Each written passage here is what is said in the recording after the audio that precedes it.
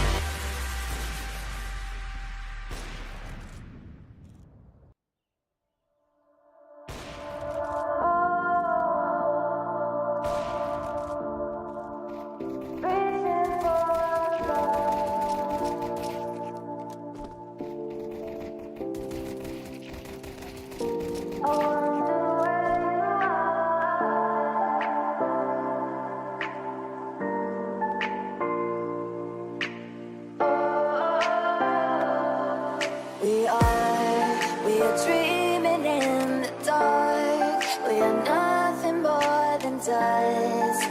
Search but you stay lost. We are reaching for the stars, but we're making this too hard. And I wonder where you are. Mysterious, that's the part you always show. 'Cause you're too curious. Maybe you should take it slow. Mysterious, that's the part you always show. 'Cause you're too Okay. curious. Maybe you Okay. should take it slow.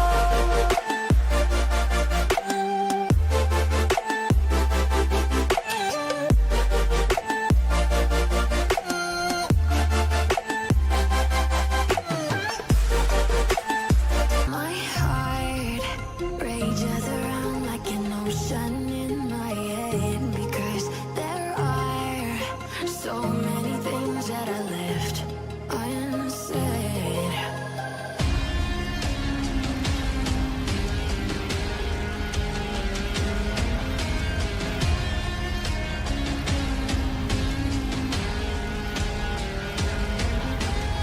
I can almost feel you walking in the Це забити на фон. Я роблю тобі третій.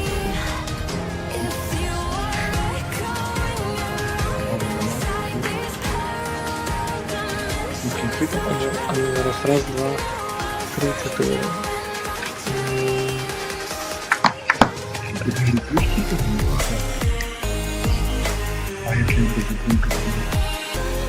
Щас. Раз, два. П'ять. Це без. Раз. Але. Що це? Я не можу просто десь. Коротше, я віддаю. Я обрав галочки. В розстрілі. Що я бачив? Комітет запущений на відео. Коротше, це без діла і це без... Ну, коротше, воно все без діла. Але на мейнстрім віддається на оце. Перше в рестрім віддається з ділеєм 2 хвилини. Але я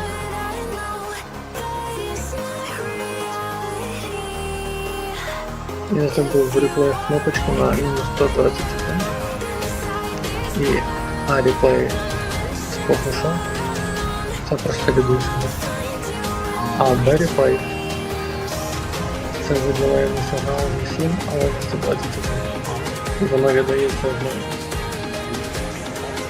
Ну, начебто, да. Реально поступить. Це не знаю. Там щось.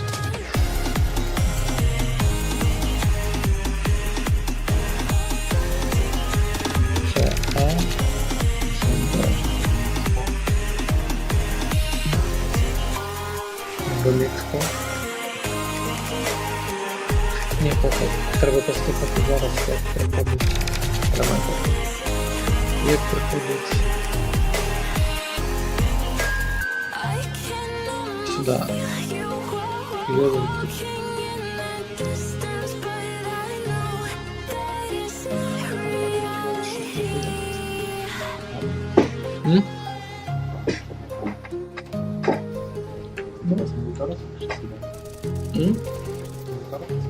Ні, це мені на vMIX кол приходить в телефоні.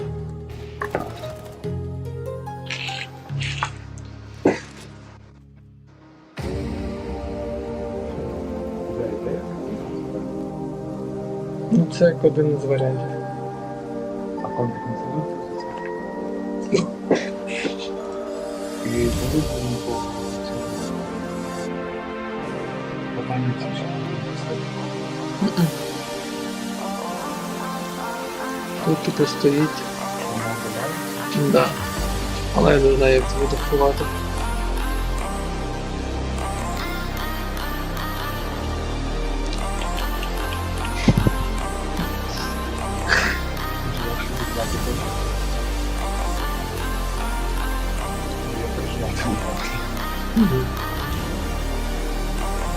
Ладно, тоді збирай.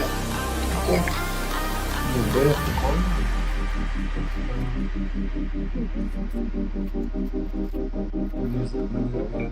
Ну, якщо пам'ять заповнюється,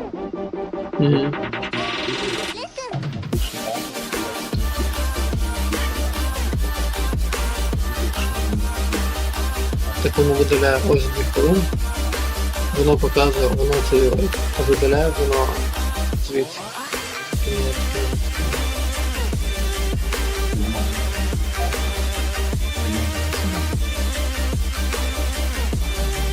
Думаю, що можливо? Автоматика delete prior video when disk space is full.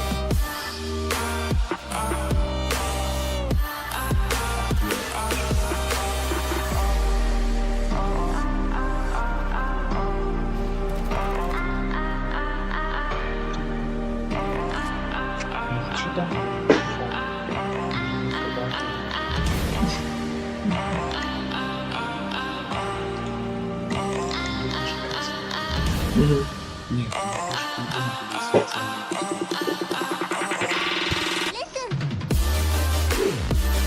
а ти читав, що мені смішно? Ні, як треба, що делати саме? Ти не знаєш? Ні. А ти щось зміяв чи видаляв? Ну,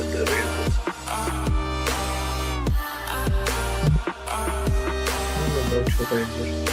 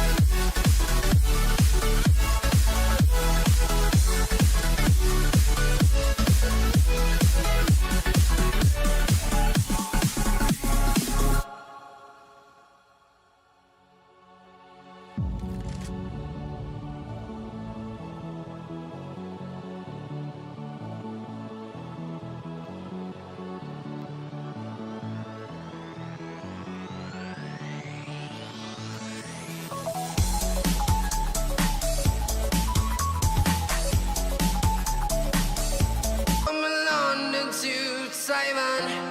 I've been all around the globe trying to protect your soul.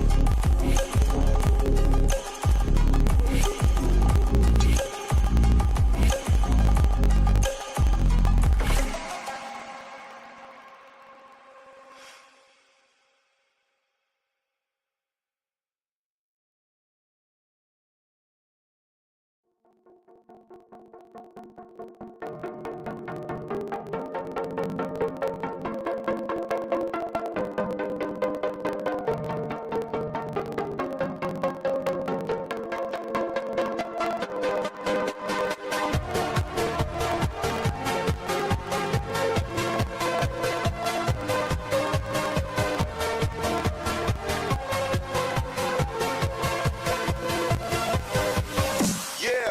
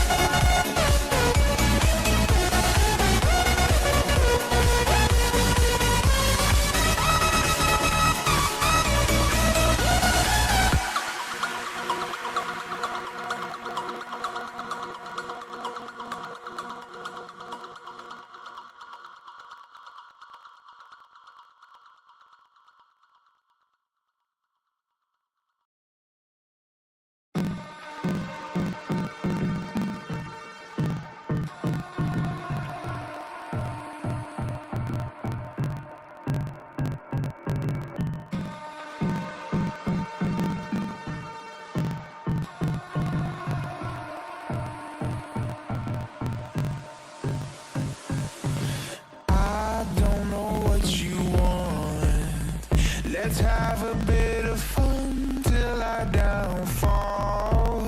My love, if you feel like I do right now, don't say you're on the run to the other side, my love.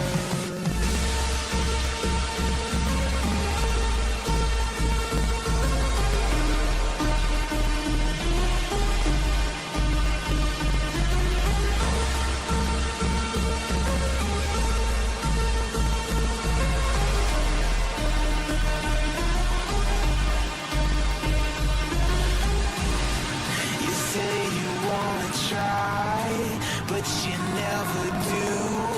Sugar, there's a reason why we lose. You say you wanna cry, but you never do. Sugar, there's a reason why we lose.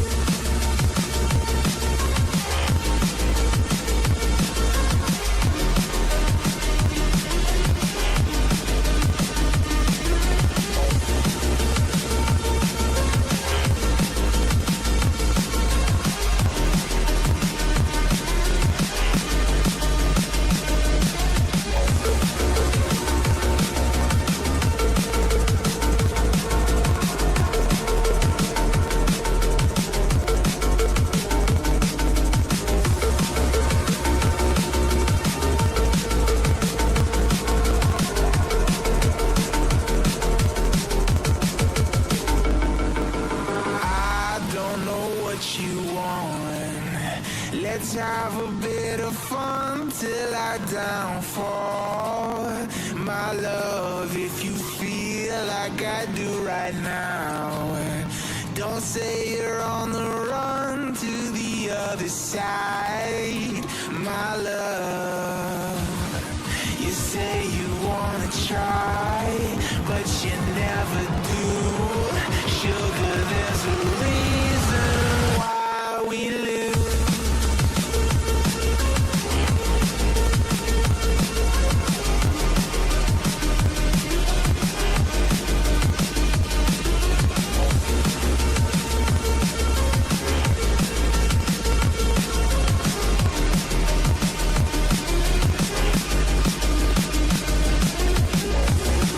You say you wanna try, but you never do. Sugar, there's a reason why we lose. You say you wanna cry, but you never do. Sugar, there's a reason why we lose.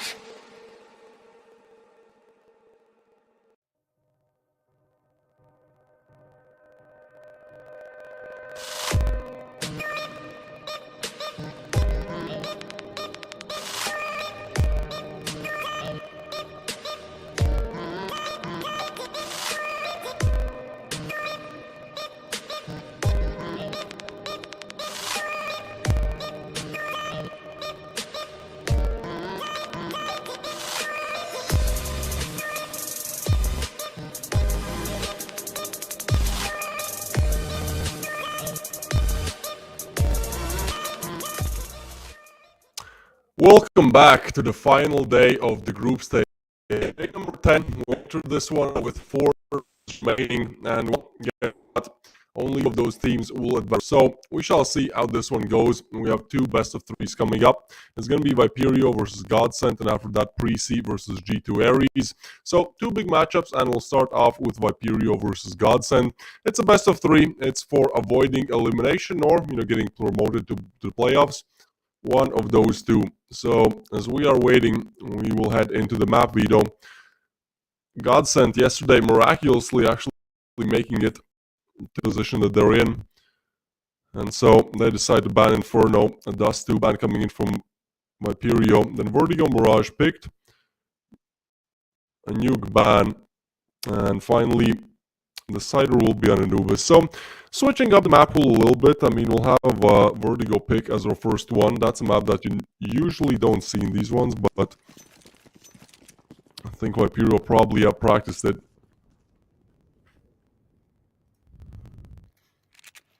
As Godsend are setting up to go towards their ramp execute.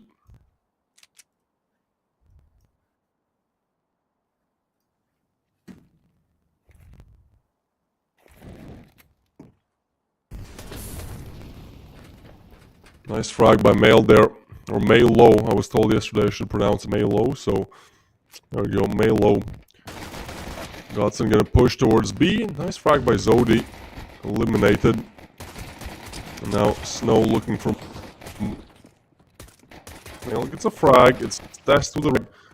And we go down to a 1v5 for a stand-in, it seems like. We have not seen this player before. Who is he standing in for? Let me figure this one out. Dest? I'm pretty sure it's Dest. Licale? We'll see how he plays.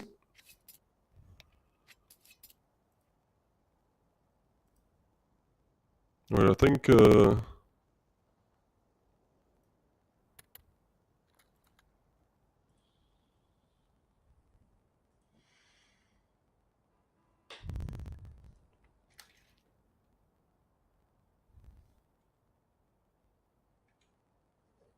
So we're gonna go on a tech pause here.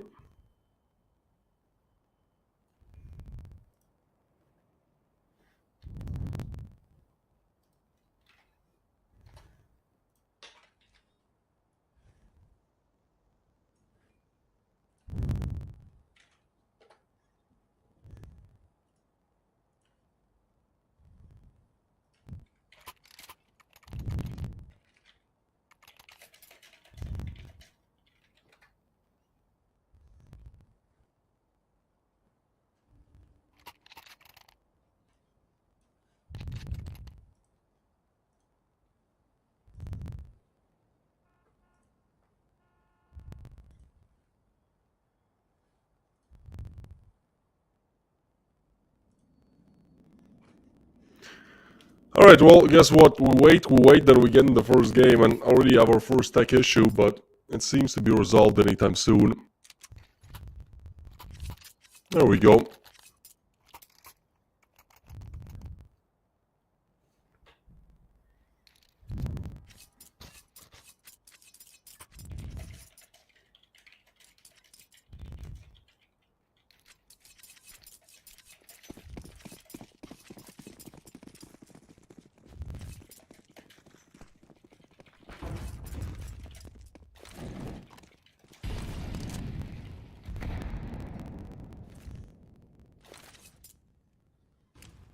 So USP is only on the side of Godsend.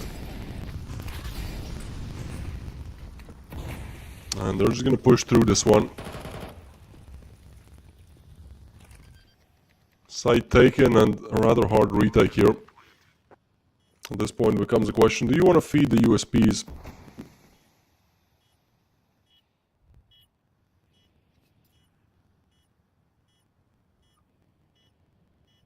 Alright, Screamo.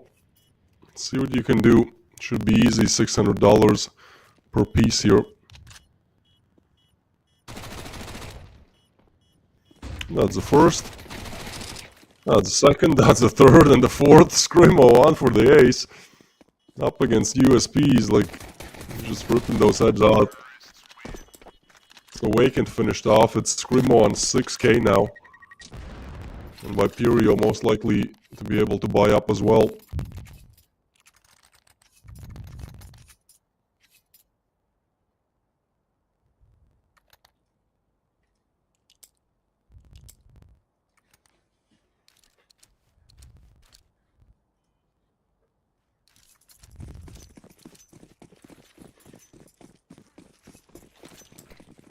So Viperio to head towards B.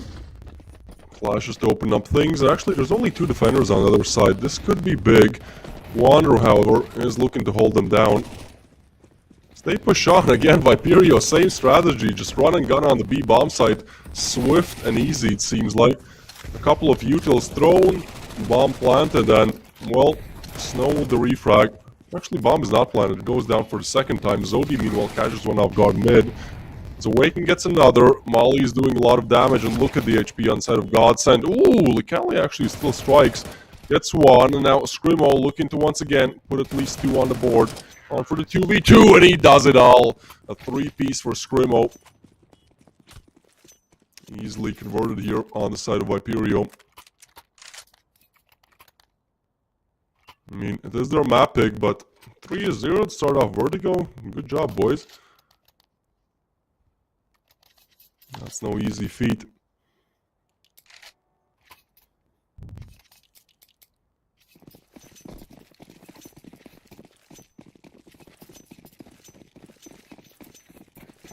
So Godsend relegated back to pistols. And Viperio looking to put 4 on the board.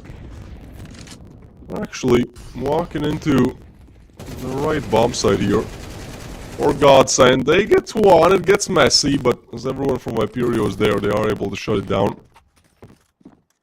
And now Melo.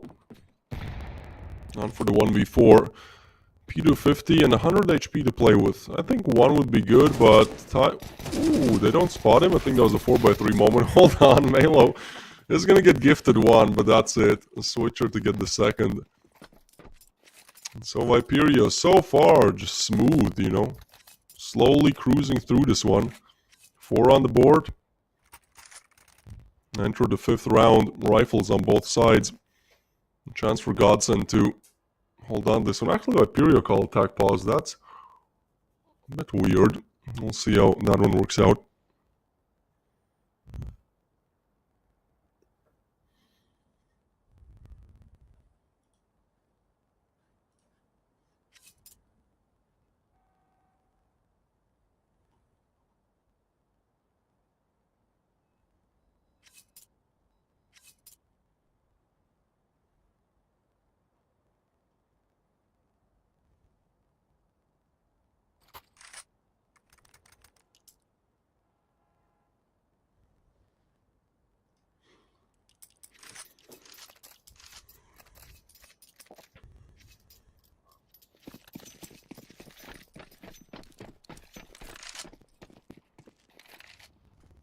So as we head into the 5th round, rifles, and Godsend showing heavy presence towards A for a good reason. Has been they hit a couple of times. Lecale is actually going to open it up with a frag. That's a big find. Viperio is still looking to gear towards mid, and that gives them the opportunity to perhaps split the map in 2 here.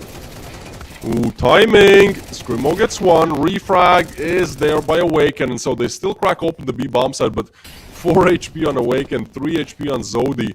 They're lucky this is not a 1v3, but bomb still to go down, and with the smoke down as well. Ooh, that nade might be big. Yep, Awaken finished off.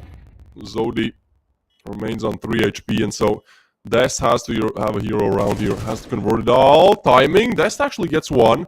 Good start, and now at this point they can try to run down the timing. There's smoke on the other side as well. Dest gets aggressive. We'll go for the re-smoke. Oh, this is nicely played by Dest. He can just hide in it. Yeah, this is beautiful play. They're not going to expect him at all. Dest with a triple. Viperio with 5 in a row.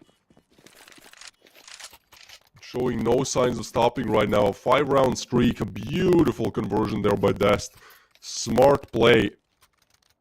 And this is a nice recovery after, I think 2 days ago we watched Viperio.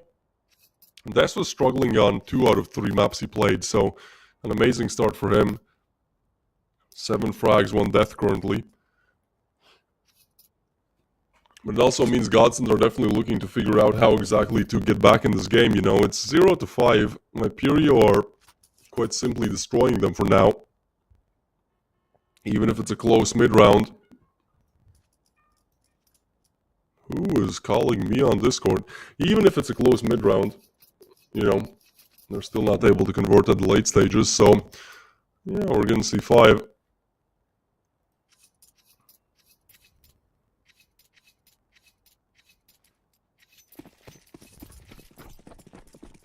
Their map pick, and I mean, certainly they start off great. Funny team is neither of these teams have any stats on any maps on HLTV, like their new combinations, new arrays of players, and they haven't really played together that long, but you know, when a team picks Vertigo as their map pick, it's a statement. It's definitely a statement. It's oftentimes a permaban map, oftentimes a map that just teams avoid playing.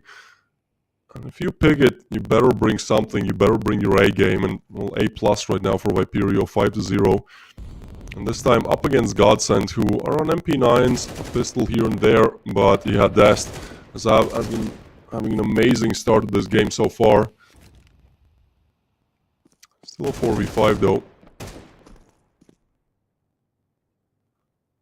And Viperio look to walk out on A. This is the correct call. They think that Dest is the single player left there, but instead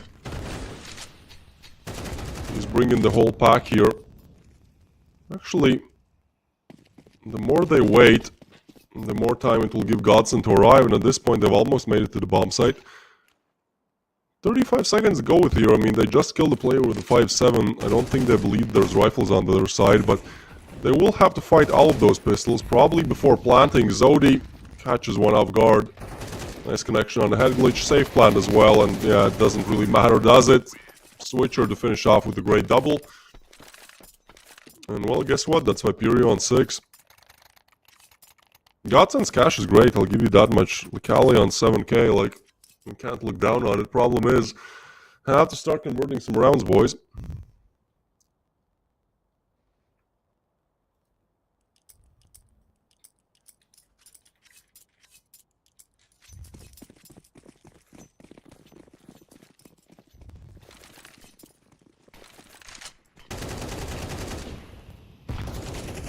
Flashes, early util.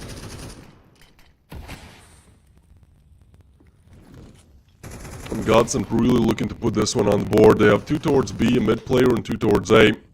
Wander gets a nice opening frag. Low HP, but that's a huge opening. This is one of the few times that they have the player advantage early on. Best is going to spot one, but not able to connect the inside shot. Nades rain in.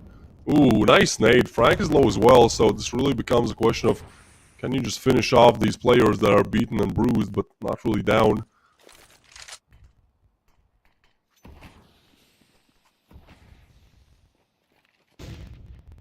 Ooh, okay, this is a nice boost. It's a perfect boost. They get one, confirm the presence of the second. That was the fuel HP player as well.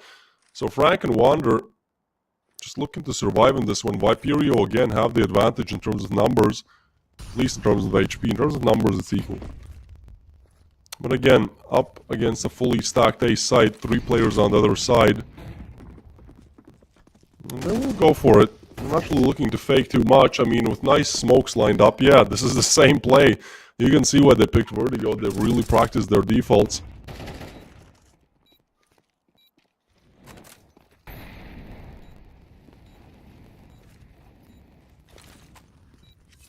So, bomb to go down.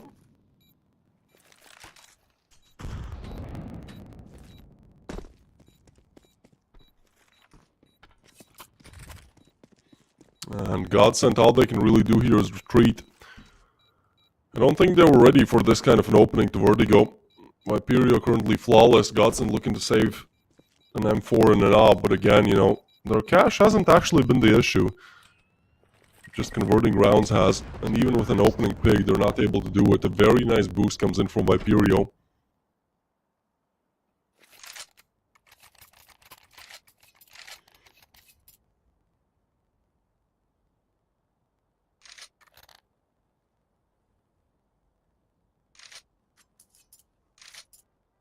So, attack pass called from Godsend.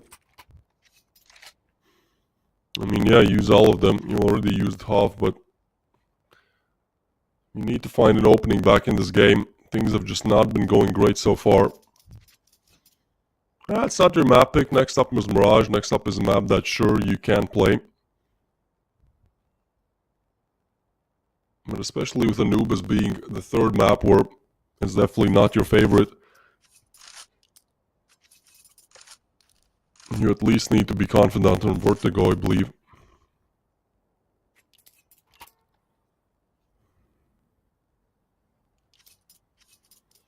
Screamo, this guy's been playing amazing together with Dez. They both have 10 kills. Yesterday, Screamo, I believe on Anubis, he was on like 28, 29 frags. In regulation time, it was insane. Aggressive Snow with a big double. They're looking for a refrag, and Awaken gets a double back. Right as Godsend think that they finally found an opening, Awaken gets a double. Dest capitalizes as well. And again, this time they have 2 opening frags, a 3v5, and still not able to convert. Disastrous here for Godsend. They were not ready for Awaken. He strikes at the perfect time. So Frank and Wander hopefully looking to piece this one together. It's still a 2v3. It's still something you can't convert. As Wander gets aggressive, okay, Awaken seems to be aware of this, but there's bomb on Awaken. If he loses it, if he's not able to get this frag, they will have the bomb, but it's simply too easy. As Wander slowly peeks into Awaken's crosshair, it's a 1v3 for Frank. And even though he's had some great showings, this seems rather difficult. Yeah, taken down. So a 5v3 turns into a 0v3. Vapirio get everyone, and this is 8 on the board. I think this is so far. No, we've seen an 8-0. We've seen an 8-0 in the first series of Prodigy. I don't think we've seen 9-0. This is the number to beat. And who are they going to be up against? M4s? No, Frank rebuys? Really? There's no way they go. Okay, MP9s. Well, their chance have the most dominant half in the record so far in Prodigy Series 1 and 2. With 9 consecutive rounds in a row, with 0 on the other team's side. This time up against MP9s, and Scrimo really looks to complete that record, but Snow wants to deny it by all means possible. They will try to spam him down, and Dast finally gets him, but now rotations are coming in. 2 more players to deal on B. It's Lukale on the Deagle, taken down, and now Mail is able to get 1, but they know exactly where he is. Has to stay alive until help arrives, and not able to do it. As only Frank is left alive, Zodi eliminates him as well, and that's 9 on the board now for Viperio. Just a thunderous start to this T side. They're Mapic and they're currently outplaying Godsend on every level. The strategical department, raw mechanics, individual, everything is there. So, you know, it's not all over until you say it is, especially with Godsend. Like yesterday's best of 3, I don't even want to put my mind into it right now. That was one of the craziest things I've ever seen in CS. It goes overtime in all 3 games. So Godsend really is a team that's might be down but never out. As they push on, Zodi is more than ready for this. Short player though, Mail gets a double Awaken with the refrag, but it's still a 2v3. With the Mail's double there, they at least can hold on. And again, Viperio, I mean, they're looking to do this the hard way. Wanderer is now aware about the boost. I think he got killed in the previous rounds, so makes sense. And so 2v3 for Dest. And again, this position just goes unchecked. It's only Snow left alive, and he has to retreat back. They definitely hear this, so no reason to go A, really. They already walked up on A. And Snow, even though he was hitting some amazing shots yesterday, this is to deny the 10th, the double digits, and can't even finish the first. Godsend all weaponry eliminated. Sure, they have 10-round loss bonus at this point, so they will be able to rebuy, but the question really becomes, you know, can we at least get 1 or 2? Like, at this point, I don't want to say the game is lost, because again, you know, it's not over until it is over, but at this point it kind of becomes, at least first, it becomes a question of just pride, you know, of honor. Can you put a round on the board? It's one of the worst ways how to go out in CS 0-13, and currently Viperio are not so far from doing it. As this round they're going to be up against them.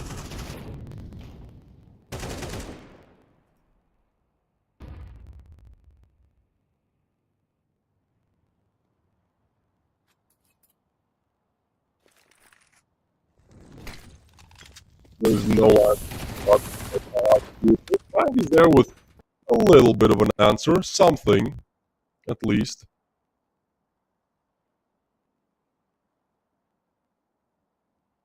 And things slow down. Mail is just gonna hold this angle.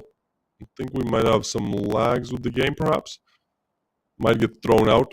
I'll update you guys, but I do think that Viperio have won this round. Yeah, everyone seems to be frozen. Well, excuse me. We will rejoin ASAP. Normally this is an issue with CS2. So a little bit of a tech pause.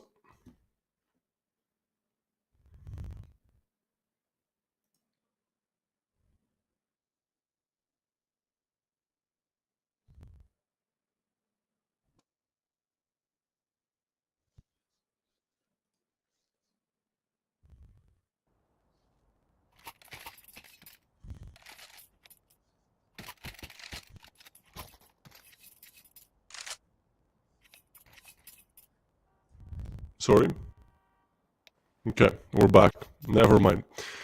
Godsend still struggling finding an answer to this one.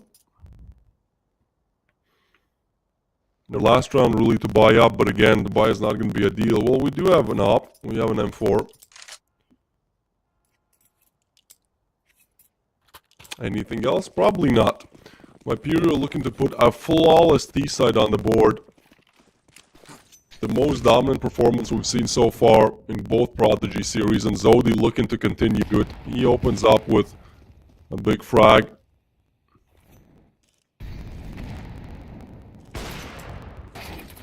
Shot missed a little bit, still gets the tag, and they try to spray down Awaken, but it's not been successful.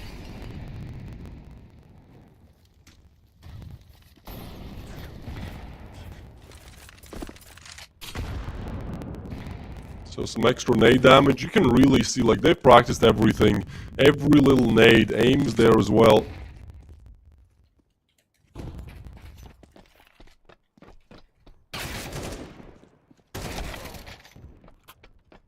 And Frag and Snow are able to shut 2 back, so again a 2v3. This time Dest and Awaken are low, so perhaps a chance for Godsend.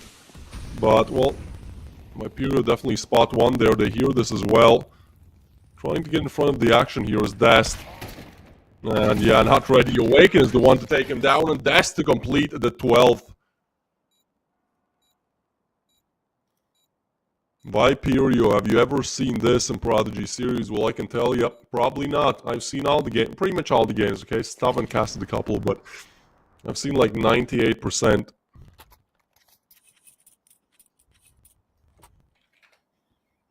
And those 98%, the best result was 9-0 when the other team has 0. This time it's 12.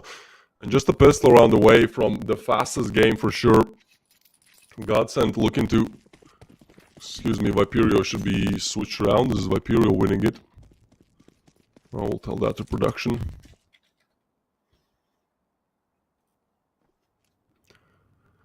But yeah, we entered the last round of the half here. Viperio really looking to just put an end to this, finish off as quickly as possible.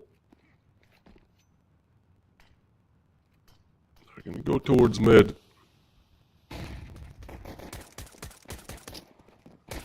Flashes come in, they push towards Connector, but it is going to be Frank on the scoreboard. Ooh, but Scrimo, switcher again, and then Awaken.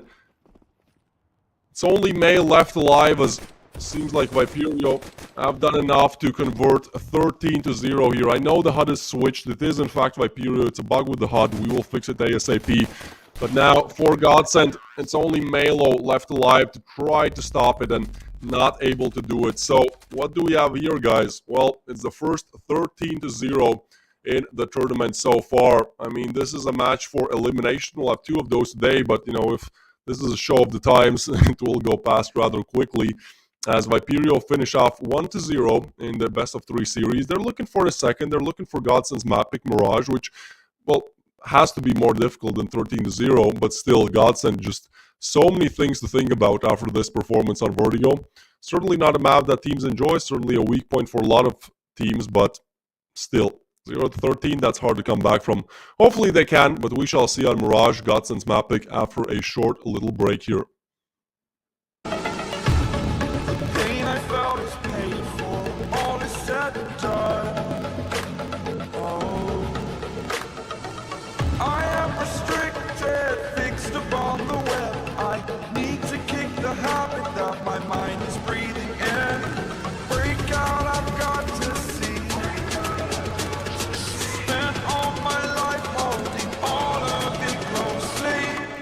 Played it innocent.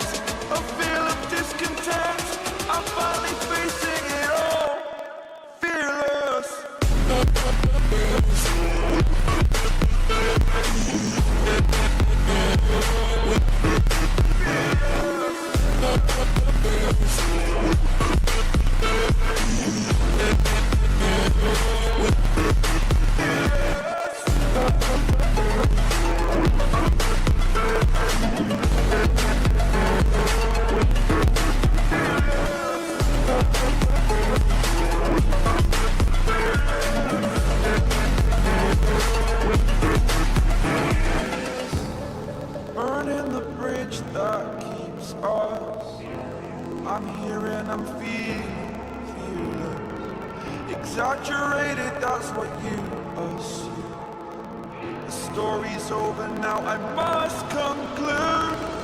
I am conflicted, watching where I step still, hanging in the balance, not the life I want to live. I want to take it all, standing tall, fear I weighed the person you are. Oh, break out, I've got to see. Spent all my life holding all of it closely. I played it innocent, a feel of discontent. I'm finally facing it all, fearless.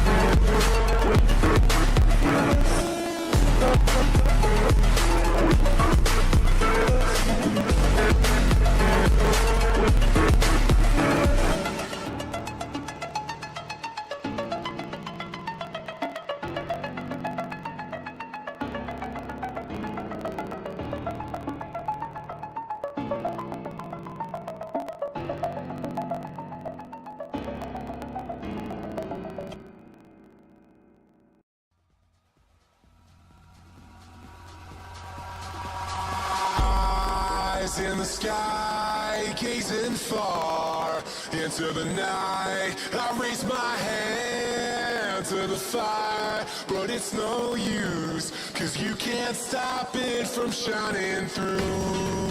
It's true, baby, let the light shine through.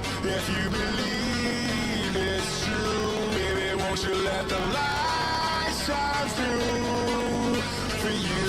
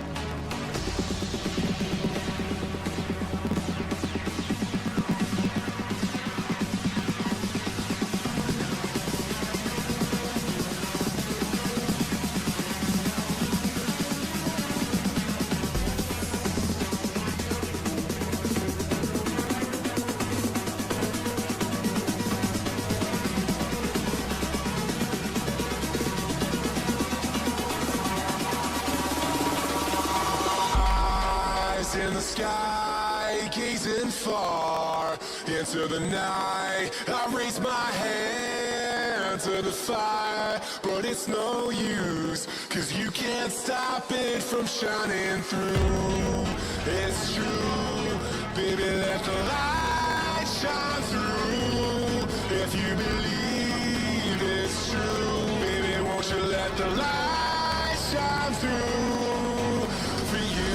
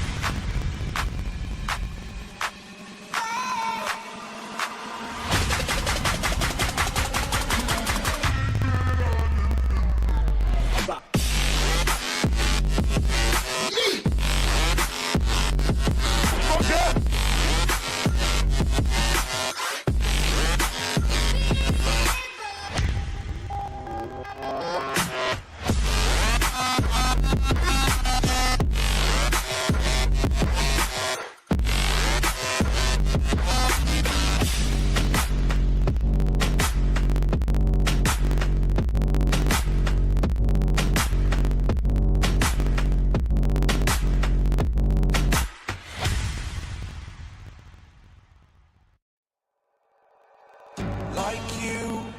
Be strong to hold the powers of the sun.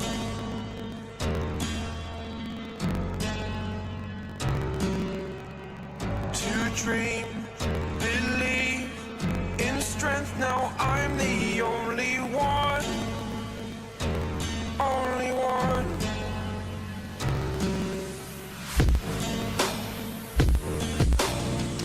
I was an ordinary boy until I broke the rules. My life destroyed. Life destroyed. Until I woke awake, scream my mind. I shout, the ground shakes. How much can I take? My mind will break. 13-0 is the score on the first map. Viperio just annihilate Godsend on their map pick. But now we're going to be heading on to Mirage. Perhaps a chance for Godsend to, I don't want to make fun of them, but, you know, put the first round on the board. You get the first, oftentimes the hardest, maybe string together a couple more, take us to map 3, which would be Anubis then. But for now, we're still waiting for Mirage. There we go. Let's go, baby. We get in the game. Pistols on both sides. Dualies actually in Switcher and Dest. We'll see how those ones work out. Ooh, and a nice little bit of aggression here from Viperio. They get up to check out what's happening towards Ram, but instead it's going to be a Godsend. Well, they open up. Now Dest. They have to get past him. Oh, a nice double, and Dest gets another, and suddenly they're all shutting it down, although Snow retreats some things back. A double kill for him puts this back into a 2v2. And Scrimo and Switcher have arrived. Scrimo definitely hears the connector player as well, but is he aware about the second? This is getting weird. Scrimo can't connect the shot, which means that Snow will complete the triple, and that's Godsend on the first round here. After everything we saw in Vertigo, I thought when it was down to a 2v4 that it's going to be over, but a great recovery there from Godsend. They're able to win the pistol, that's huge. And they take attack pause, alright.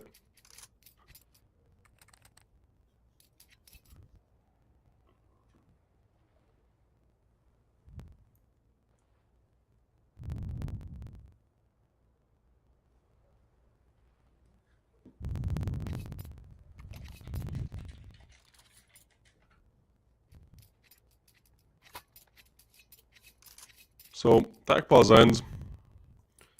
We enter the second one, and well, Godsend have done more already than they did on Vertigo. Great start for them.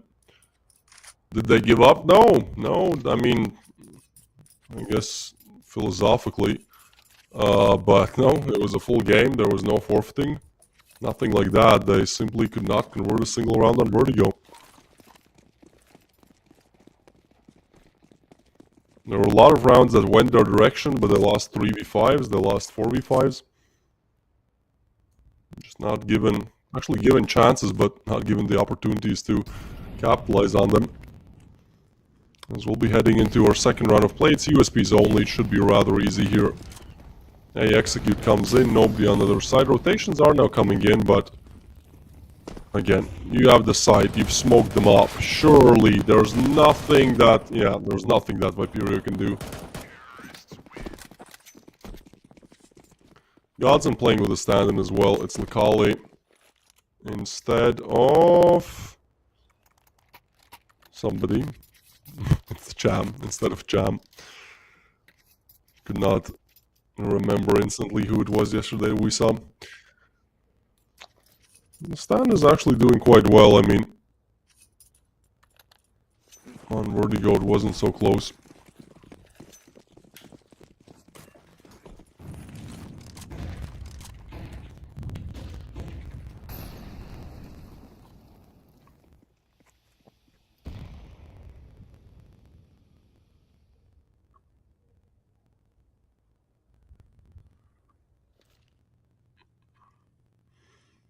So Godsend heading towards under here. The first rifle round comes in.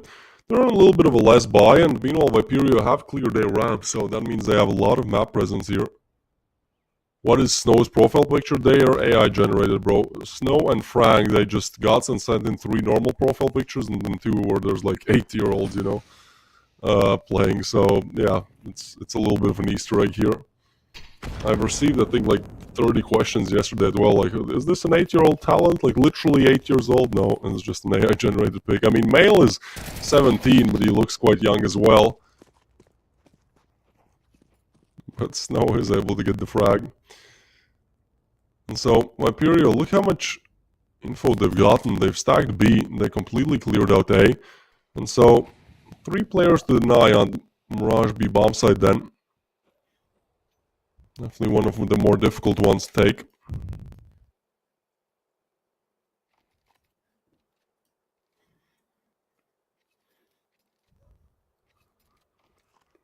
Smoke down. And 20 seconds to play with. Like, they have to go now. Melo might have an opportunity, but yeah, 15 at this point. Switcher shuts down the first, and time is everything here. Godson have to get on the plant as Snow eliminates another. It's all left up to Zodi. 10 seconds to go there, and they will go for the plant, but frag actually not found from Zodi. He had a great opportunity there to put first one on the board, and then, you know, Melo is low as well, but instead Godson eliminated him. So, hey, we just saw 13-0. You guys think we might see another 0? Well, this time a 0-13, I guess.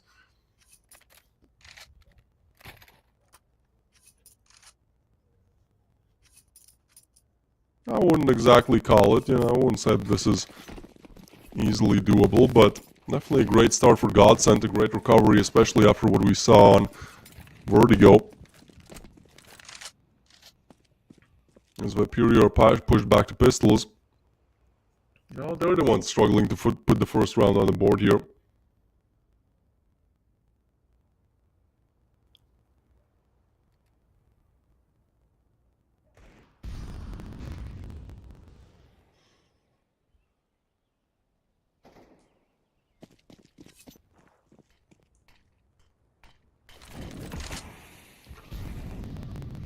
So mid control taken by Godsend.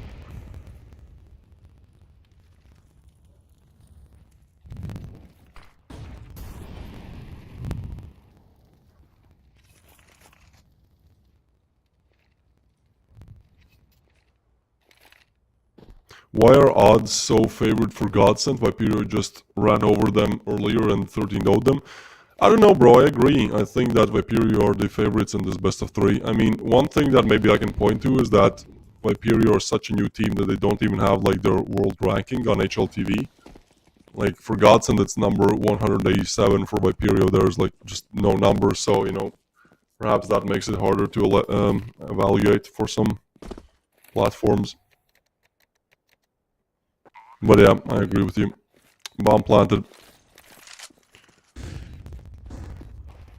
Well, they did invest 2 Deagles. Let's see if those Deagles are able to get some exit frags. You know, get a couple AKs out of this round.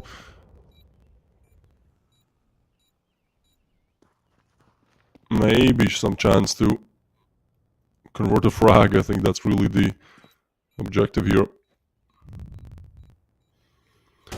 Boosted up. Nail more than ready for this. Well, his arm is.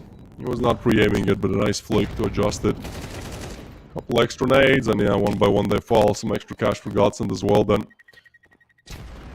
Actually, they haven't really been able to build up that much cash. I mean, some of them are 4 or 5k, it's not bad, but for being 4-0 up and now having to rebuy util, it does mean that Viperio have to win only 2 rounds to force them back to pistols.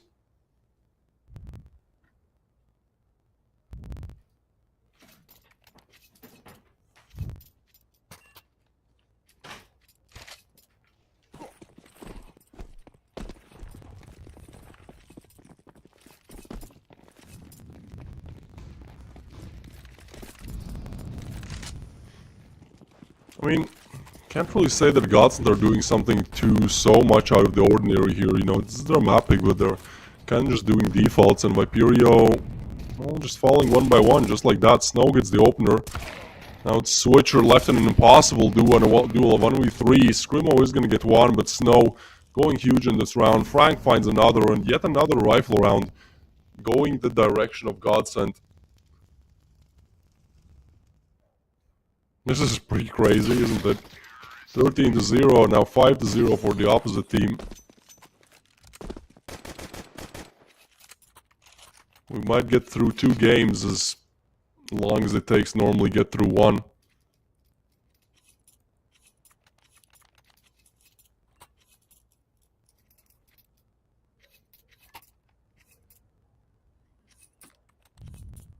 Alright, I don't want to, be too depressed about Viperia's situation here, but, I mean, gotta give it to you. Godsend are looking great, What they couldn't do in the first map seems like they're doing all of it in the second.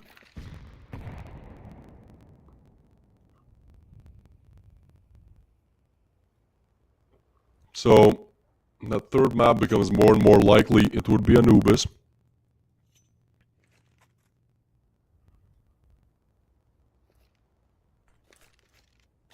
Oh, hello. Scrimo's gonna get finished there, and again, I mean, they just get the opening frags. Has not been an issue at all to get the opening frag, and after that, they simply convert one after the other. And we have to remember, this starts off as a 2v4 in the pistol round. 2v4 that Viperio lose, a 4v2 rather, they lose, if that makes sense. They lose 4 players in the pistol, concede to just 2, and after that, Godsend just slowly but surely eliminating everyone. Dest here definitely hears the drop. He won't go for the peek, and it's a tough position here. Flash comes in, Dest will go for the peek, he gets the first, looks for the second, does get it. And that actually makes things a lot more challenging. Lakale is still gonna get 1, but Switcher on the boost. Not expected as all, as Switcher gets a double. It's only Snow now left in the 1v3. Makes it into a 1v1, but Zodi's position is so good. There's no way Snow expects this. But I guess he does. He just retreats back to go to A, and Zodi is just going to stay on B. He doesn't hear this either, which means that Snow will have such an advantage here on the plant. Zodi just waits. 10 seconds left. Smoke dropped as well.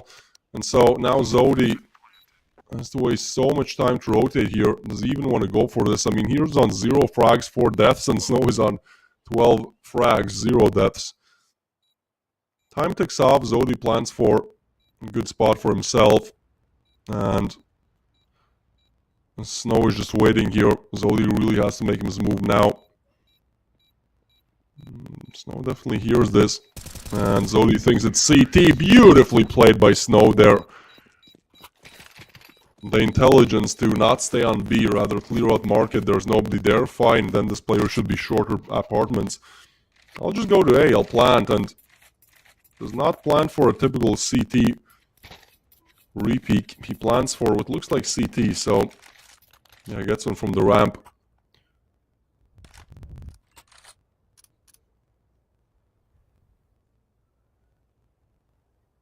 Godsend on 6, Viperio now calling their attack pause.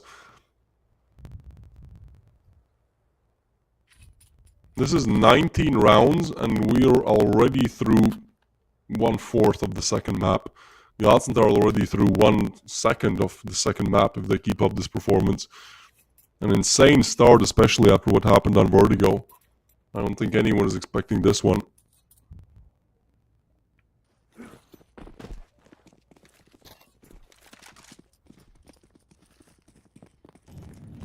(13-0, 0-13, 13-13). I mean, you can get 13-13, but I would agree that probably, if this is Godsend like doing 13-0, 13-1, 13-2, we'll probably see overtime on the third map. I think that's just kind of the destiny of this best of 3. One of the weirdest best of 3 score-wise for sure that I've seen so far in Prodigy series.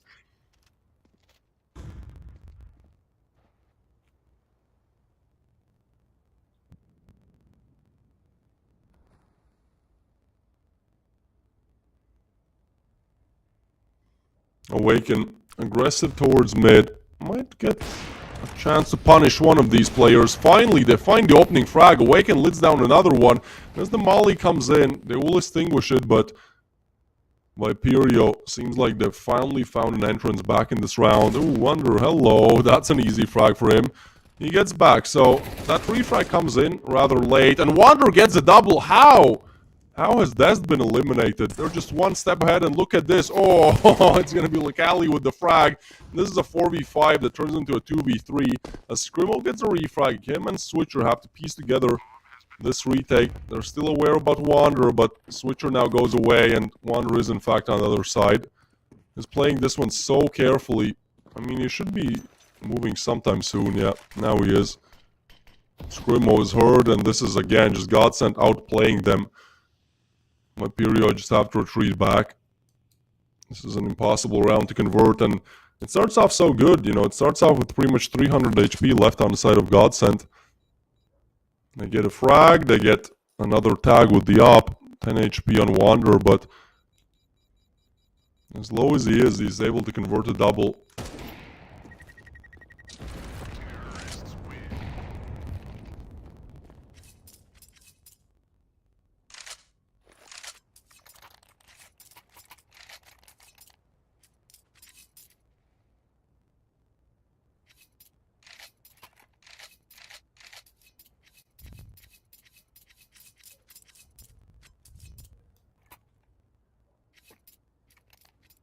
Godsend can't do a single thing here to, well, stop succeeding. I know, I wanted to say Viperio there, you know. Excuse me, pardon me.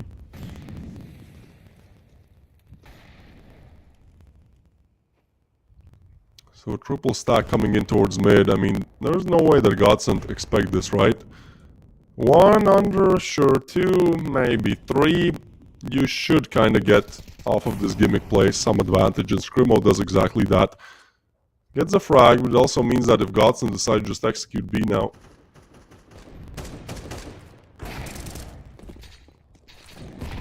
Switcher's gonna get another.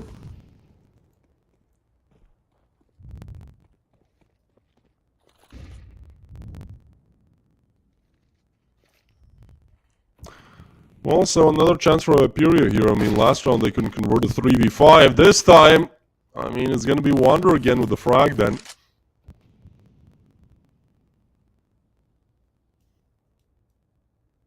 "45 seconds to play with."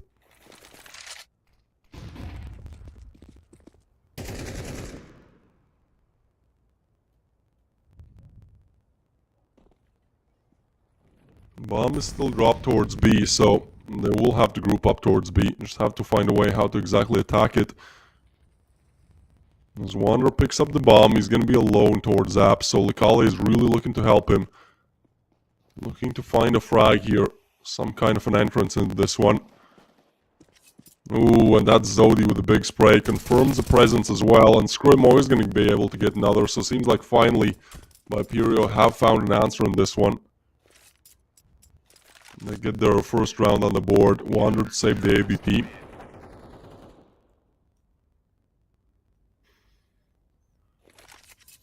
So, 0-13 denied. Vertigo is close. For nobody. It's just 13-0 here. Might get a little bit more challenging. Question really becomes how far can Viperio take this comeback. Godsend, as soon as they lose a round, they're going to call attack pause. Fair enough. You know, you have the lead. You do not want it to crumble at any point.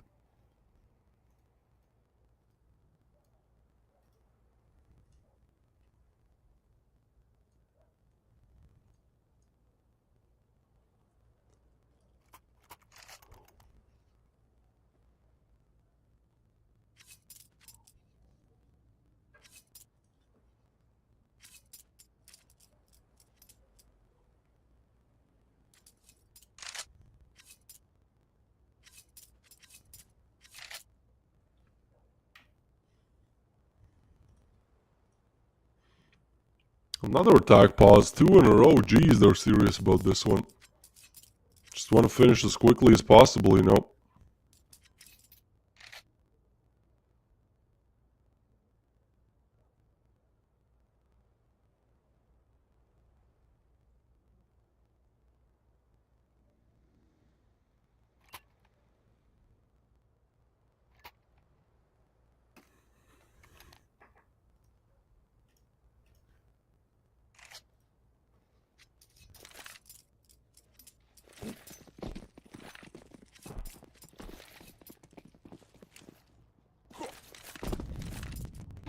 Early util comes in. Viperio have a rather heavy setup towards A. We'll see if it works out. I don't think so for now. There's a lurk towards Palace, but actually more Sarah players being sent towards ramp/spawn. Battle of the Ops, meanwhile, going on towards B.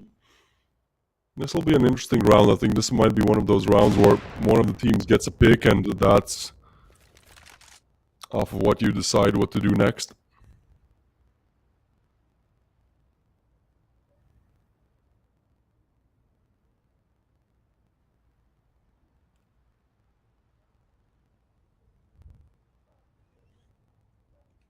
Actually, Viperio sending even more resources towards A. They have the read on this round. It will be a hard conversion, as Godsend are now committing to the execute.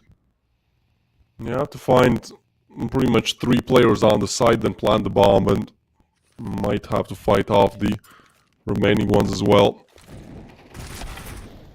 Counter util deployed, but Licali to actually open up with an AK frag. Now looking for more. Switcher is in a good position, but Licali just entry fragging is there. Meanwhile, Zodi punches one back, and again, Switcher, his position is a really tough one. This goes overlooked so many times.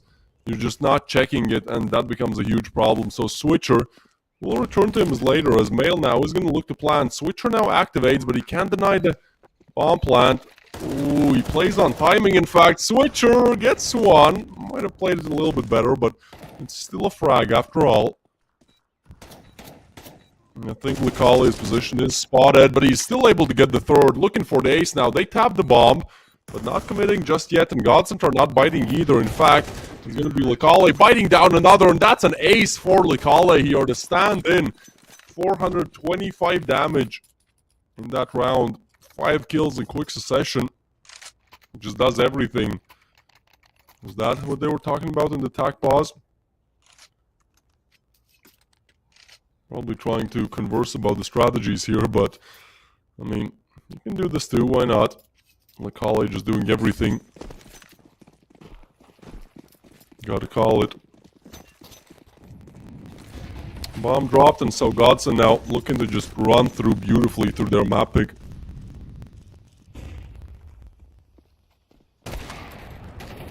But Awaken there to stop it, perhaps. Mail is gonna grass. Timing is so weird here. Des gets back away.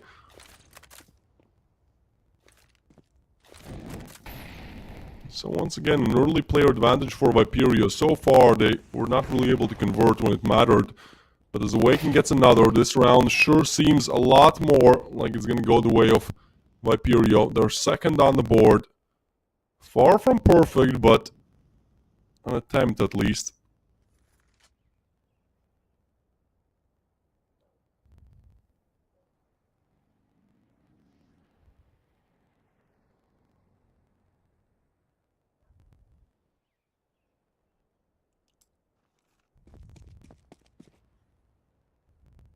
Two v 5. Look at this, Melo. We saw 2 moments like this in the previous best of 3. Okay, Melo this time capitalizes. Yeah, yesterday we saw 2 moments like this where in both cases the players are just not able to do anything. So this is a 2v5 now turned into a 2v3. Bomb planted as well. I mean, this is not an impossible conversion. You see this kind of stuff every day. It doesn't mean that they have to convert to 2v5, but again, you know, let's look at the reality here. A 2v3. Time is already half ticked off. They're set up for the crossfire as well. Some util coming in, but won't do too much. Frank is going to be the first one in the line here, and they do eliminate him. So now Melo on for the 1v5 clutch. Has to make the ace happen, but they're not actually checking him. He tries to get him off the bomb. Not able to do it. A nice attempt by Godsend there off of Melo's player found. Let's just say that, but nothing more. Viperio deny it. Take their second. 2 more rounds to go in this half.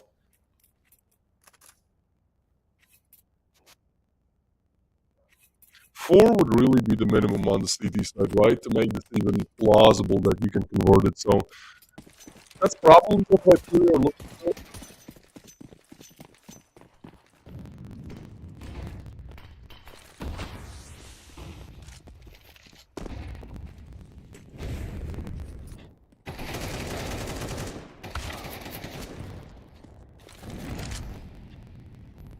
Switcher gets a frag.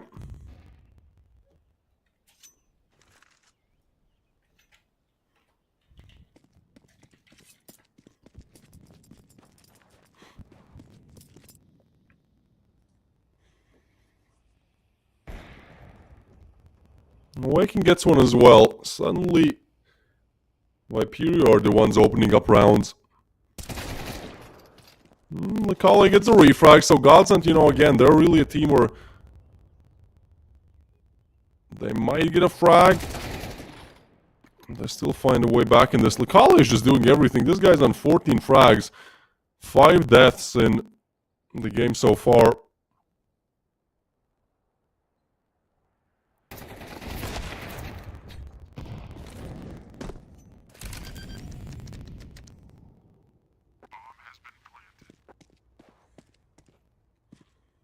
And so Godson looking to still get themselves to double digits.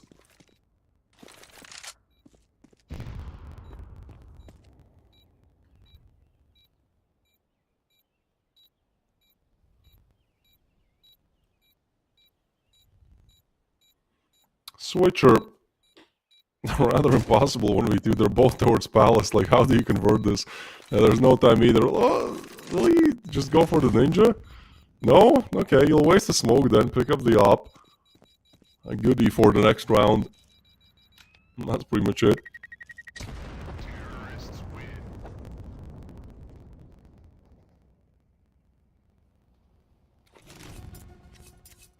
So Godson converted the 9th, a completely different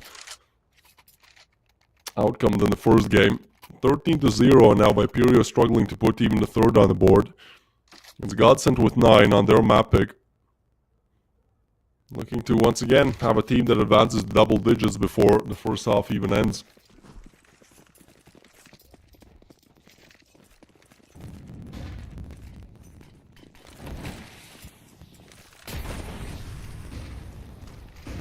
Awaken, such big aggression towards mid. We'll have to get off. I think they might have heard him as well. He's really playing with fire there, but Malo already towards ladder there. Oh, this is getting so weird. Awaken is still towards mid. They're not going to count for this. Should get a freebie, but walks in the smoke. Oh, Awaken does it a shot. Okay. Now his presence is confirmed. It also means that, yeah, so much information given for Godson towards mid. About his position. Switcher almost burns to a crisp there, and Awaken still stays strong on mid.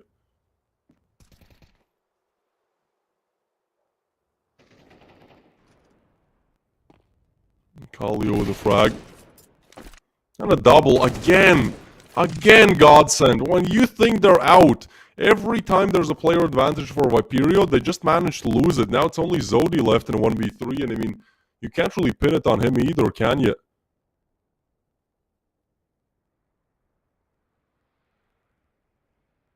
Two frags in this game, looking to more than double it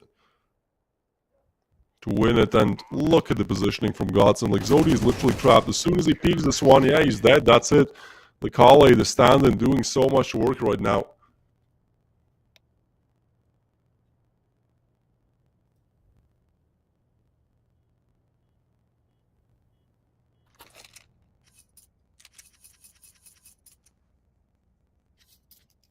Viperio, stay solid on Vertigo. Amazing execute. There's no holes in their attack or defense, but when it comes to Mirage, Godson just roll over them. 10 on the board for them, and they're looking for a couple more here.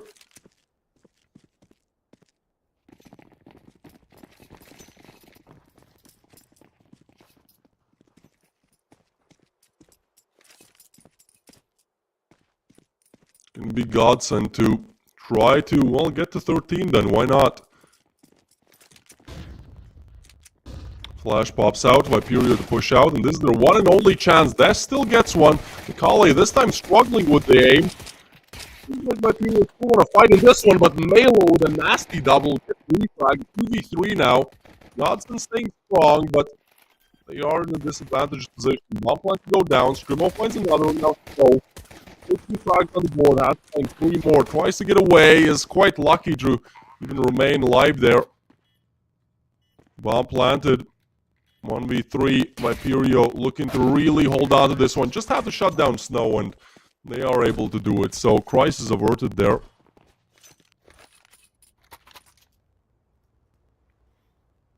A nice round that Viperio get back.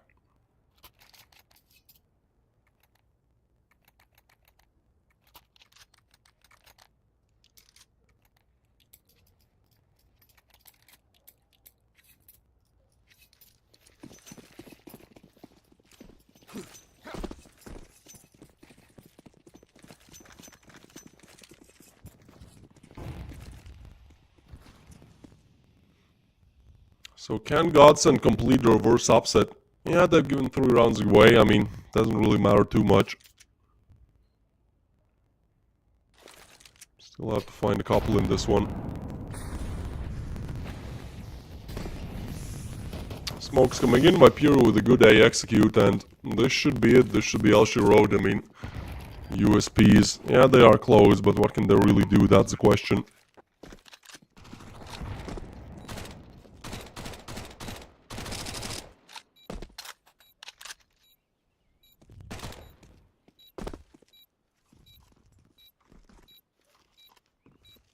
It's the CT side as well where teams are struggling. That's the surprising part. Like, normally you'd expect Mirage to be a little bit CT sided, but in fact it's all gone the ways of the T's right now. Nice refrag. And that's it.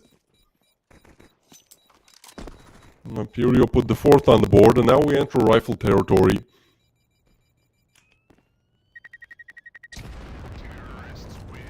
Chance for both of these teams to either finish off strong or hold on to this one, perhaps turn it into a 2-0. With everything we've seen today, I wouldn't really say that it's out of the realm of possibility. I mean, Myperio have to make a huge comeback here, so perhaps if they could convert this one, you know, next one probably up against pistols only. Like, there's a chance. But I won't start putting, you know, too much emphasis on it until we get in the next round. The next 5, rather.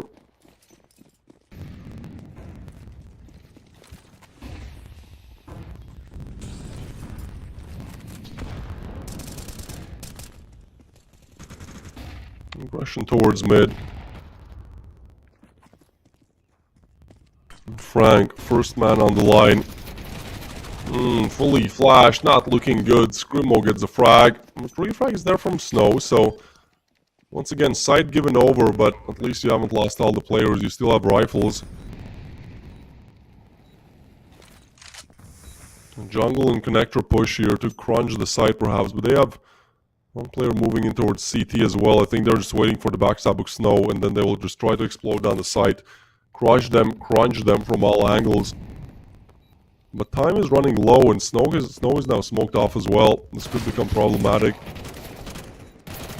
Mail gets one. It's Awaken and Death with some frags, but Godson, they hold on. Low HP. Lecale gets a frag, but I don't think there's time. Oh boy, they have to evacuate. Viperio.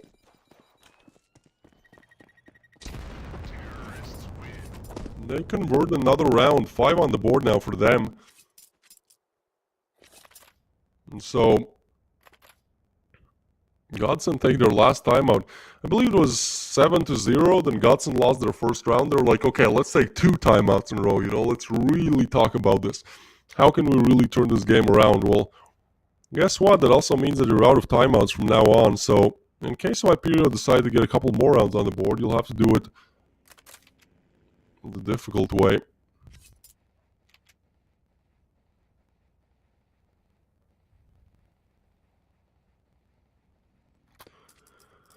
Yeah, you are correct. Hermst, I'll just call you Hermst. They sent in like 3 real pictures and then 2 AI, clearly AI generated. They're all like, I think, 16 to 20 years old. About that, you can go on Godson's Twitter and just check their Twitter banner. Like, they have 3 real pictures and then 2 that are AI generated if you compare it to their Twitter banner. The fake ones are on Snow and Frank, I believe. Melo looks really young as well, on HLTV at least. It shows that he's 15.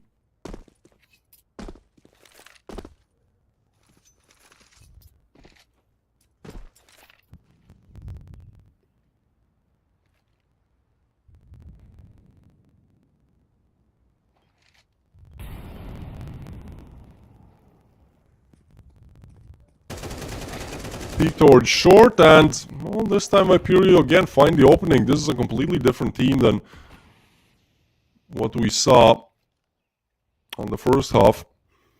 Yeah, I might be hyping them up too much. I mean, they're literally up against Glocks and an M4, so it's not like the end of the world here, but still a solid opening pick. And now setting up to execute towards A, where Godson have completely evacuated. There's nobody on the other side.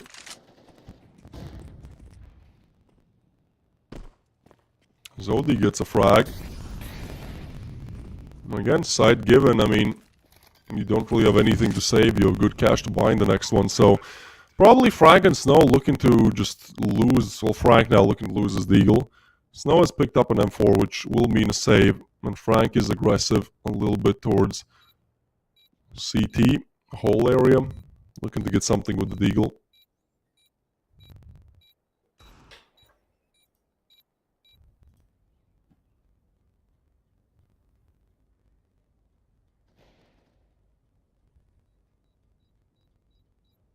Dest gets a frag. And that's it. That's all, folks. 6 on the board for Viperio.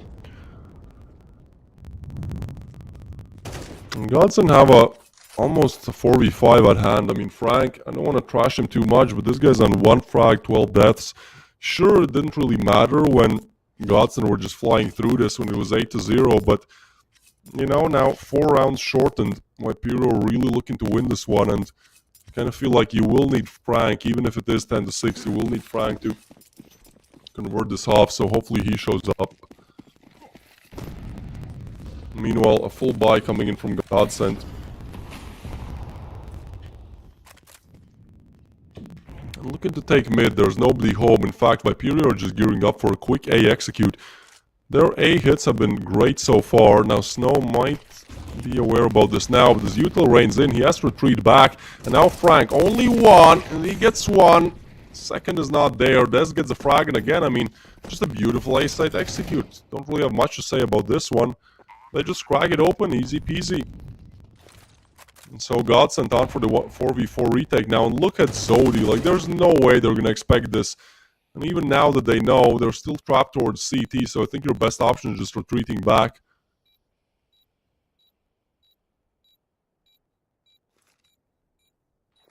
Nice execute by Viperio there. They get another round. Looking to turn this game completely on its head. But Godsend do get out with 3 saved rifles for now, so that means probably not pistols only for the next round. As they still built up a huge lead in the first half, like, it's not impossible to still hold on to this. I mean, look, you win the next round, it's 11-7. That looks almost, you know, set up for you to win. But Viperio have given 0 rounds on the second half to Godsend. And if they continue with this, I mean, look, you know, literally convert 5 more, do the same, give Godsend nothing, it's 12, but I kind of have an inkling that this will be a, you know, this won't be just easy peasy on the second half for Viperio. Godsend always find a way to get back in the games, that's what we saw yesterday. They also always find a way how to lose their games, they always find a way how to not be able to close out, but, you know, that's kind of just 2 demons, 1 on each side. The angel and the demon, rather. One is saying, come on, make the comeback, and the other is just like, nope, you're not going to close out the game. And same execute, I mean, Viperio, why not? I mean, yeah, this has worked out like 4 times in a row now.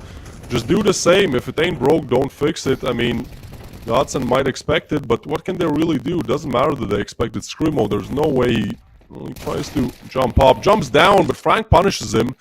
It seems like Viperio now will be shut down. It's a 2v5, but Viperio gets spammed through. And so Godsend 1 kill conversion away from getting the 11th on the board. Not too shabby, given the circumstances.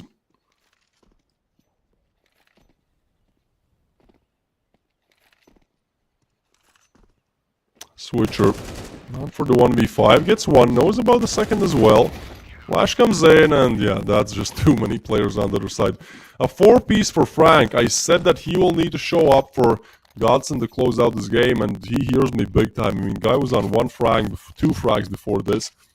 Gets a 4-piece to shut down around that again. Looked primed for Viperio to take. So, might not be something you can repeat, but at the point where you're on 11, you really only need a couple gimmick plays to just get it over the line, right? You don't need, like, good defaults. You don't need any of that. You just need 1 player to show up 2 more times.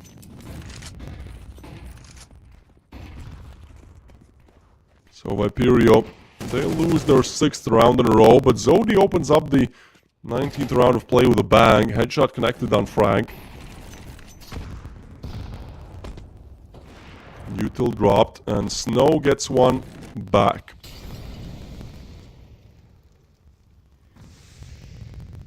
As Viperio rotate back to spawn here, I think they're just setting up for that default they execute. I mean, again, this has worked so many times now. Last round is a bit of a freak show, a bit of an accident where Frank gets a 4-piece. Snow still eliminates the lurker, but the execute from Viperio has been so flawless so far. They just know all the smokes to close out CT. Ooh, and Awaken gets the frag with the op as well. Alright, now the smokes will rain in. Yeah, the setup is there. I mean, it's a very hard one to retake, right? Because there's so much util and they plant early, so by the time the util fades, you have like 10 seconds to retake the site and defuse, which is nearly not enough. Zodi might get too proactive here, up on the other side. Ooh, it's weird, but Wander does get... Actually, Male gets the frag. So Screamo refrags. Zodi aware of this, and now they know about the op as well. It's a beautiful conversion, unless Snow can do it all. Another nade chucked on top. A 1v2.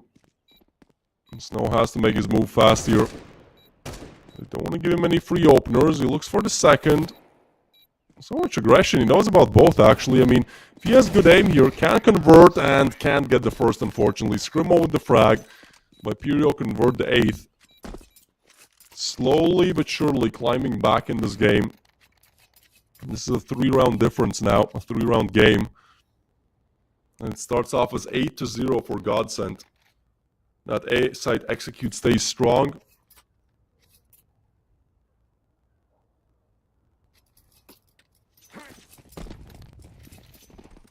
Good luck, I mean, again for Godsend. They were struggling so much yesterday to close out their games. All 3 go to overtime. Barely then win their last map. So it seems like the same issue is still there. You just have to figure out how exactly to approach this one. Seems like the answer is aggression.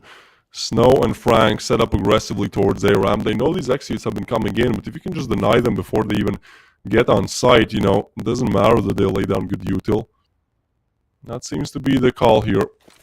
But Viperio are kind of calling it. I mean, this time they're not aggressing towards A at all. They have one lurk that's moving away, and instead they go for mid control. It's fully cleared out now.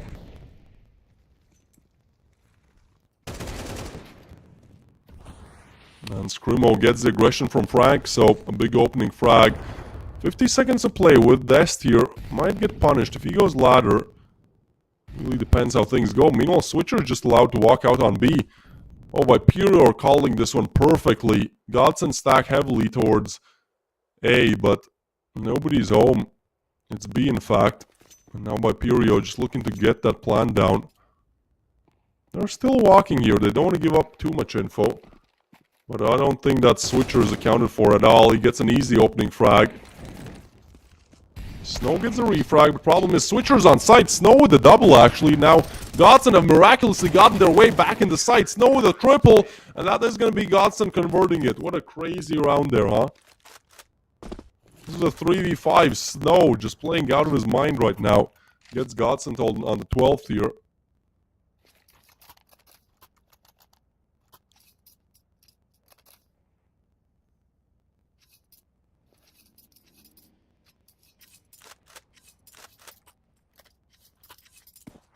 So one more to go. I mean, again, they're having a horrible CD side, but it doesn't matter. Their T side was so good at this point. They only had to convert 3 rounds on the CT, and they've gotten 2/3 of the way there. Just that final round to be converted then. 4 chances to do so.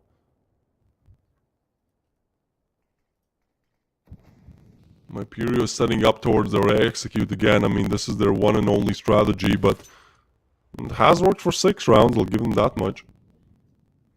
Now to find 5 more. But Snow, 20 frags on the board. Single-handedly converting that last round. Oh, okay, that's one way to deal with Snow then. Awaken gets a frag. And Dest with another. Seems like Viperio still want to have a piece of the pie here. So, one mistake made, 3 more to go for Godsend.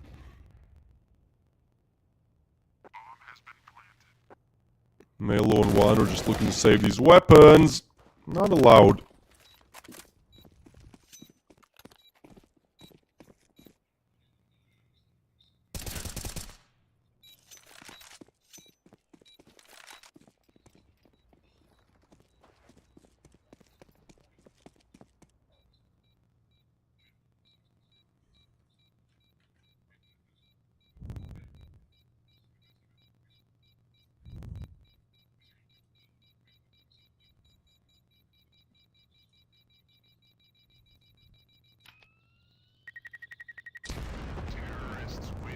So, bomb to explode. Viperio still holding on this one.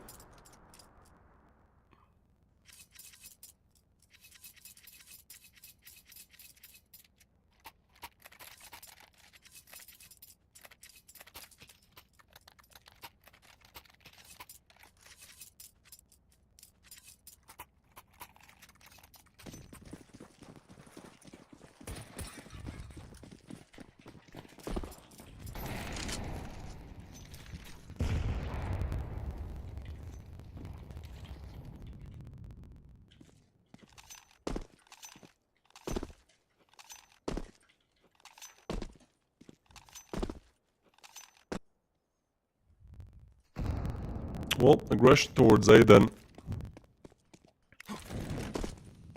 Once again, this has really been their one thing they can do round after round and find a way how to convert it. Looking for the double digits now. Another, I mean, they just throw one smoke. Godsends are never really proactive towards A, right? Like, they play kind of passively from CT, from connector. Yeah, the boost might come in, but again, this is... Well, so with the smoke disappearing, actually, it gives them somewhat of a fighting chance. Shot missed by Snow.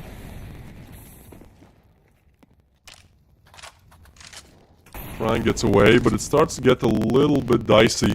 Godsend are still not rotating, like they're really thinking that might be B, but there's nobody there. Rotation's still not coming in. Zodi gets the frag.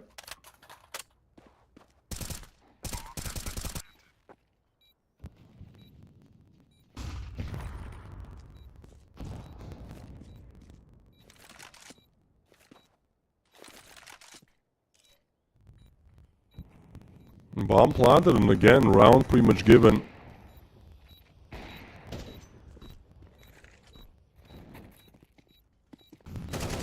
Look at this from Switcher, an easy double found. Zodi gets another, and they're looking to eliminate the op out of the round as well. Snow does barely get away, but it's still Viperio with the 10th here. Double digits now. Off of a 0-8 start for Godsend, they're again having huge troubles closing out. As the bomb explodes, Viperio just looking for 2 more to take this to overtime.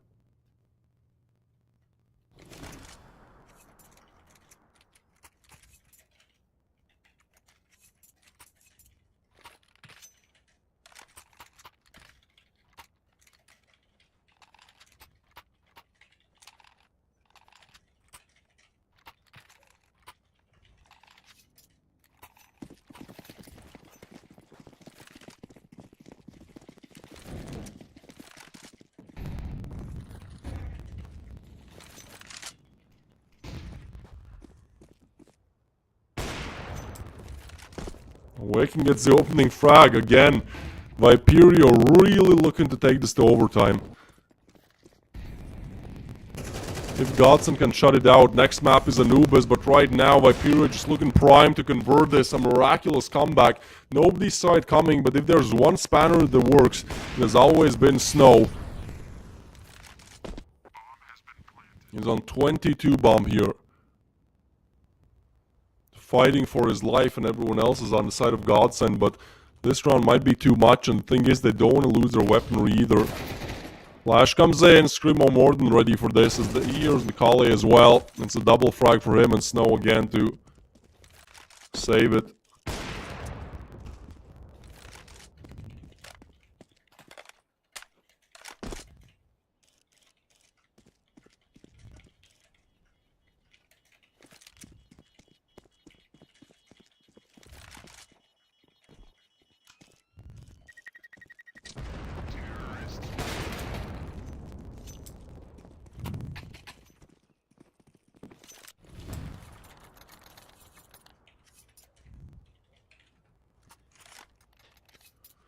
11 to 12, huh? Starts off as 0 to 8. Viperio want to go the distance. Miraculously, they've gotten them on that last round. Now just one more conversion, and guess what? I think it might be an A execute. They've gotten like 7 out of 9 rounds in the half by just throwing the same old A execute. A little bit of a boost, awaken. Molly's gonna deny vision. But still rather aggressively gearing up towards A. Godsend. Yesterday they could not close out on 2 different maps. It was 11 to 12 where they had a 4v1 that they lost, and it took them to overtime. So I mean, yeah, if there's somebody to have troubles closing out, it's definitely Godsend. So they're just looking to beat that demon finally. Take themselves to Anubis as quickly as possible here. Overtime is going to be a completely different show if we go there.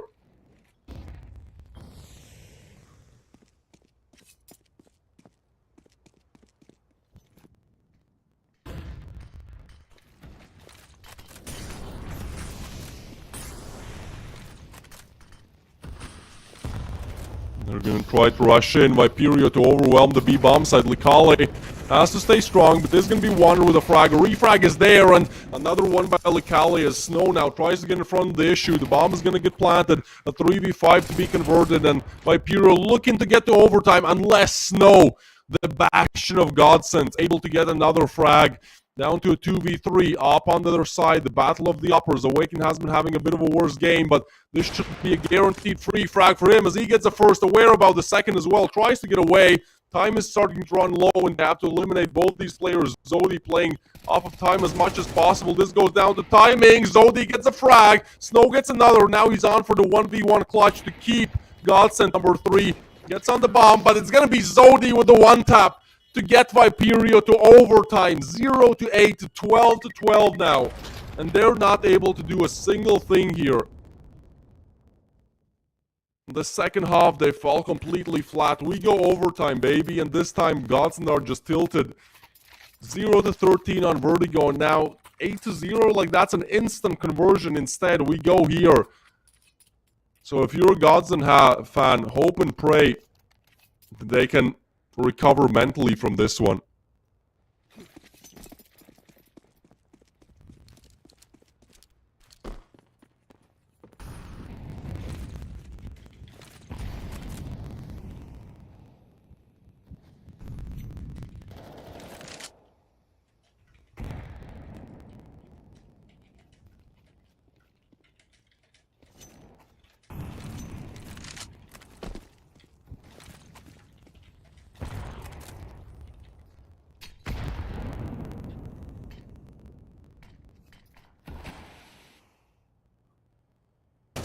Viperio to head towards A. Once again, their favorite side. Male is going to get the first, but Zodi with the refrag. Likale with the refrag as well. And so they do take A, but at what cost? They've lost a player here. Bomb to go down. Frank wants to go for the spam, but gets a frag on Scrimmo. Oh, Frank with a big double, and now Switcher on for the 1v4. He's not able to get the frag, and Godsend, well, again, when it comes to overtimes, they can do their part. At least at first, it really becomes a problem when it comes to closing out.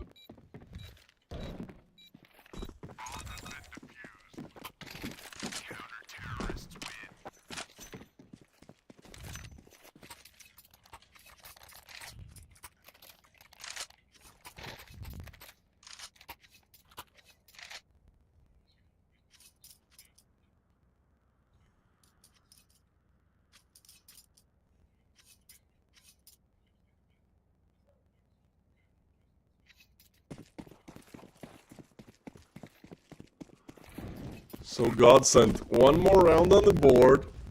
They finally convert the CT side round as well, which was such a huge struggle from them in the first half, but Awaken gets the opening in this one, and seems like Viperio want to hold on. Melo aggressive, but punished for it. Dest gets a frag, lit up a little bit as well, but ultimately Viperio are going to be very happy about this one. A 3v5. They've had no problems to convert it.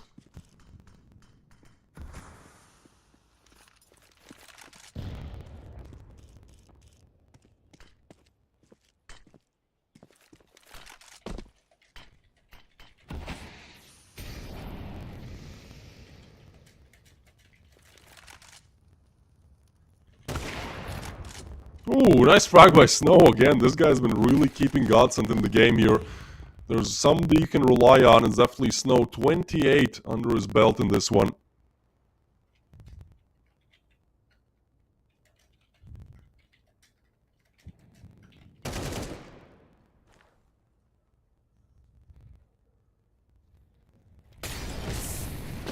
Molly comes in. Burns almost to a crisp there, but Lakale is going to take down one. So still a 3v3, but Scrimo and Switcher put themselves on the scoreboard. And now Snow, once again, has to do it all. A 1v3 clutch with the op. They know where he is as well now. Scopes in, tries to get away from the Molly, but well, so much sound they made. Does not retreat back, stays aggressive.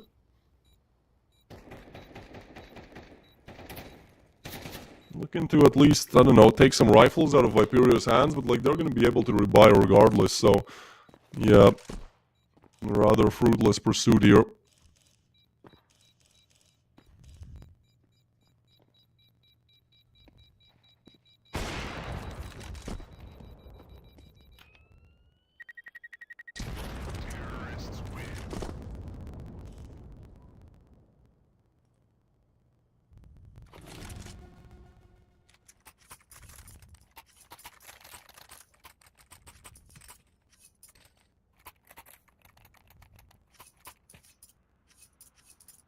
Thirteen to 13.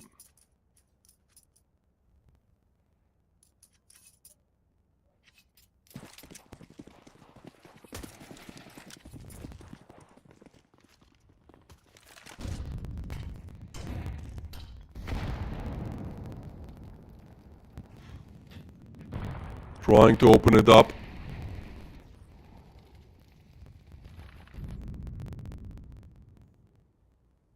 Switcher on the other side. Mail to shut him down. Mail with the double, and Wanderer gets another Godsend. I mean, they're playing great in overtimes again. You know, it's not a problem to get those initial rounds on the board. It really becomes a struggle when it comes to those late stages of the game. Godsend clear out ramp. Nothing there. A lot of info given for them for sure. And Viperio still looking to hit towards B. Last round and a half, have to go for it. Awaken, I mean, talk about a bad position, huh? You're single alone with the op and have to clear everything. One wrong move. Ooh, he actually gets passed towards short. And so, I mean, they're looking to eliminate Wanderer. Awaken has cleared quite a lot here, so might hear the footsteps as well. It's getting weird. Definitely sees Wanderer now. Sees the nade as well. Help is arriving in the form of Snow, but they know exactly where Wanderer is. Oh, and frag found from Zodi. Snow next in line, but he is hitting just shots today. Just hits everything. Anything that he is given. Frag is found, and now another one by Snow. You just can't stop this guy right now. 31 frags on the board. Insanity. As we enter the second half of the overtime, Viperio did great to hold on in the second half. 0-8 converted into a 12-12, but here it's going to be difficult.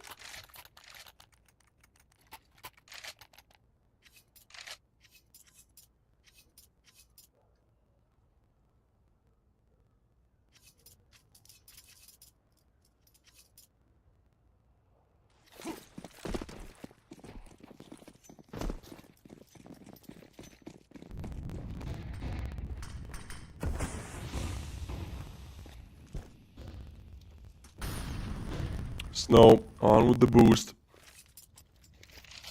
Looking for something on the other side. Nothing given just yet. And this time Viperio aggressive towards pit.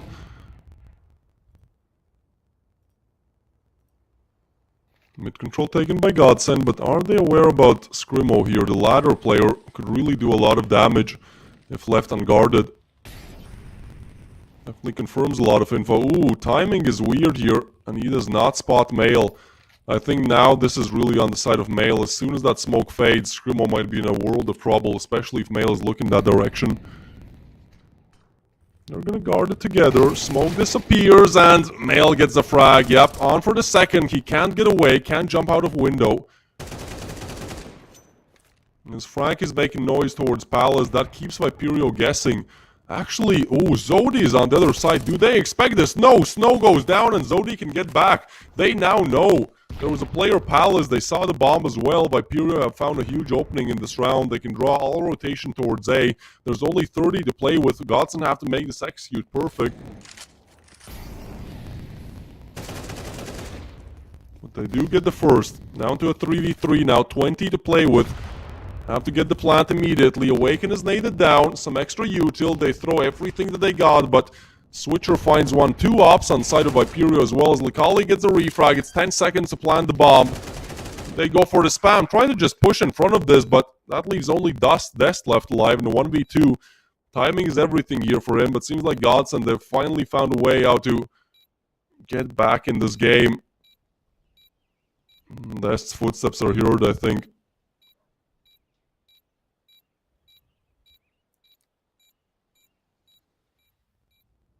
Oh, well, they see him for sure. Yeah, nothing really to do in this one. Has to retreat back. Godsend. 15. One more round to go. If there's somebody who has trouble closing out games, it's Godsend to 100%. It also means Viperio have to find 2 here.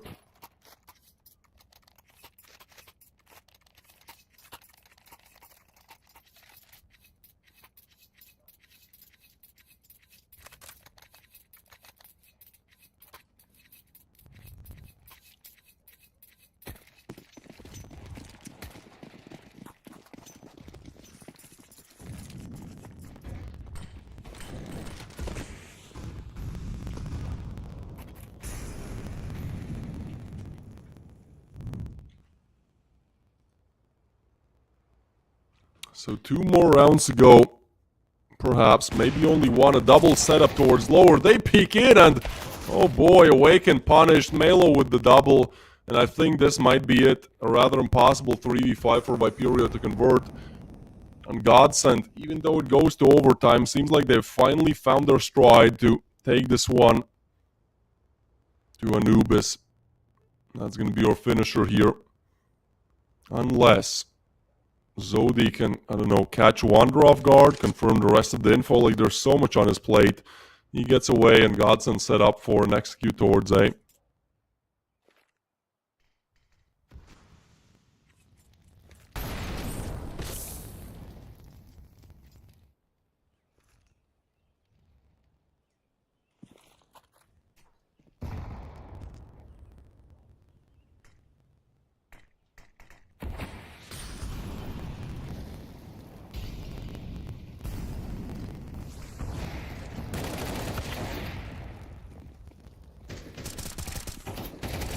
Frags given. Screamo with a double. They somehow try to make it work, but they can't. And so it is going to be Godsend with the 16 here. Barely, you know. They fix their problems converting matches a little bit, but this is still a very weird performance. 0-8. It goes to overtime. Can you believe that? And yeah, Godsend closed it out in overtime. Good job. But look, we still have Anubis on our hands, and hopefully they can be a bit better at just closing out maps on that one. As this is going to be the final map of the series. First one starts 0-13, second goes overtime. There's no telling how the third map will go. But before it starts, we'll go on a break here.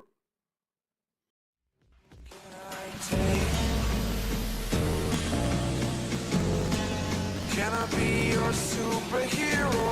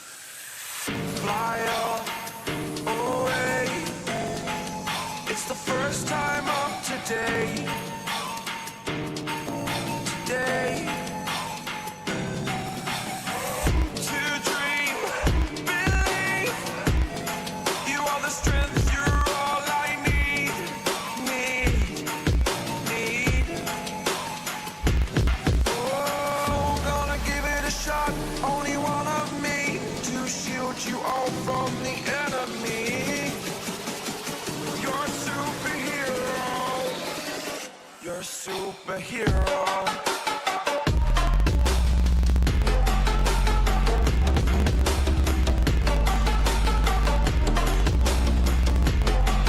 Can I be your superhero? Superhero. Superhero. Superhero. Can I be your superhero?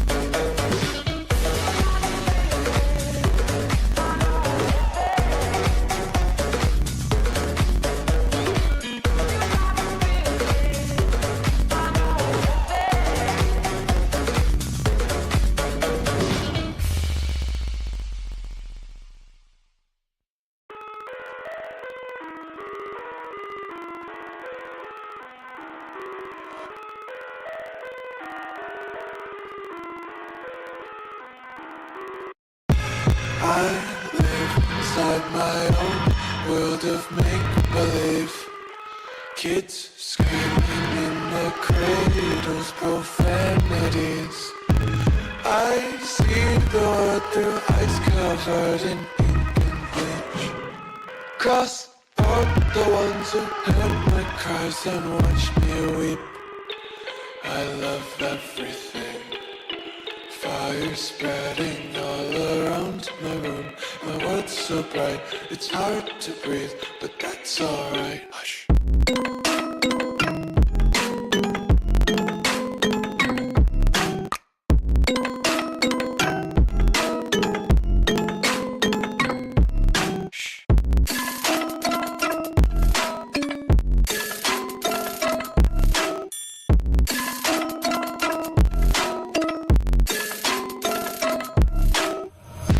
Take my eyes open to force reality.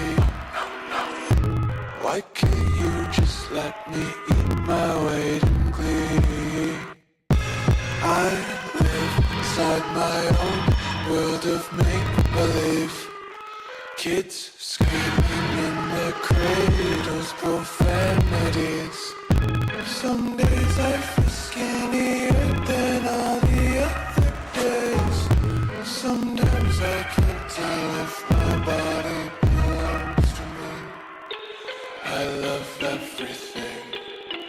Fire spreading all around my room. My world's so bright, it's hard to breathe, but that's alright. Hush.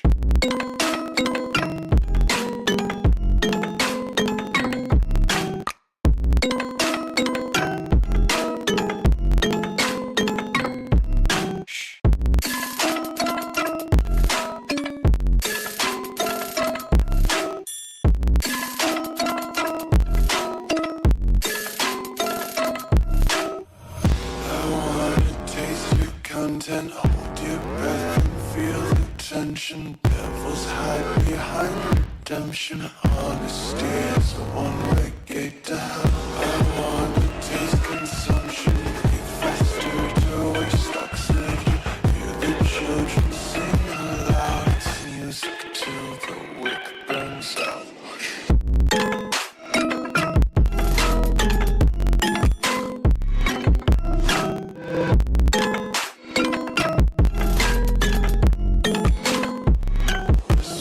Be carefree lately, yeah. Just picking up daisies. Got one too many quarters in my pockets. Counting like the 40 clovers in my locket. Untied places, yeah. Just tripping on daydreams. Got dirty little lullabies playing on repeat. Might as well just ride around the nursery and count sheep.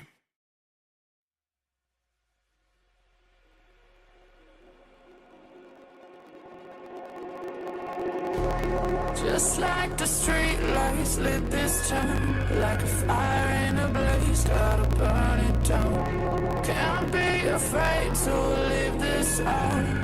We got this far, don't know how. I see danger in your eyes. They know we'll burn down the night. Coming just like the sunrise. You know that we gonna let it end. Tonight, we gonna let it end. Tonight, we gonna let it end. Just like the sunrise, we gonna let it end.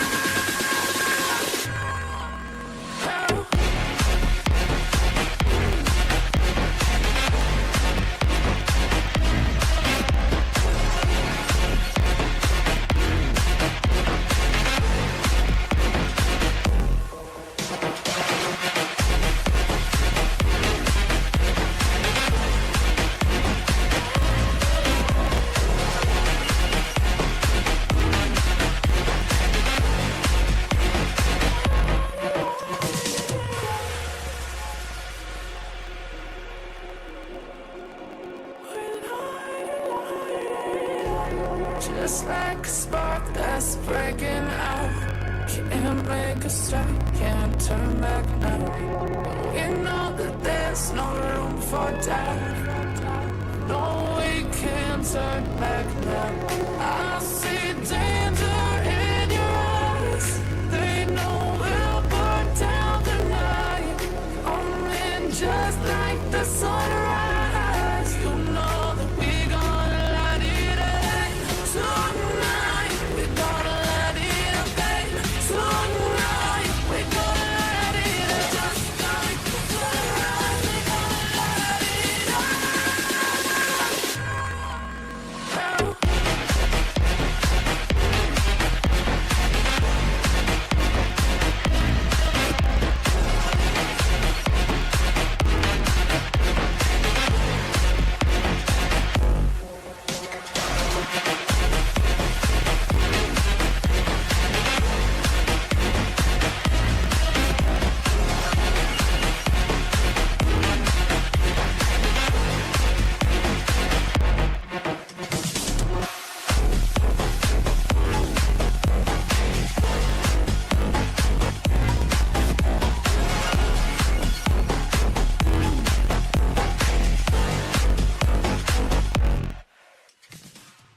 Alright, we did not think we were gonna be here, but we arrive. Map number 3. Godsend do win out their map pick.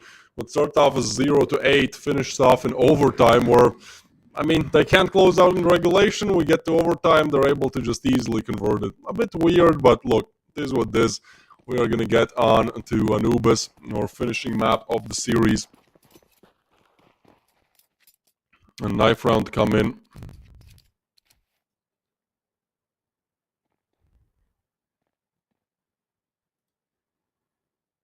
Actually, they're waiting towards spawn, not sure. Maybe some connection issues, we'll update you guys. No, they're going now, they're going.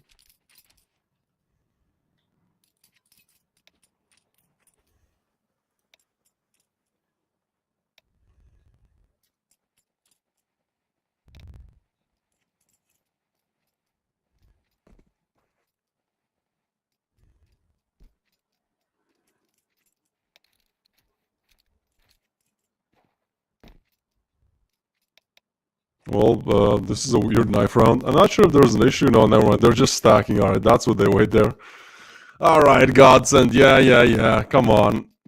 Get it over with. There you go. They go for a little bit of a boost, and there's going to be 2 for 2. Dest gets one as well. Snow, Dest with another, and there you go. Viperia will win out the knife. And they will be able to pick the starting side.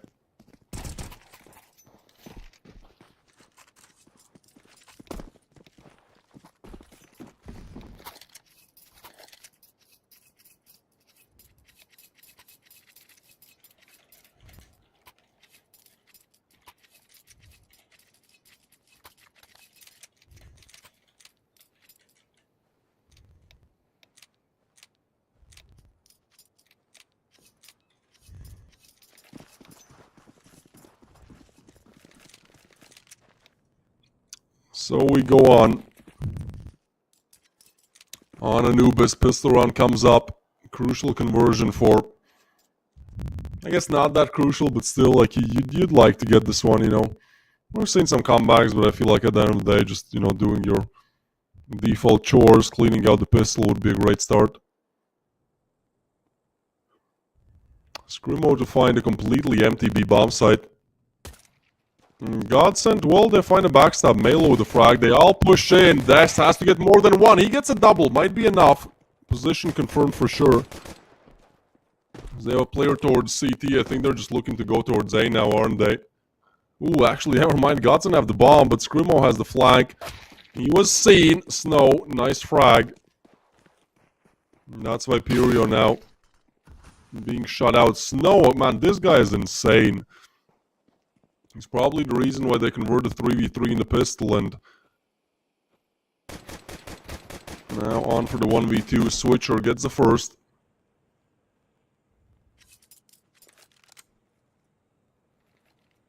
What else can he do? Snow, well, he's gonna eliminate it. Alright, Godsend, I mean, they're masters of not capitalizing on their advantages. Switcher's given a double. Likali is now on the other side. They're both one shot away from death, perhaps, if it connects onto the head. He picks up the bomb, I think, right? Yeah, clears it out. I mean, Likali does kind of play it on sound, but Switcher will play it, I think, for a safe plant here. That's correct. Now we're going to check towards connector, and 1v3 for Likali. Then long range, Switcher decides to remain alive. Not going to re-engage. As he does do it, it's Likali with the frag. Flash picked up, smoke picked up. Free $300, why not? I thought he was gonna smoke the bomb. Okay, not that cocky right now. So Godsend on the first.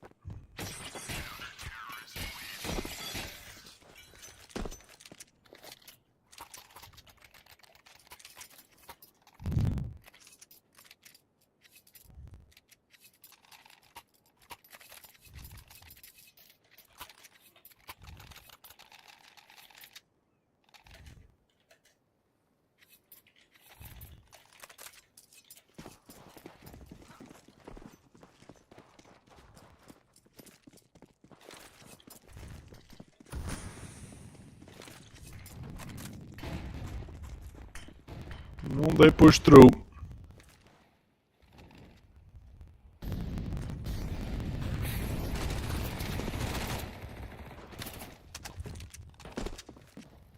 Godson try to get away. Nade is there. Zodi gets a frag. Switcher with the refrag. So Viperio forcing this round, but still they get the bomb down. And now 3v4 retake. Awaken low, but still have to do some things here. M4 dropped as well. Godson looking to capitalize on the retake.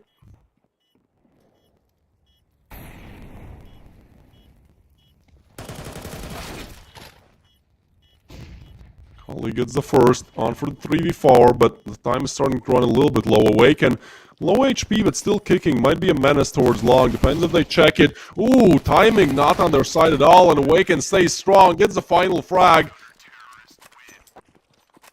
And so, Viperio, they do convert. How is this? Wait, did they defuse? Oh my goodness, I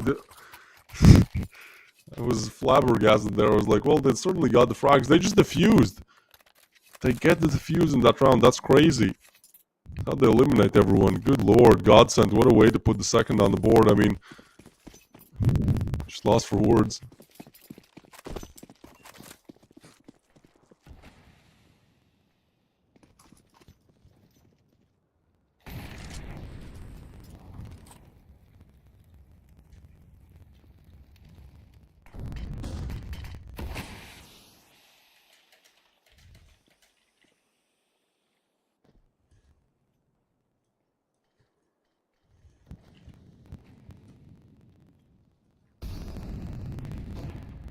So we enter another rifle. This one Godsend. Well, they're pushed back to MP9s. They do win that last round, but doesn't really give them much.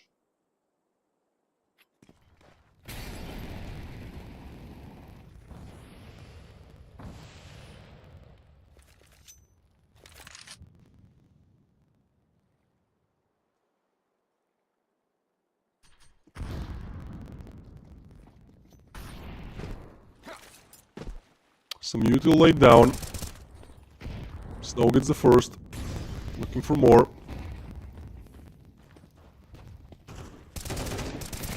Just gonna push in. That's to the frag. Wander with the refrag. Awaken gets another. It seems like Viperio now. They're really looking to just convert the third then. This has been their dream. Godsend has denied it for multiple reasons. And this time Awaken does get the frag. 2v3 now to be converted for Godsend. Are those AIs de-aging? I don't think they are, but, you know, looking as young as ever, I'll give you that much. On to the 1v2 is Lacale. And taken down, so Viperio convert the first rifle.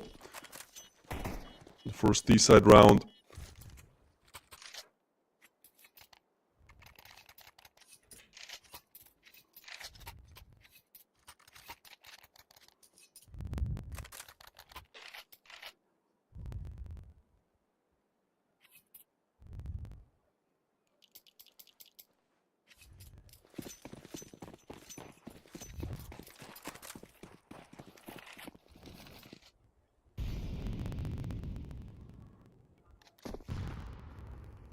Viperio up against pistols. Long range, get tagged up a little bit. Get the frag, mail with the refrag. Still a 4v4 and only up against the Eagles, but the MP9s as well, they seem to do some damage as they push out A. A lot of information confirmed, but it also means that Malo has to do it all. Smoke's raining in. He'll be just looking to shut down the bomb site then. Trying to go for the push. Awaken gets the frag. Alright. Not bad. This is MP9s and Eagles only, so you should be able to convert this one. Malo is just going to push through the smoke. They should expect this. Awaken might get a little bit overwhelmed, but as Malo stays back for a while. So Viperio looking quite confident to convert. Awaken gets another. Now they push through the smoke, but time is the issue here for the side of Godsend. There's a nice repositions there. Well, Awaken, yeah, gonna get an easy frag. Des gets the other, and we're all equal, baby. 2-2. Godsend might have won the pistol, but nothing else after that.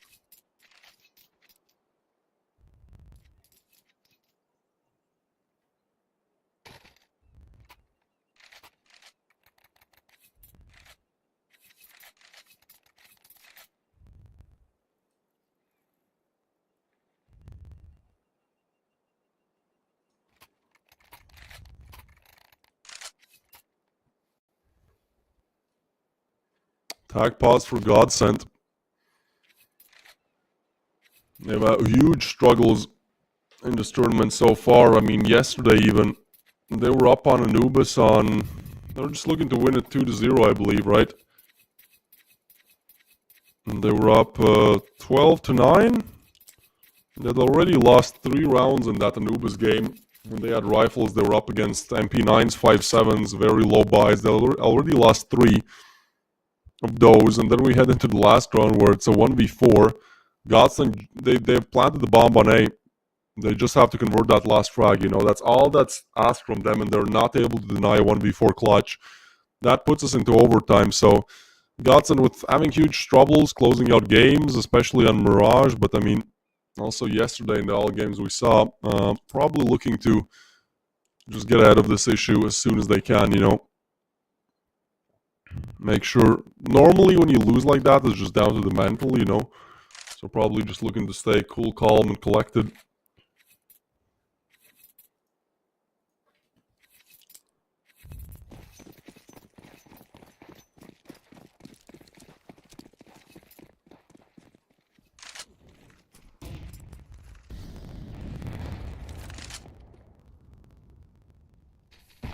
So where to? That's the question.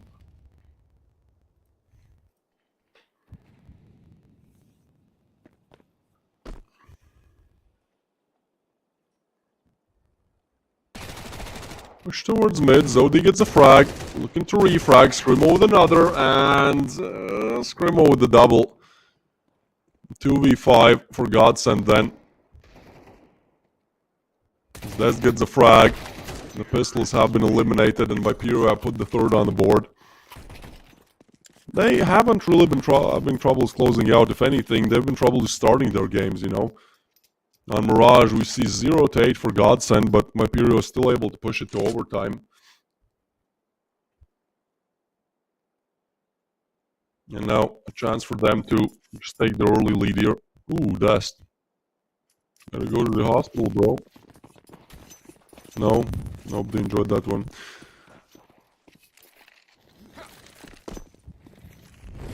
The price for the Nomad knife have actually been falling. I know that Simple used it, so it like doubled in price like 2 years ago, but now it's just, you know, Simple is retired pretty much. The price is just slowly tapering down. Nobody wants a Nomad anymore.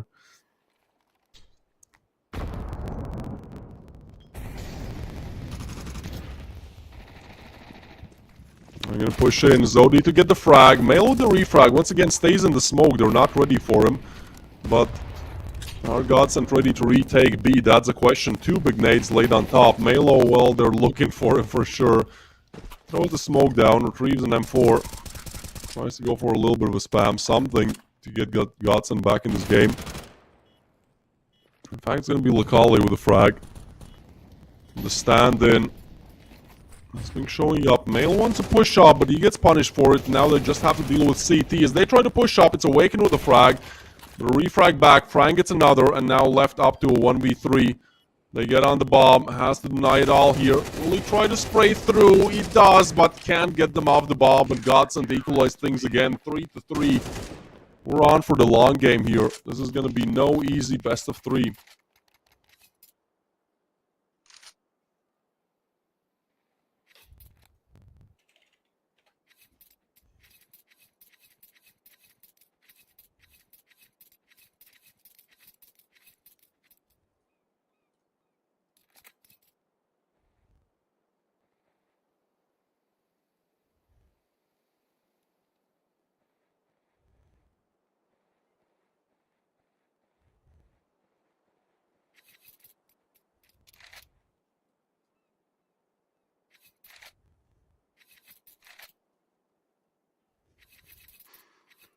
Three to 3, huh? Who would have guessed this to happen on the 3rd map after we see a 13-0 shutout on Vertigo? Neither of the teams want to let this one slide. For completely different reasons. Viperio, how can you lose the best of 3 when you open up 13-0 on the first map? And Godsend, I mean, yeah, you lose, but you show your worth. On Mirage, you show that you can close out games. And so, you know, if you've done half of the comeback, why not do the second half? Different questions to ponder here.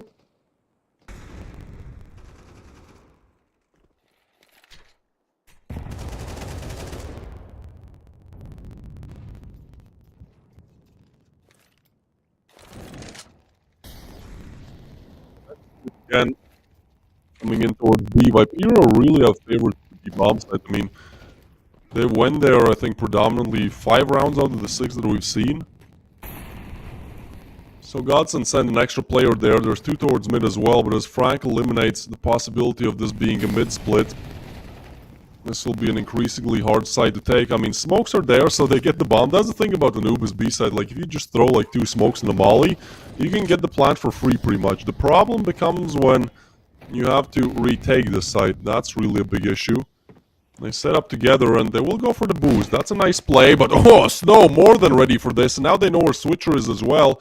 Slowly but surely, Godson clear out these angles.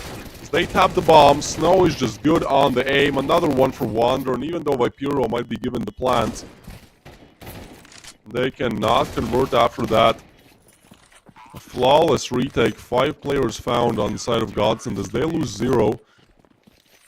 It's them on 4, and yeah, just have to give it up to Snow again. I mean, he's on 7 frags. Yeah, we're only 7 rounds in, but he's top fragging on his side. And not only that, I mean, on Mirage, he got a 30 bomb, I believe. Like, that's absolutely insane.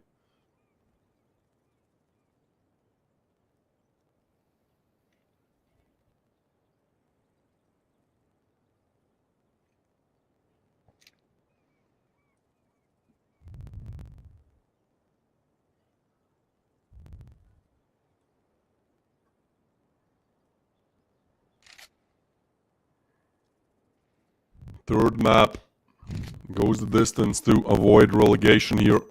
Winner of this goes to the playoffs. Loser goes home. Good luck in the next Prodigy series, perhaps.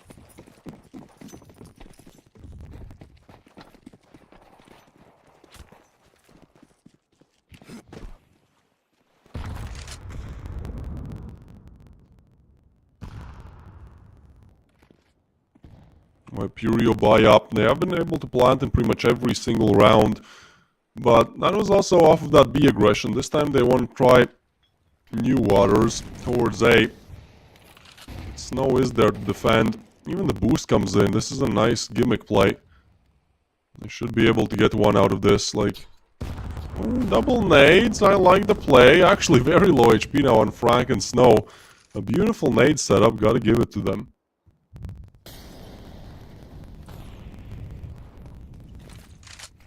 And so Vipero perhaps decide to go towards B instead. It's a minute on the clock. They really like to take their sweet time here.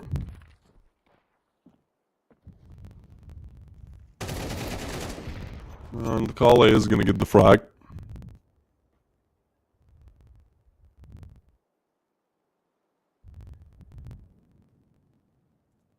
So now, next up is Switcher.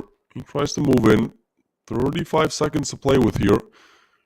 And this hit towards A has to be flawless, has to be perfect. You'll be given one chance in this. Preparing util. Snow with an anti-flash. Drops down on site. Will be the first point of contact. This has been so good so far, and he gets a headshot. Awaken with the refrag. Awaken with the double, actually. Lakali gets a frag, but this is 13 seconds. You have to get on the bomb site, and there simply might not be enough time as Godson arrive on site. It's only Switcher left alive, and they do convert the 5th. So again, you know, great CT side so far. Gotta give it to them, right? 5 rounds. Anubis being a T side of the map. You have 4 more rounds to go. You have chance even to close out 9-3. I mean, why not? But Godson is one of those teams where you just don't want to call the score before it's literally 13 on the board for them. Like yesterday on this exact map, they're up 12 to 11. You have the bomb planted on the B bomb site. It's a 1v4. They just have to kill that last player. And they concede. They give away the clutch. They give away the 1v4. And they give away the overtime. So, great start. But again, I think I'm just not going to get too ahead of myself here.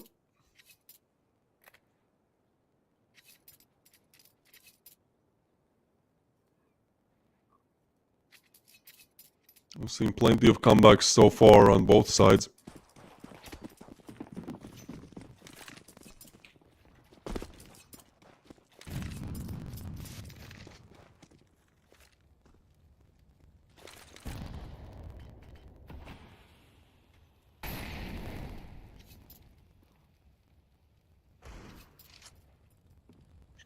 Big frag from Switcher.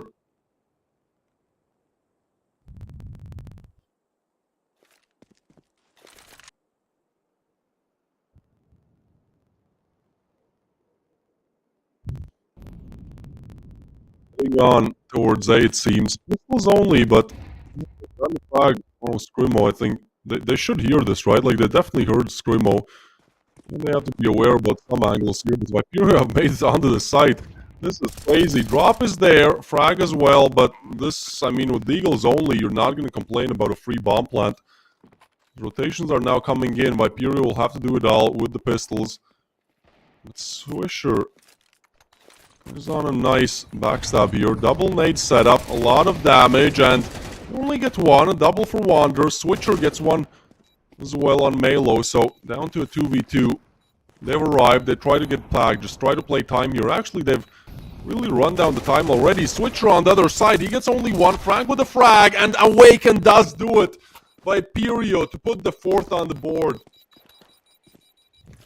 Pistols only, but again, Godson just struggles so much when it comes to converting rounds that should be theirs. They're just primed, lined up for them to take it, and they just can't grab it.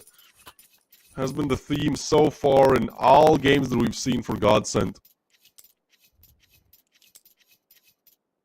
Otherwise, they're a great team, but something just happens to them when they're in the advantage. They can't convert it. When they're in a disadvantageous position, I mean, talk about the ultimate underdogs, right? You're such underdogs, they're just not going to take the chance when you're the kind of primed victors of the round or the game.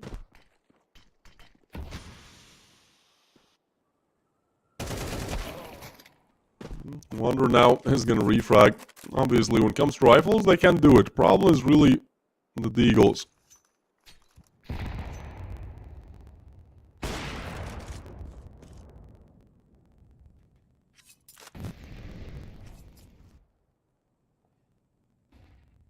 Mail on the other side, waiting patiently. Zodi arrives. Smoke is gonna disappear, and Zodi just walks into his death. The Scrimo want to go for this. They re-smoke, but yeah, they're not ready for a double setup towards connector there. They land a... So, I mean, 2 mollies laid down. Alright, calm down. That's extra burn damage, but they're just so proactive there. Looking to get the 6th on the board then.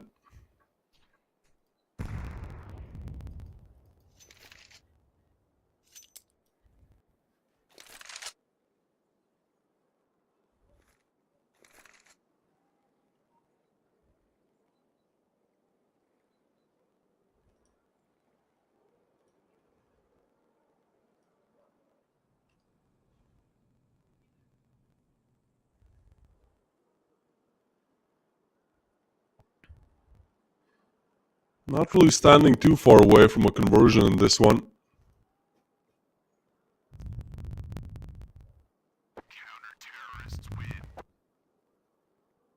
There we go.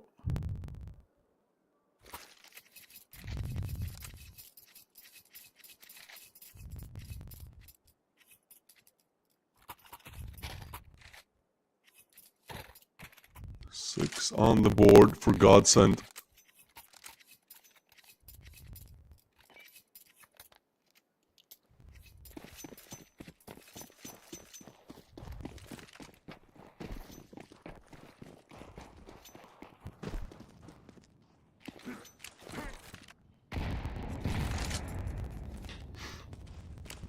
Well, 2 more rounds to go for Viperio.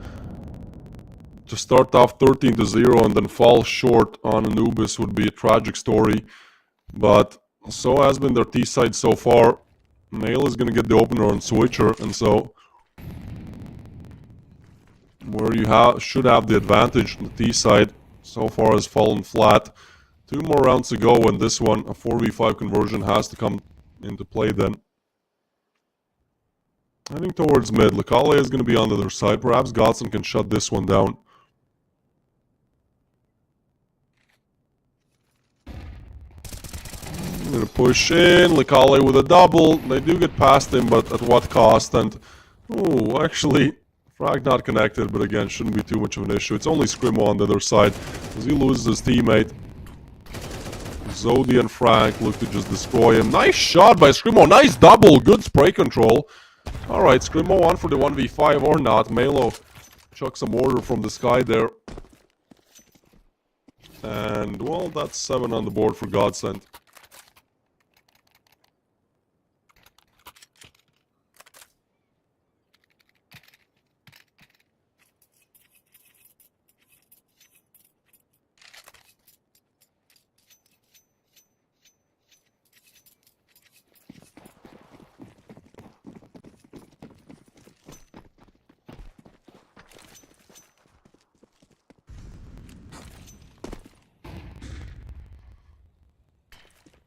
Smoke laid down.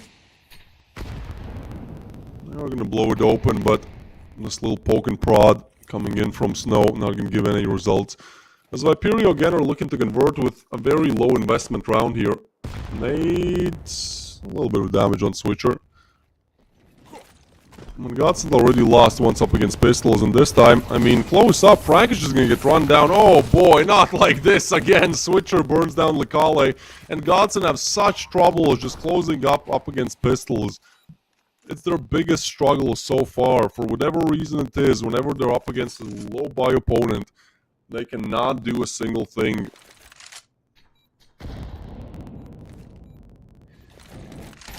Pretty much a freebie given there. And Melo with only one. Awaken gets another, and that's Viperio on 5, standing tall to at least finish off the half.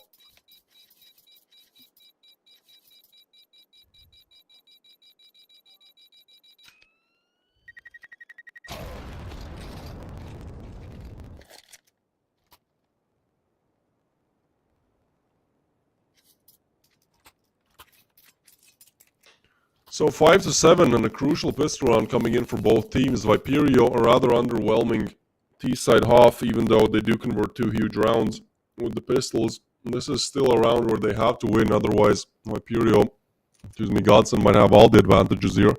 They're already ahead on T-side, and they call their last tack pause.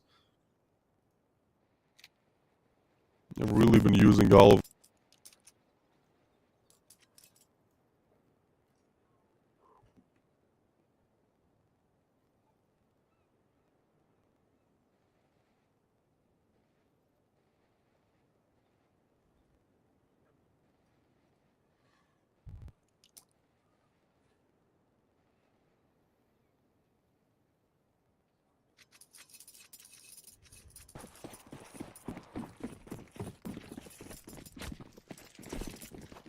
So Viperio looking to go for mid control.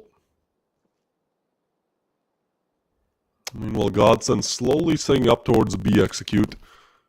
And it's rather free as the smoke gets laid down. It has to be Switcher to do it all, really. A frag and to get away, or a double frag. Something to keep Godson at bay. Melo, well, he gets a freebie here towards mid as well. As he switches out for the USP, still alive. Awaken wants to peek him. Melo does connect the second shot, and with that, I think the round is over. Yeah, Zodi's on side, but those 2 smokes really just shut everything down without any counter util. Viperio are lost for words on how to retake this. They tap it, they fight on. Some damage dealt, alright, looking for frags, but Frank, they have final nail in the coffin for sure. Zodi not aware of Snow either, and Switcher decides to retreat back. Mirage was won by Godsend, and they are up 8-0 on Mirage. Viperio pulled it to overtime, but Godsend didn't win out in overtime. Barely being able to scrape by and put Anubis on the board. And it does seem once they've arrived on Anubis, they're doing good so far. Problem is, we've seen an insane choke coming in from Godsend on Anubis yesterday. It was a map where they lost 3 times in a single map.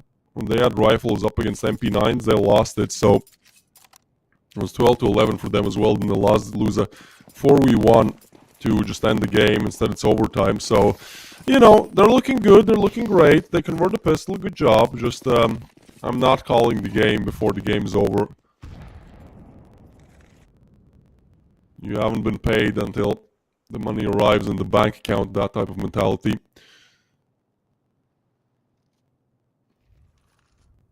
Hyperion decide to force up.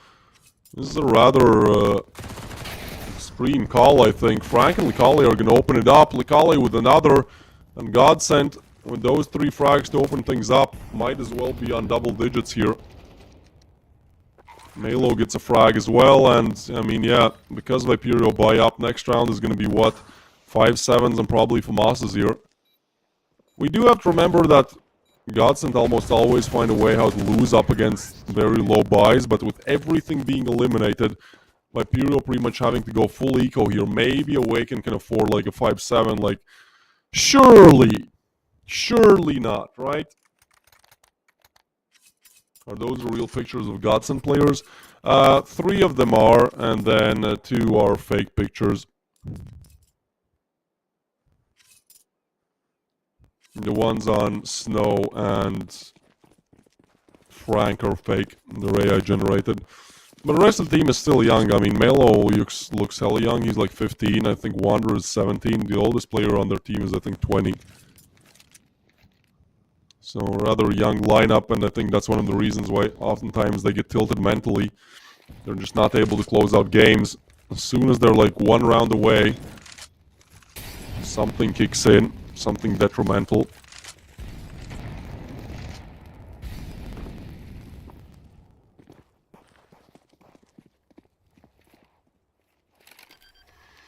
Bomb to be planted. Godsend.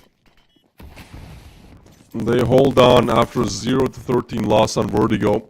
They barely convert Mirage, even though it starts great. And now on Anubis, I mean, again, it starts off great.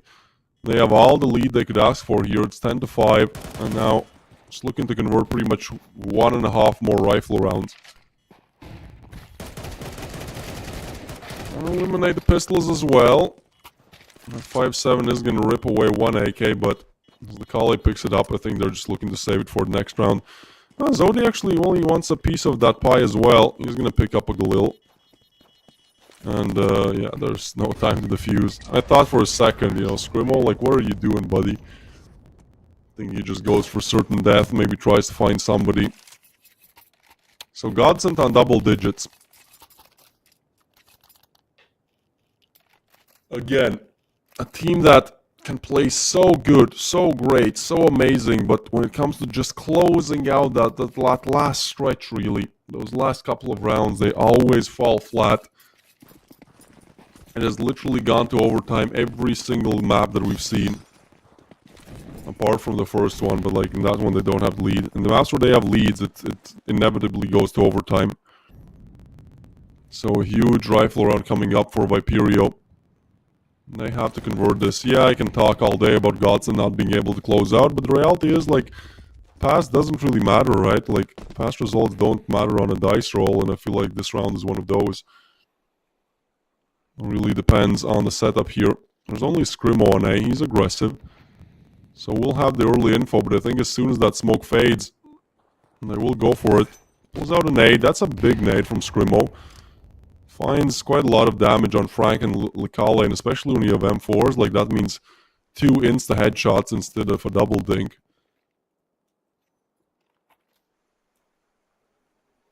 So they set on for it. Awaken, first one in line. They will try to molly him up. Gets a frag, tries to get away, and that pulls them into Scrimo. As he gets a big double, Viperio, they are shutting this one down.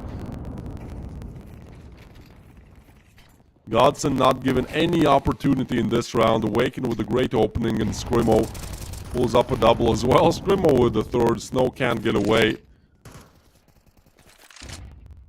So I said a crucial rifle round. Well, not able to convert it. Viperio do instead.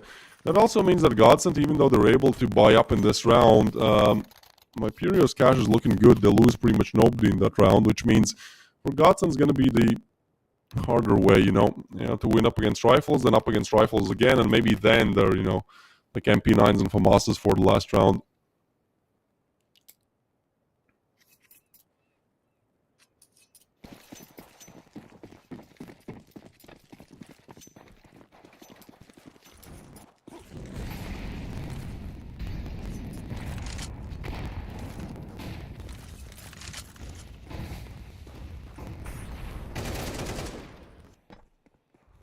Gonna try to push in.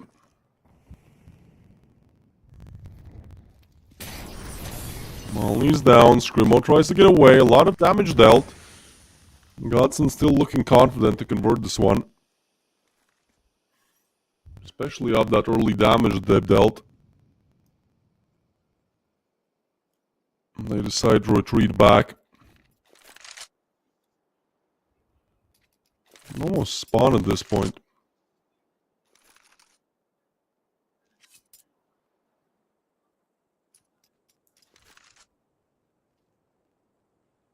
On towards B, 2 on the other side. Dest and Switcher have to do it all.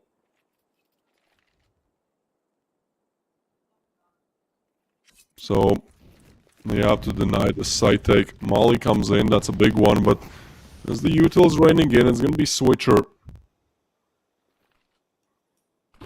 On for the 4v4. Flashes in, Switcher gets one, tucks in the corner still. Dest is very low, but not out either. As Dest gets another, Godsend struggling again. Oh, Switcher, these positions are known. He gets another frag, and Viperio stays strong.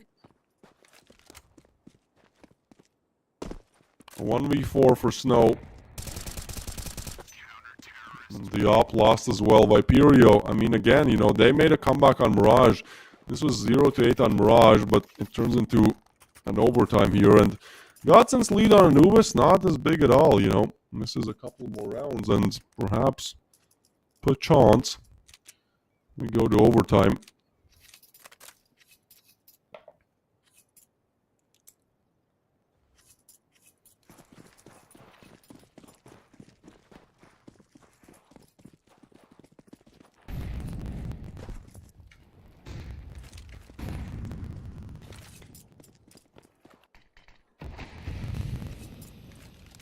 And now it's going to be Godsend who are only on pistols. Viperio, they get through the hard stuff. Now it's the dessert. I'm just going to convert up against pistols.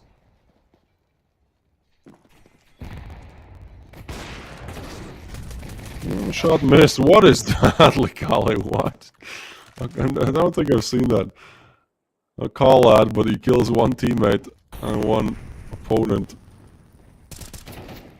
Godsend with only pistols, they're somehow making this work. Likale gets the refrag as well. This might be 11 unless Scrimmo and Zodi can piece it back together. Bomb plant to go down. And there's an op on the side of Likale. He's very low HP though, so he has to hit his shots. A one and done with the op is what he's looking for. And there's Wanderer as well. Did they go... Is there like a boost setup? Where are they? They're waiting. But I think the smoke is going to take rather long to disappear, so... Like, you either go now or you just call it. You just call it off, especially with Wanderer now getting the frag. Zodi's going to look for it. Tags him up, but there's simply no time. I don't think so. He's going to actually... get on the bomb, but ooh, Likale gets in front of the issue. Likale had the op, like that could have become challenging. But Godsend do finally pull back the 11th here.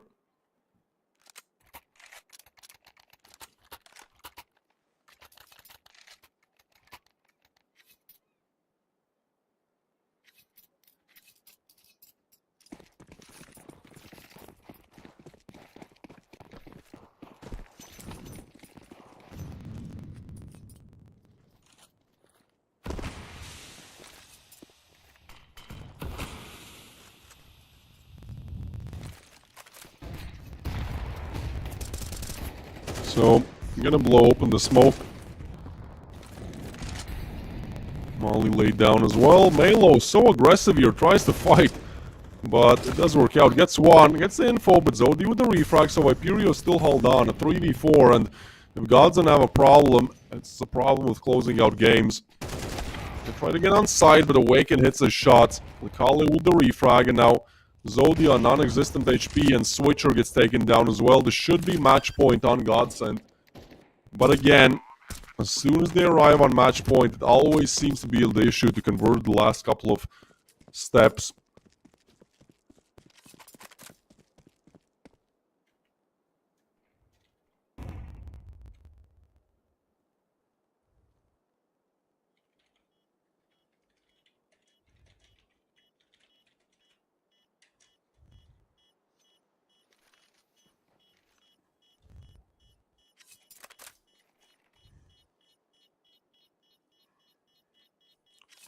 So Godsend again, left to battle their demons here. It has always been converting up against low buys. Has always been converting when you're on match point.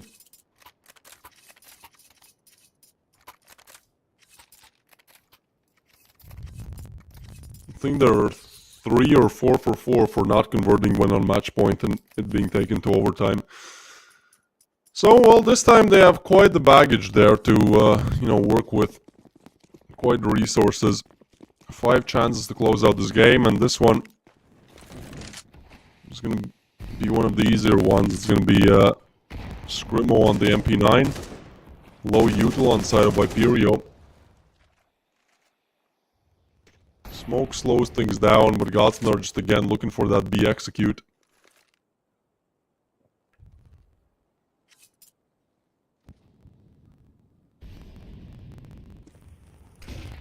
Looking to pop it open.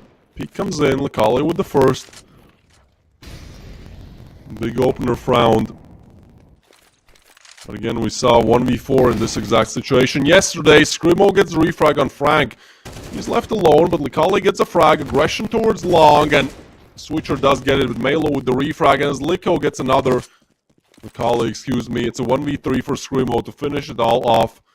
A rather impossible conversion. Yesterday, he was getting a 30 bomb. Oh, we have a new AI-generated picture. Let's go.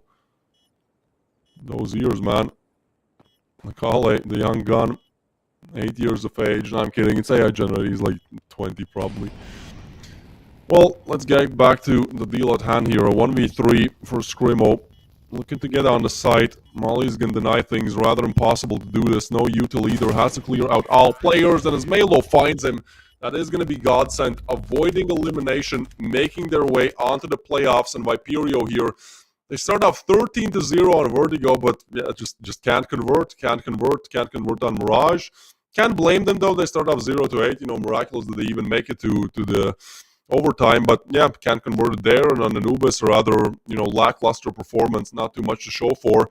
As this is going to be Viperio now being eliminated out of Prodigy Series 2. Godsend going to the playoffs, and us closing out 10th day of the group stage, final day of the group stage. We still have one more best of 3. That final best of 3 is obviously going to be Pre-C versus G2 Ares. So 2 teams remain in the group stage, and one of them will have to go home. One of them will complete the playoff squad, being the 8th team. So that best of 3 coming up in around, 17, 20 minutes, something like that. 15, production's telling me something about, that ballpark. Go grab some snacks. We'll be going a break and be right back with the second best of 3.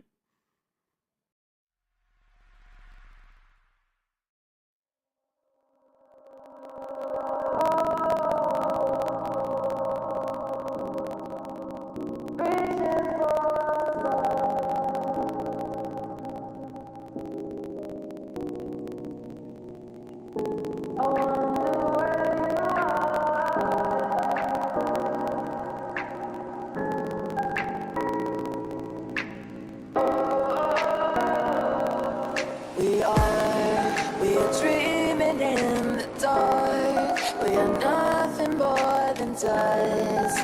Search but you stay lost. We are reaching for the stars, but we're making this too hard. And I wonder where you are. Mysterious, that's the part you always show. 'Cause you're too curious. Maybe you should take it slow. Mysterious.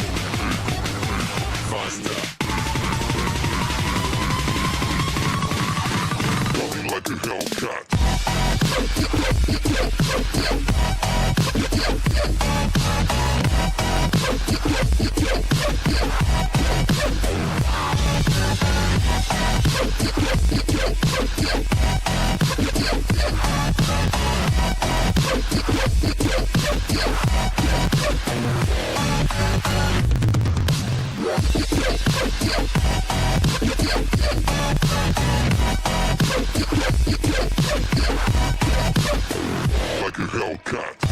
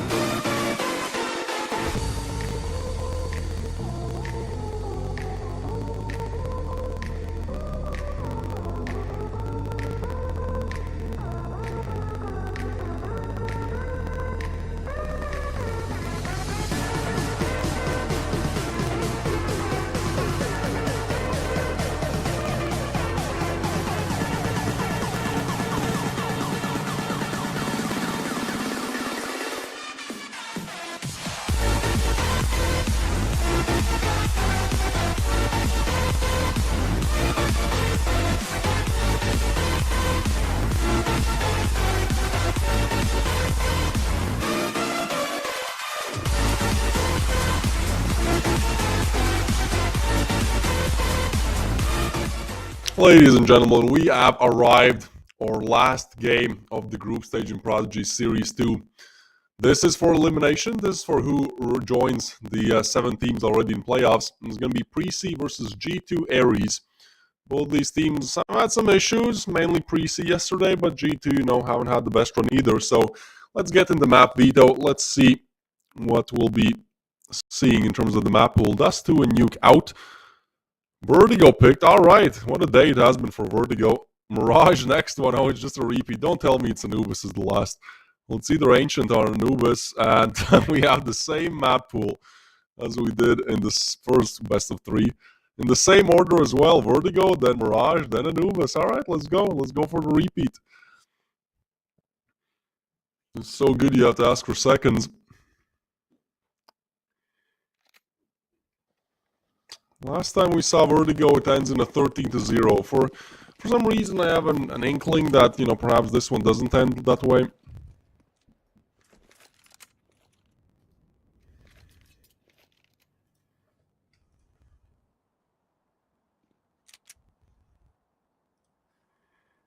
So, they're heading to go towards a ramp.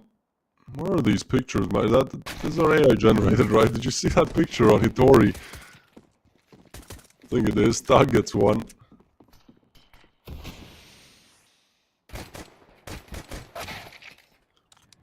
It's going to be Zezer on the other side getting the frag. 2v4 now.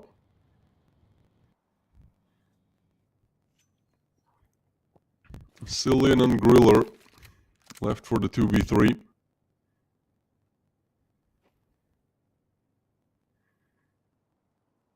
Actually, I haven't casted the G2 Aries game in this tourney so far. I believe it was either Matt or Staven taking my place, casting it. So I'm excited for this. G2 kind of, especially with their name, with their reputation, they go out rather easily in Prodigy Series 1. So I hope they have more in the tank for this one. Seems like they at least look to convert the pistol.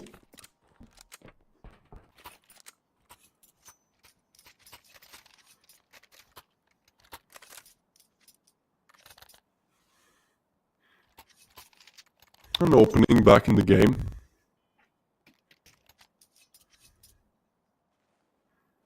Couple more perhaps, time will tell.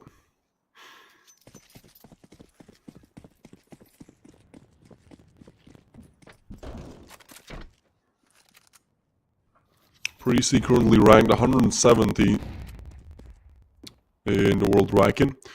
For G2 Aries it's 213, so one of these teams a bit ahead. But G2, at least for now, seem to shut everyone down. Alright, up against pistols, yeah, not going to give them any chances. Maybe a little bit there on the quib, but that's it. G2 on 2. Start on the right foot on Pre-C's map pick.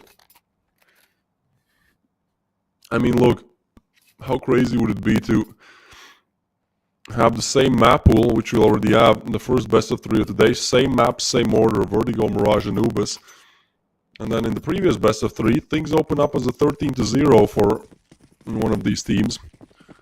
So, 11 more to go for G2, I guess. I'm not a Pre-C hater, I'm sorry.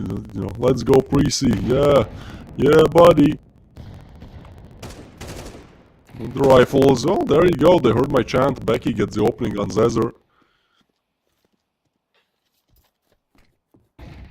Flashes come in.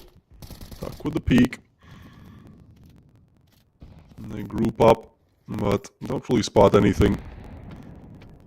Gonna blow open the nade then. Tuck is gonna get away, but Pre-C, they have gotten a great opening. They don't really have to give these advantages, They can just group up for an execute, take on Tuck as a team. He'll be looking to lay down the molly to deny things a little bit, but rotations.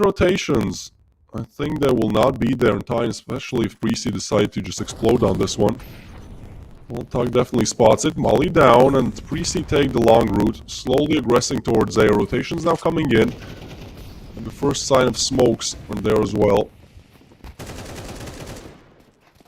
Joe Biden looking to not miss. He gets a shot. Only one though. Still a 3v4 to convert. But we'll get the bomb down. J Bone with another, and through the smoke, Pre-C might have found an answer in this game. First D round converted. I mean, a lot of times, like the pistol, the consecutive doesn't really matter too much. What matters is really how that third round goes, you know, how the first rifle round goes. That can usually tell a lot about the outcome of the game. I love these pictures. They are AI, you know, if you don't send in a picture, you're gonna get an AI generated one. Hitori. Wait, didn't he see a leg there? I think he should see. Oh, not sure. Not quite sure, to be honest. Guess not. Tries to go for a spam. Nothing found.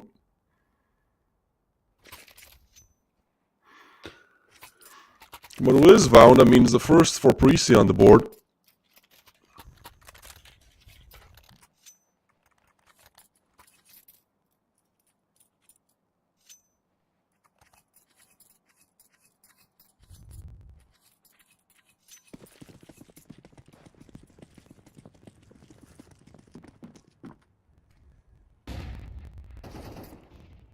Flash to explode and looking to go where exactly? That's the question. Griller gets shut down by Hitori. Bam! Cillian there as well. Not bad. Not bad, G2. Seemed like the pistol might have been a fluke, but when it comes to rifles, they have their punch back.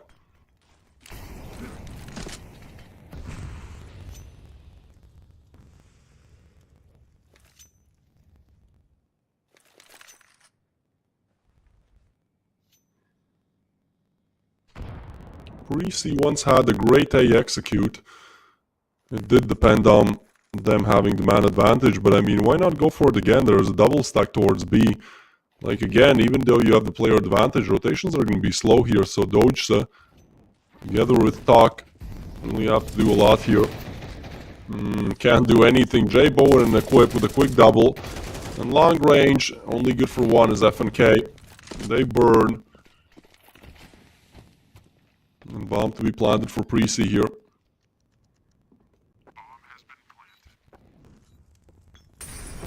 Nice position by Hitori, but oh, he burns. He burns for sure, and so I think they might know. Sildin is looking that direction.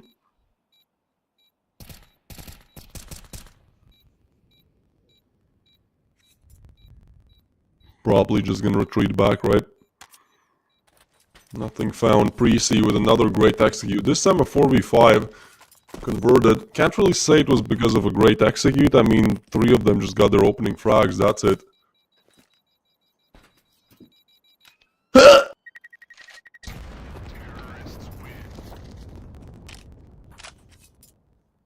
So 2v3. Ends with 2-2 on the scoreboard. G2, Ares, and Prisi, huh?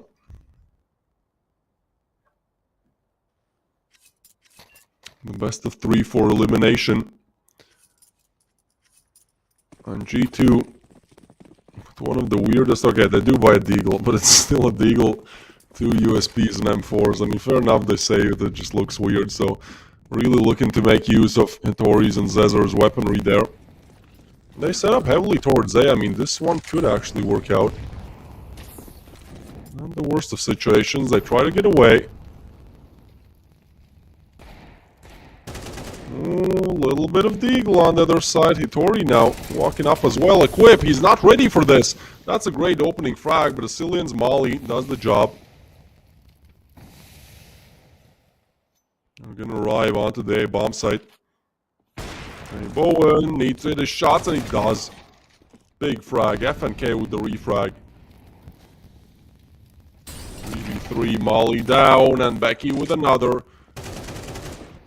The aim is just there currently on Prisi. A 1v3 for Dojsa to be converted, and rather impossible that one, isn't it? But J Bowen, yeah, he's gonna finish it off. Prisi 3 in a row now in terms of the rifle rounds. Good showing.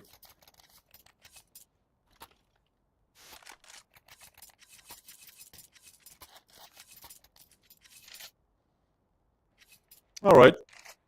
Back to rifles then. Let's see this one.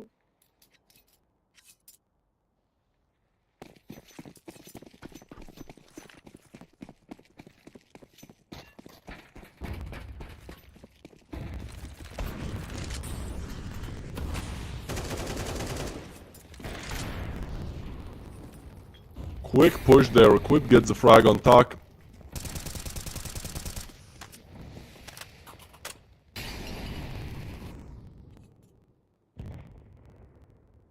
Now Prezi pushing up towards B site. They found the opening, but the Cillian is down as well, and now really depends on the util. Can they get on the site?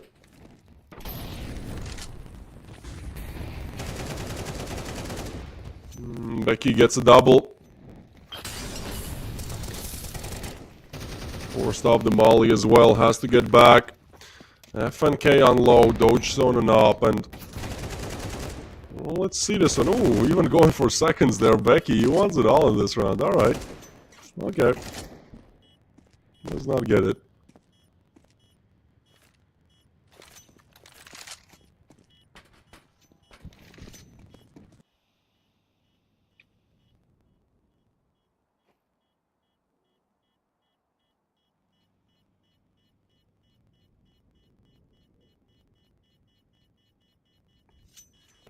Prezi string together 4. Sure, they might not open great, but you know, pistol is a lot of times just a gamble. Sometimes you stack the correct side, sometimes you don't. Like, it's not really around, or you can, even if it's not a gamble, like, it's, you know, you're not playing majority of the rounds here by pistol, so it doesn't really matter that much. It's a great boost, but nothing else really. But when it comes to rifle rounds, well, G2 are struggling. They convert the pistol. After that, 4 rounds in a row for Prezi put on the board. G2 again on low economy, so probably discussing what exactly to buy here. Regardless, he's going to Prezi be looking quite confident right now.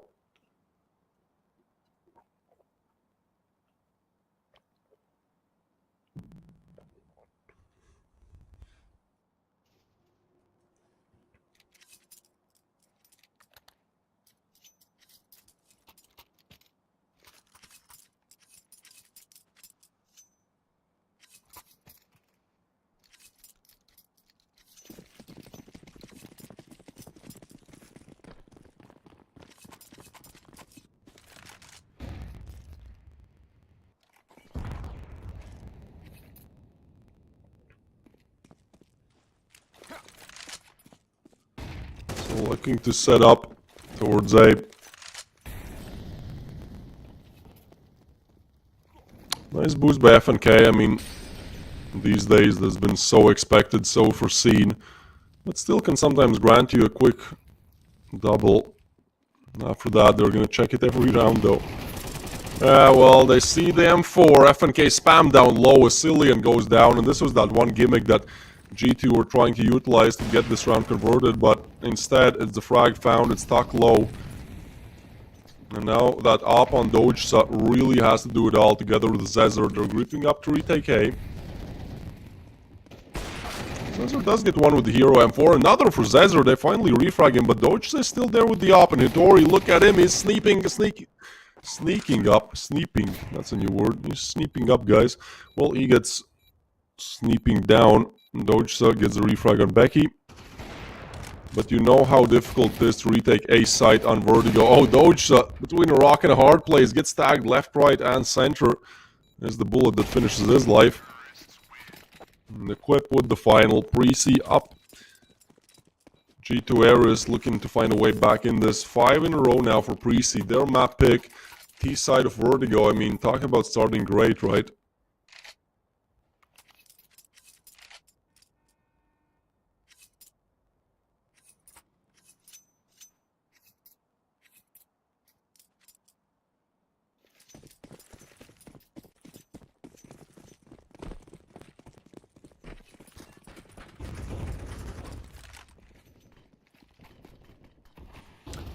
Zezor gets the opening. Oh, and a double by FNK there. Alright, G2. You want to get back in the game? Sure, do this. Prezi are no strangers to converting at a disadvantage, but a 3v5 to open up things sure does go nicely for G2. A lot of map control taken as well. Jay Bowen has to get this frag. Ooh, yeah, they take the peak. Nice flashing by Dojsa. Prezi do fall. I was congratulating them on their 5th, but seems like G2 still want to have a play in this.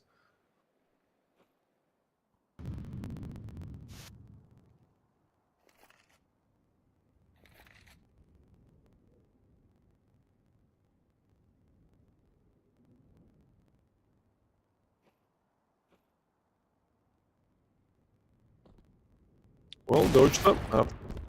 This is, but that's the way back to stage 4. This is a 5. Rather impossible to convert. They don't get Doge, but that was the one lifeline back in the round. Now it should be all over. Yeah, they even want to rush it down. Confidence is definitely there for G2.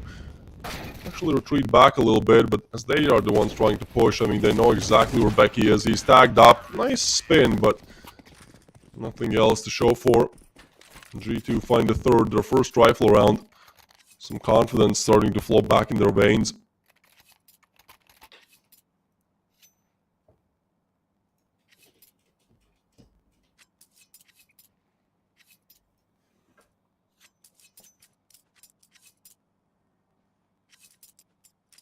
How do you like the picture on Hitori, huh? What you guys think about that one, What you were doing on your 12? Not a real picture, disclaimer. AI generated.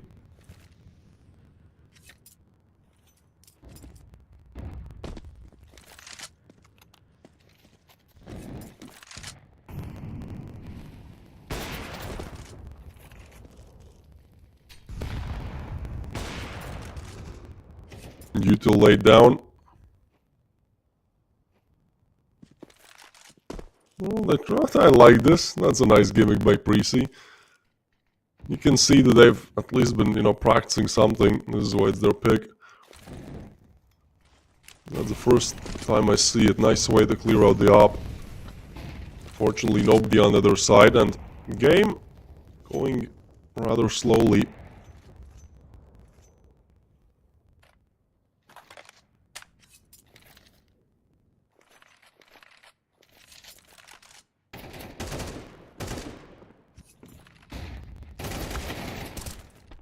Try to push in, Jay Bowen gets it. And now, 40 on the clock, they don't have to commit to this. They are slowly gearing up towards that A execute, but B is completely open. If you so desire, you could still rotate over, but no, Precy seem connected. Alright, well, gonna have to convert it the hard way then. 4 frags to be found. Doge the first one on the line together with Tori, but Equip is strong. Jay Bowen with another, and now Tuck has to do it all as Becky gets one and Sicilian to finish him off. And G2, even though they're able to convert that last round, in these ones it just seems like aim again is the issue.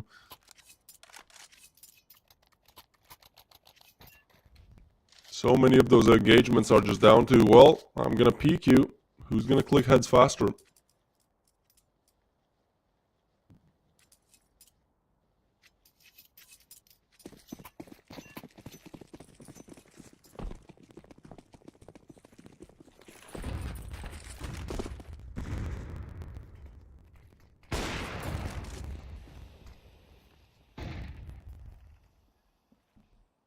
So 4v4 underway.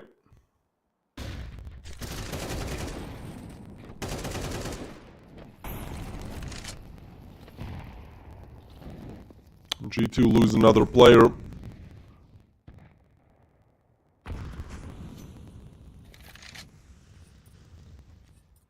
And Cillian to go in with the boost.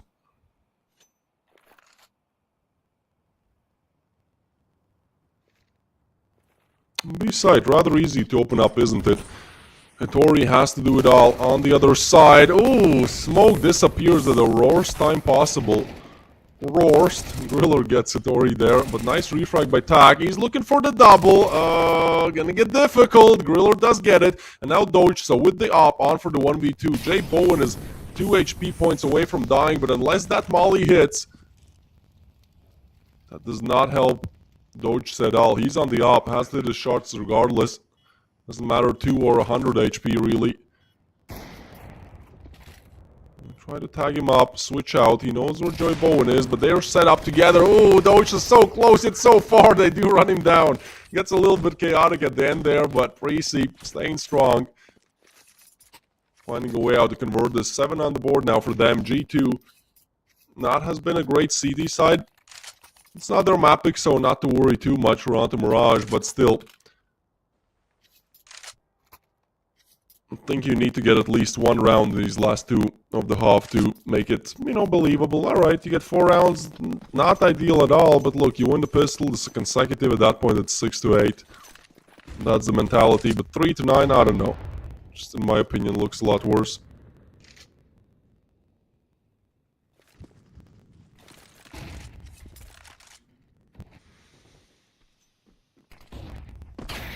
Flash comes in. Jay Bowen ready for it. G2, they go on a low buy and right now given nothing for it. But this is a nice positioning by Hitori. Have to give it to him. I mean, we'll wait there towards ramp. Griller does catch one off guard. But Hitori, I mean, unless he gets like a huge double, maybe they have a chance. Problem is nobody walking his direction.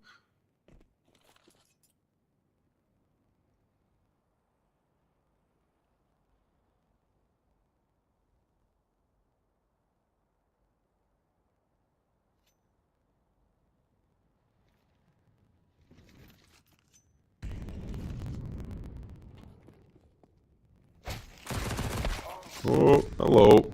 Alright. Jay Bowen gets the frag.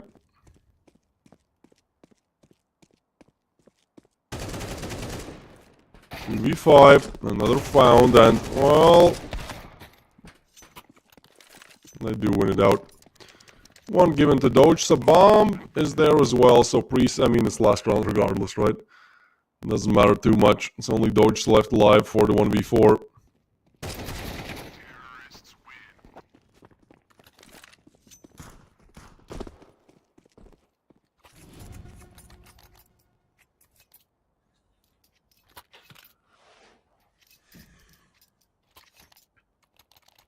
Eight to 3, a dominant start to Precy's map pick. We already saw this once. We saw 13 to 0 on Vertigo to start off the day. You know how that game ends? That game ends in the team that wins 13 to 0, losing the best of 3. Obviously, Precy not looking for the repeat, but just saying, as good as Vertigo is, next up is Mirage, guaranteed. Nice run boost comes in. Becky, that's the first run boost we see that's successful. It's a great way to open things up. Good frag found. They push Zezer off the angle as well. And, like, the run boost is just one of those flashy things. Like, it's kind of a 50-50. It's a 50-50 for even if you know, make it or fall off the map. And then it's like a 50-50 for, you know, actually getting the frag or being eliminated. It's a weird one, but it certainly tilts you. You know, Hitori is like, what the hell just happened? Doge is on the other side with the up. Hasn't been that successful so far. 4 frags, but well, they actually take care of everything there, Precy. Molly him off the angle. I think they probably hear the burn as well. It's quite an audible sting in general, being 3 to 8 down. Zezer does clear out B, which means that rotations now will be coming in towards A. FNK even drops some util over. Oh goodness, they've prepared for everything. Just gotta hit your shots then. That has been the one predominant issue right now. Wait, is there a ooh, Zezer. He's gonna go big any second now as they prepare for the execute. Zezer, well, that's a freebie. Information given, but it also means that G2 are staying strong on the bomb site. 3 players there. They are smoked out, but they have to worry about Zezer as well. Plan to come in. Molly does not catch anyone. A little bit of a tag, but Doge finds another through the smoke as FNK gets second to last. It's a Cillian eliminated as well. G2. Great round, I'd say, off of heroics of Zezer, right? Like, he gets so much info, even clearing out B ramp. Then he goes for the backstab, gets the frag. At that point, Precy are kind of locked in. And not in the good sense. On both sides, there's a player waiting.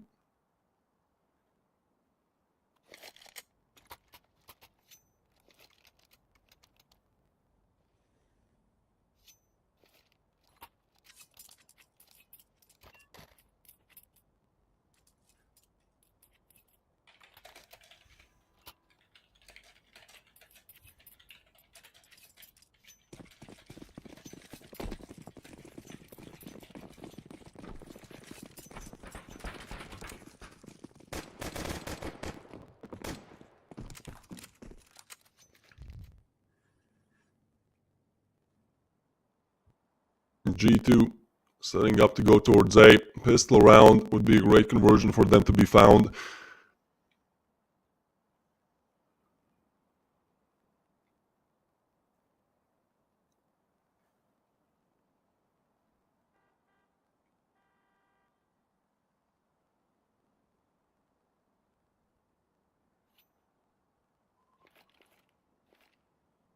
On towards short. Ruler to lay down the smoke. Precy they're setting up nicely for this. Like FNK can't really push through. He knows there's danger on the other side, but it also means that Precy really have to worry about only one direction here. But actually, rotation's only now coming in. They try to get in front of this. Ooh, that's nasty from Massilian. Can't connect the shot. But Griller does. Looking for the second towards short, but FNK with a double. How is that a double? That's insane from FNK. As Precy tried to move in, G2 might have done enough simply off of time here. Tori not checked either. You know how difficult it is to retake a site on Vertigo. As Deutsche finds the last, G2 want to play here.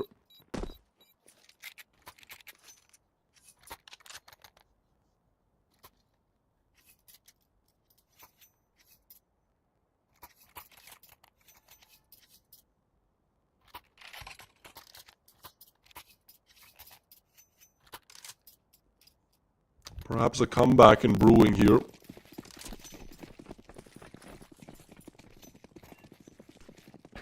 Especially with Precy being on USPs. I mean, this is exactly what I talked about. G2 are down low. I said one more round, convert the pistol, and second. Hold on, USPs. Oh, no, G2, hold on.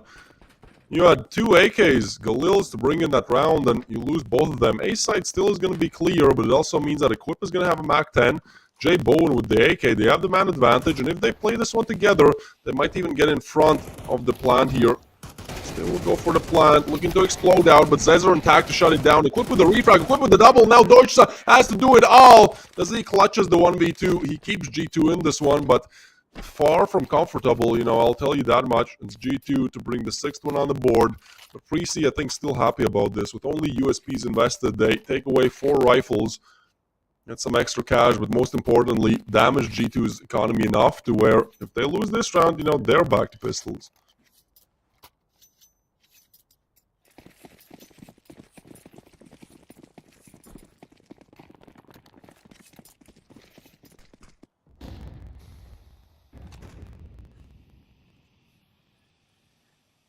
Duck through the smoke. Becky, well, certainly heard.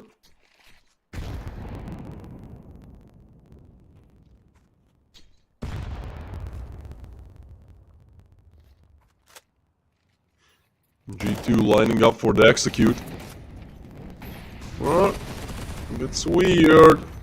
Becky with the refrag, he spots 2 more and they're all so low. Doge is on non-existent HP, but still able to get a frag. Actually, excuse me, I mean 47 is not the worst, it's not even in the red zone.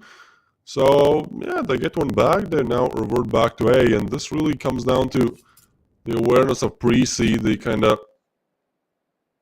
conservatism that they have here. Do they want to stay? Do they want to maybe explore options towards A? Plenty of time has been given to rotate for G2. Seems like the answer is yes, a 2-2 split.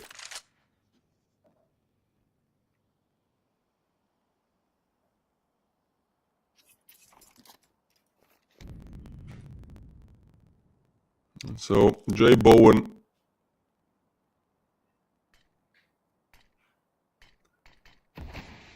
smoke denies his vision a little bit. Oh, but misses. Not good. Equip, meanwhile, gets one. Refrag on Jay Bowen. That's the op out of this one.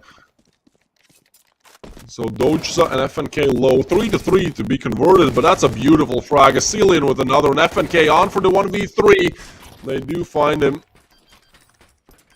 They do eliminate him, and Precy do find their first rifle round. So the tail kind of continues for G2. I mean, look, this game is 6 rounds on the board for G2, but out of those 6, 2 of them are pistols, and another 2 are, well, the next round right after the pistol when you're up against pistols. So, yeah, you know, score-wise, not looking too bad. We thought maybe a little comeback brewing.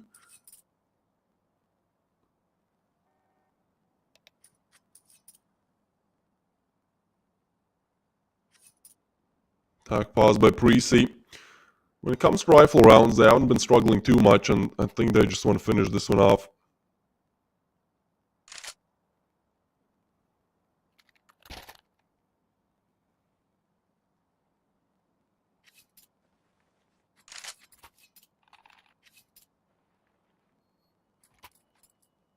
Let's go, pre-C, let's go.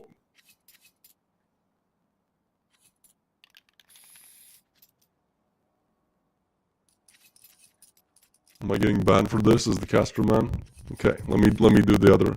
I don't know what even with G2, go, go. I don't know what the chant is. G2 fans, can you let me know what the G2 chant is? I like FaZe, guys. I know I'm not a G2 fan exactly. I like what Mneezy has been doing, but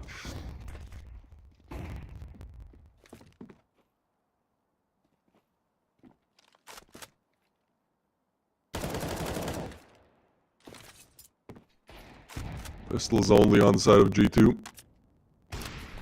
That last round that they won really resets it.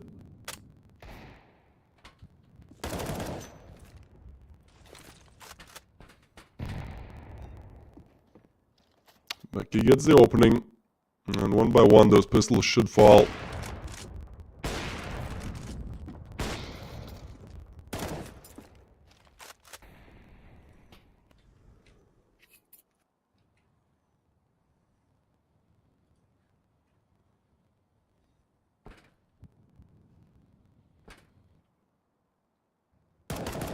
Griller together with Becky. Gonna push ramp. Becky takes the peek, another frag, and I mean, I'm getting a little bit too excited about a anti-eco conversion, but hey, you know, that also takes skill. A little bit of more time than I thought, perhaps. But either way, they do get to double digits. Their map pick looking great. I have to remind everyone, this is for keeping yourself in the tournament, being the last team that already joins the 7 teams qualified for the playoffs starting tomorrow. So really, that last ticket to the last train, you know, that train is starting to leave a little bit for G2, at least in this map. Sure, it's pre-season map pick, but they show up rather dominant. And now really a huge round coming in. G2, I mean, if they lose this one, economy, what economy? That's most likely 12 for pre-C, so a must-win round. Aggressive setup towards A. J Bowen clears ramp. Smoked off. They will blow it open. Nice play, I like it. Equip to assist him there. Double blow up the smoke. Alright, well, nobody's biting for now. He's gonna stay somewhat aggressive. More interesting what's happening towards B. If pre-C clear out B ramp, like this will give them a lot of early info. And they already have active players towards A, so I think, you know, this push, this execute will be confirmed ASAP. Smoke might delay things a little bit. And J Bowen, actually, if he's close up with the op, yeah, he gets away. Might have gotten overwhelmed. He was just, you know, standing right next to it. Better to play it safe.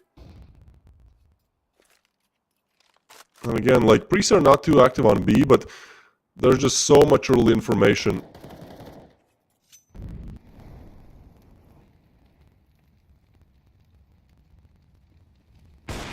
J Bowen, nice shot, opens it up. Equip as well, waiting for the trap. It is set up, but Equip, ooh, his gun barrel gets spotted. Does not get the frag, and now J Bowen is smoked off, but I think they know exactly where he is. He needs the help of his teammates to get him out. They molly a smoke, that's a weird play, and Nasilian is there to assist his brother-in-arms. They're just looking to spam down J Bowen. He does get a double. Does everything and more you could have asked for from him in that position. 3... No, Griller gets a frag. This gets a little bit weird. They finally eliminated J Bowen, but not without some casualties, and well, there's no time on the board, so Dochsa 1v2. Yeah, he might get one, might even get the second, or not. All right, they get taken out of their hands, but pre-C, off of time, they converted. G2 run it too close to the timer.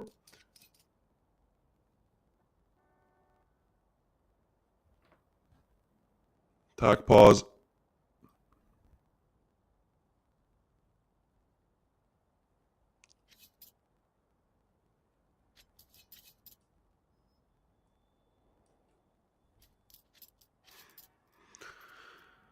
G2 really on their last effort, on their last limit? I don't know.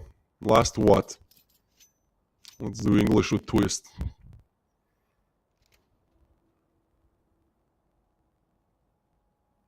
I'll ask ChatGPT. In the meanwhile, G2, well, they're only on Glocks. which means Pre-C, more likely than not, looking for the match point. Probably just a rush coming in from G2, and especially with Jay Bowen hitting his shots. Oh, a double! Up against pistols, you know, that's sometimes difficult to do, so I mean, don't want to hype up an ego fragger, but that's still a great double. Griller gets one as well, and third one missed, but not the fourth. Good performance from Jay Bowen in this game. Top fragging the server. Actually, could be one of the reasons why Pre-C made this map pick, right? Like, if you have a good upper that can just hold down a ramp, can be aggressive and still hit his shots, that's like such a key to victory on the CD side of Verdio, right? Because you have so much early info about A, that info also usually turns into a kill for your side. And then, you know, B isn't really the hardest to defend, so yeah, I mean, Jay Bowen doing a great job towards A. Let's see it again. It goes for the aggressive peek. This time they use utility to force him off the angle. That's smart, and Equip meanwhile falls, so Pre-C, a bit of a more difficult conversion in this one. Because it's minute 30 to play with, I mean, you have so much time to decide where you want to take this. As they decide to go walk back to B. It's gonna have to be Griller with a hope and a dream. I'll leave nice things a little bit, and Pre-C over-aggress towards ramp. Actually just aggress, there's nobody to punish them, so no over-aggression. Actually a rotation coming in. Beautiful way how to take and give away map control in your favor.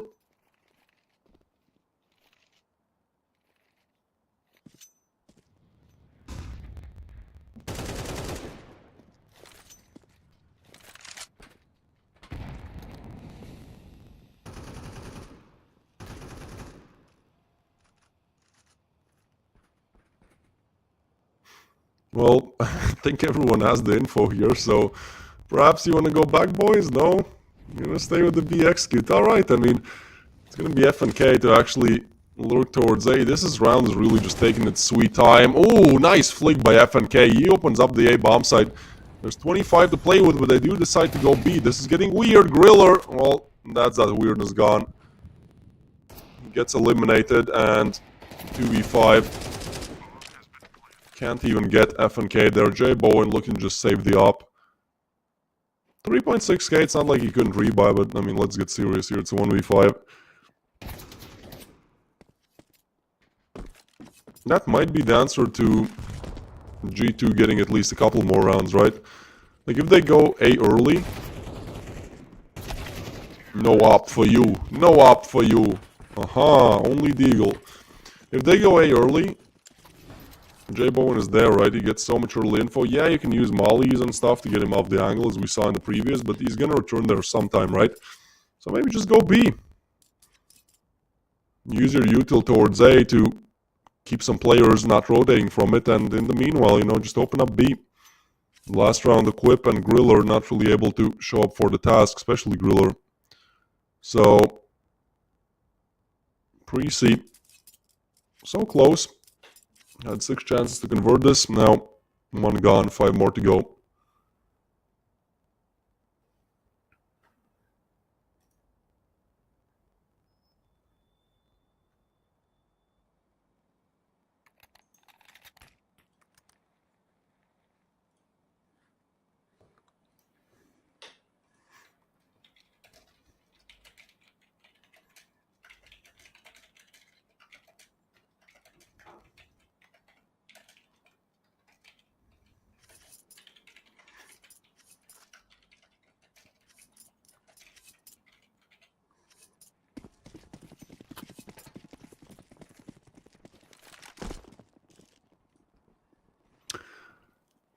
So, this time they relocate Jay Bowen.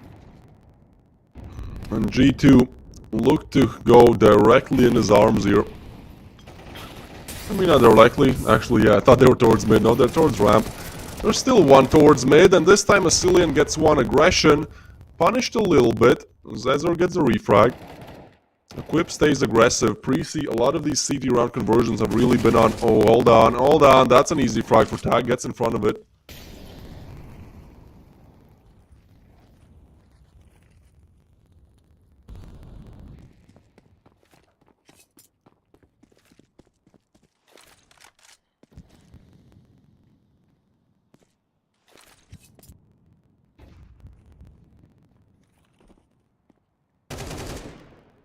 Ooh, big opening by Hitori though.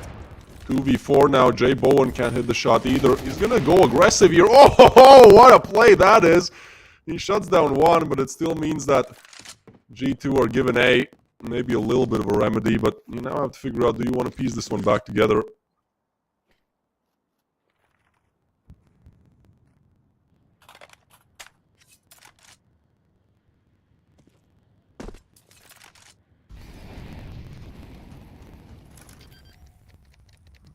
A flashy play from Jay Bowen, but nothing else really. They have to get away, they have to save. Cash is very low.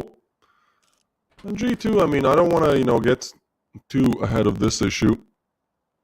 But they've converted two. Next one is up against an AWP, an AK being the kind of hero rifles, and then probably low buy, 5.7s, we'll see. So at that point, that's 8. No, sorry, that's 9. Ooh, okay. And then, I don't know, 3 more, somehow, some way. I can't really say that Preci have been a team struggling with closing out games, but we'll see, it's still a test of grit. They do take some of these rifles out of the hands of G2, but it doesn't really matter. Like, G2 literally have money until the end of the game, right? Because if they lose the round, it's over. So, it doesn't matter how many rifles you take out. They're going to be able to rebuy as long as they win the round. And if they don't, well then, we move on to Mirage. G2's map pick. Overtime or bust for them.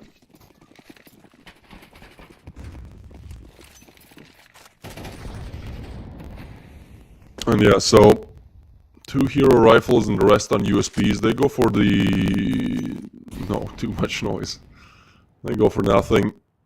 Actually, they go for this setup towards mid. It's a nice one, but G2 have really just not gone mid at all. They leave it completely open. Hitori is kind of playing it as the, lurker, but he's really taking his sweet time. He's almost never that aggressive towards mid where Jay Bowen is looking.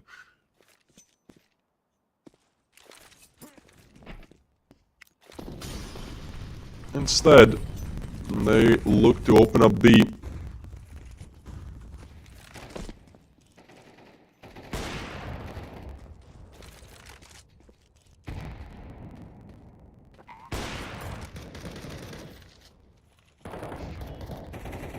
Alright, I like these little gimmick plays that Preci are having right now.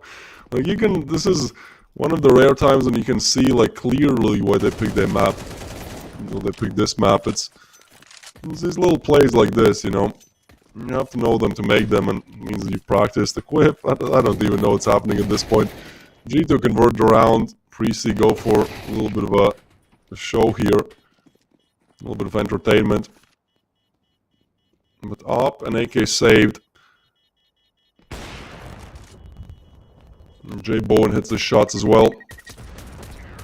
Leon on the other side can't connect either.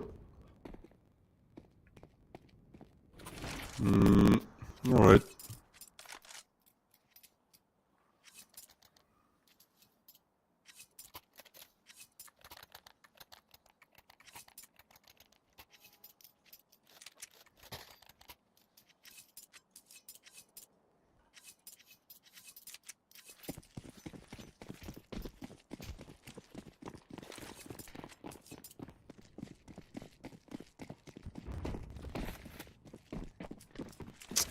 So Preci looked so good on the CD side, but now 3 rounds now given away.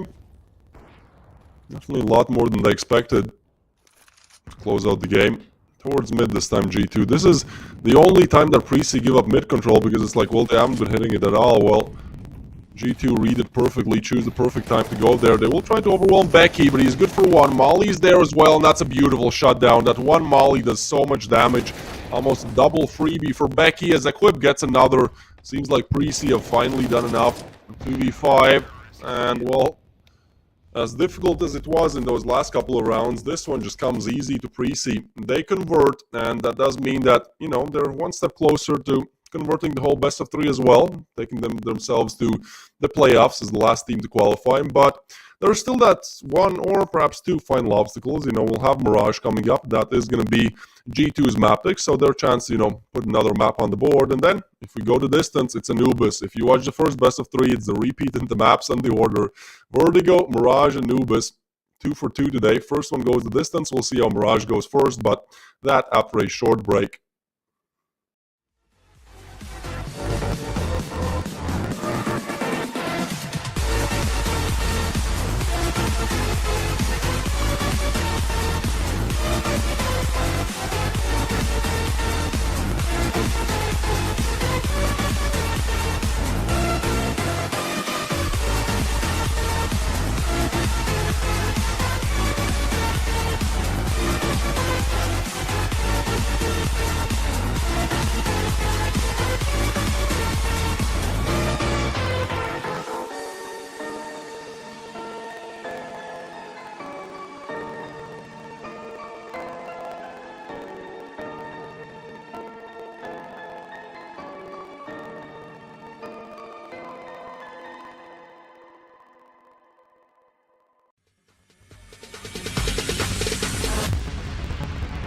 No, there ain't no stopping us. Fly without boarding pass. Couldn't catch me, I'll be moving fast. Call me a shooting star. Let 'em know you are flying up in a bar. Wish on a star. Time to show 'em who's in charge. Call me a shooting star.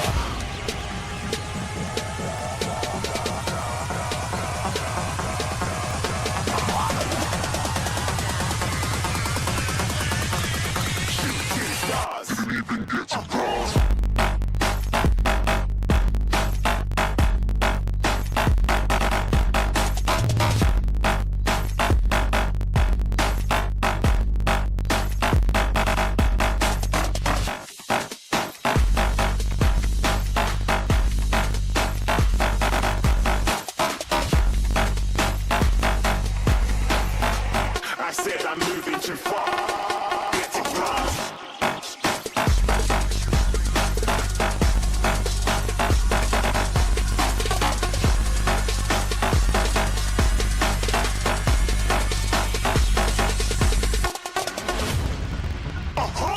Looking at a shooting star. Got more than a couple of people going mad. I swear they're rooting hard.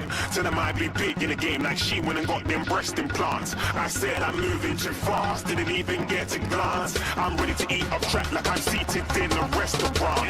If you had swag like mine, you know it's best to flaunt. We on, hating because you want. Shining like it's neon. Rock like kings of Leon. Shooting stars across the galaxy. I stand out, so don't be mad at me. Infiltrate, I'm with my strategy. When I turn up, them amateurs have to leave. Shooting stars across the galaxy. I stand out, so don't be mad at me. Infiltrate, I'm with my strategy. When I turn up, them amateurs have to leave. Yeah, shoot, shoot, shoot. Yeah, shoot, shoot. Yeah, shoot, shoot, shoot. Yeah, shoot, shoot.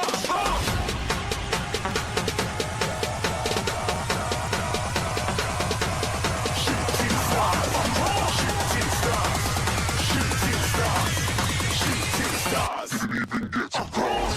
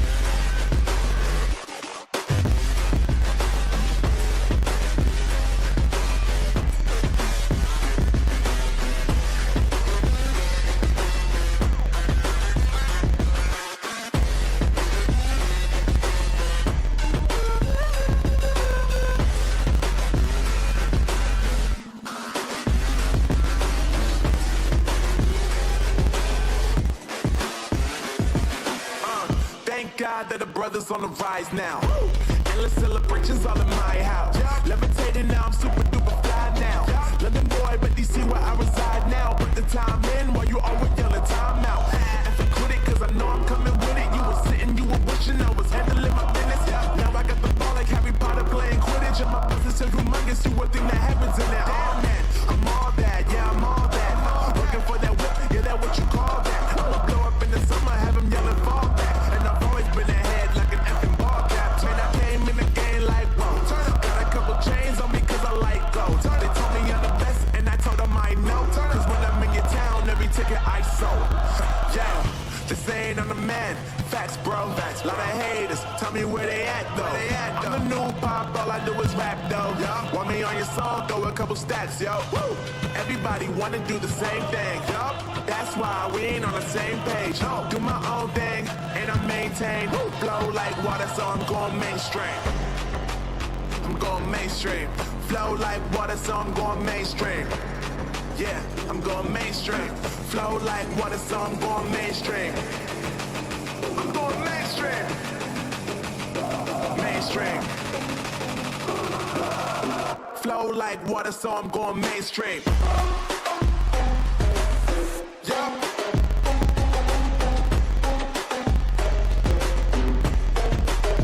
Going mainstream. Damn. Flow like water, so I'm going mainstream.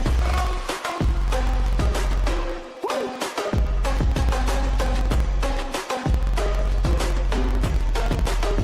Going mainstream.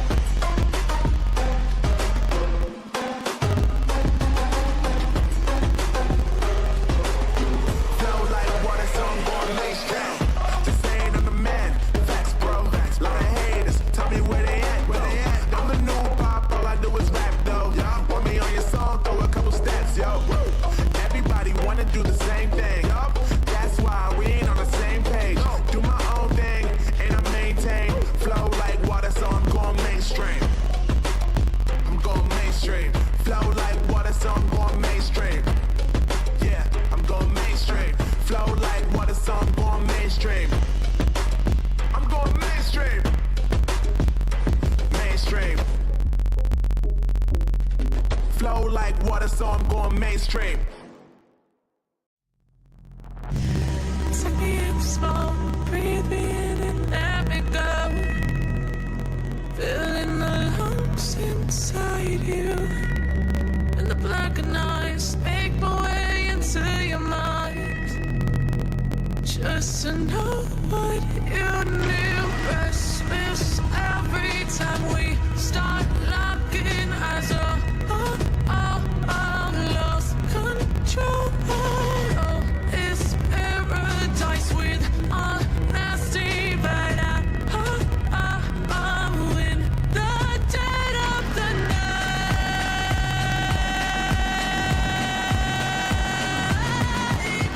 Let the darkness take control.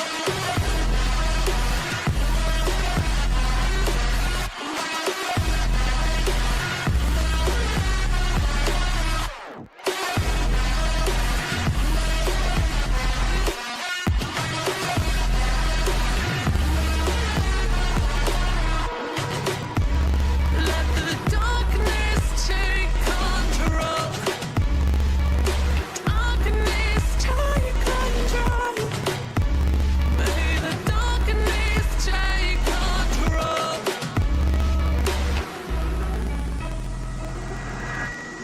Take me in slow, breathe me in and let me go. Sink to your heart to find you. Open up your eyes till you're blinded by the lies, so you can see what you do. Restless every time we start locking eyes. Lost control. It's paradise with honesty, but I'm in the dead of the night. Teardrops on the Pre-C versus G2. There they go. doesn't really work out in G2's favor, but now we entered their map pick, perhaps their chance to bounce back in this one. We are gonna see, well, guess what, Mirage. If you watch the first best of 3, I know, it's maybe a little bit underwhelming, you know, you get all the same maps as in the previous one. You get Vertigo, then again Mirage, and then again Anubis to finish it off, but hey, if you're just tuning in, not a bad map pool at all. As we enter the pistol, this is G2's chance to start building off of start building on taking us to Anubis. Hitori gets the first, but a refrag is there. Equipped though, locked on sight. Trying to take them down as Talk opens up. J-Bone falls as well. And bomb to go down.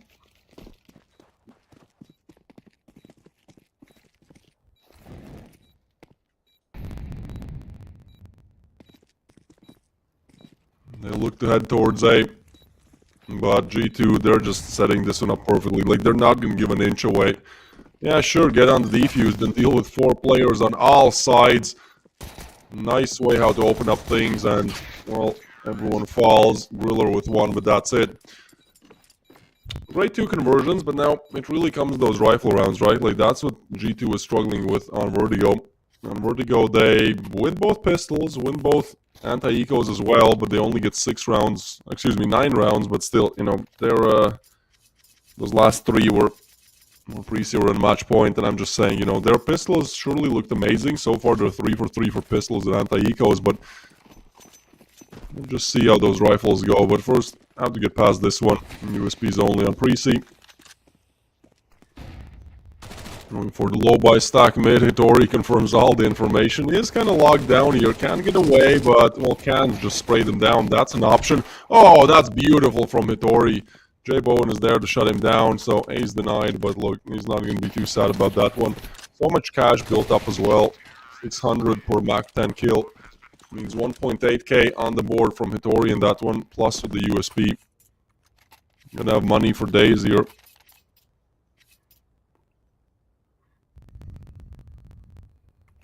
Buys an AK and pre-C. Look to convert their first rifle.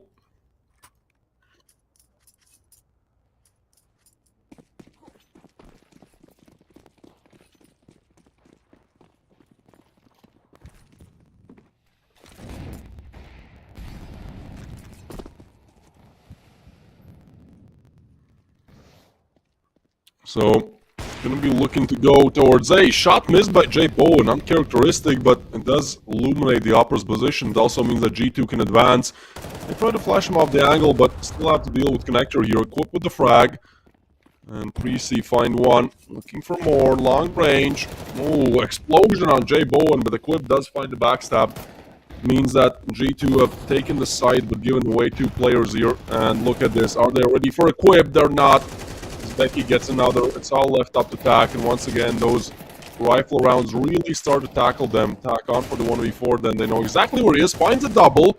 Ooh, Tack, hold on. Low HP on the side of Becky. He takes the peek. Nice attempt. Those first 2 shots were crispy. Gotta give it to him.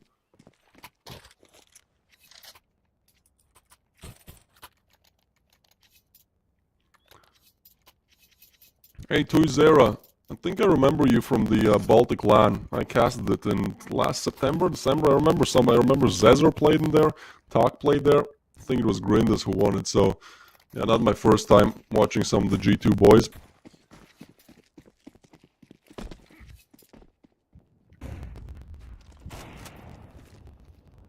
No, Hitori's not a kid. It's an AI-generated picture, brother. They did not send in that 5th picture, so, you know, I just went to AI to ask for help.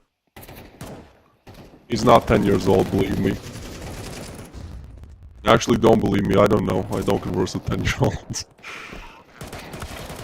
Allegations denied. FNK gets the frag. 4v5. And on the other side, Asilian finds another. They're trying to get back in the round. A big double for Asilian. The last bullet connects. 3v4. Time ticking off the bomb. They do want to go for it. Hitori's position shown, but Tak again stays strong and now not too much time to play with. Griller gets a frag, FNK with the refrag, and they know where both players are. Tak and FNK to piece it together. They get on defuse, the long one as well. Jay Bowen can't hit his shots. He's looking for more, but nothing in this one. He had to hit that first shot, and having no kit, it's not... Actually, Jay Bowen had a kit. That's a weird choice. I guess they... I don't know. You know, in the tension of the battle, sometimes you just don't notice it, but definitely Jay Bowen should have been the one on the defuse there. Especially when he has the op, you know, his teammate had an M4 way better in that situation, but unfortunate. This is what it is. They lose their round.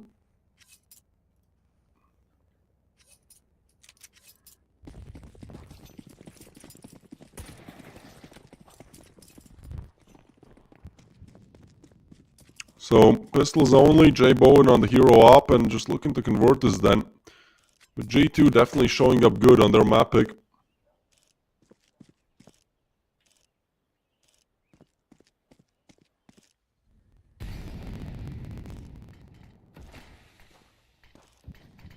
Smoke's raining in. I mean, they have that execute set up perfectly. Oh, Jay Bowen tries to connect it, but the one hero op, yeah, has to get away.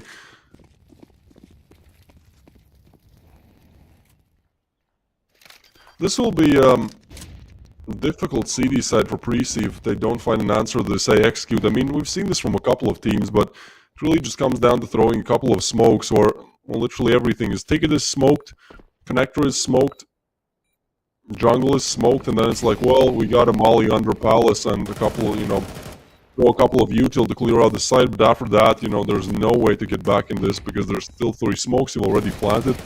Beautiful execute, doesn't take too much skill to do it, but it works wonders, and I think one of the only remedies is just being aggressive on your side.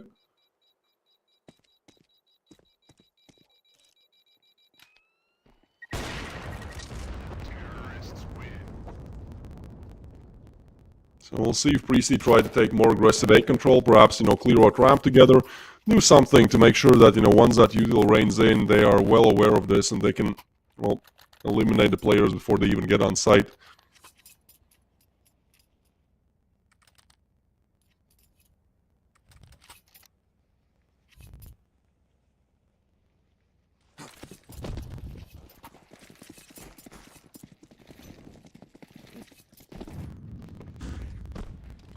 Cillian misses the movement.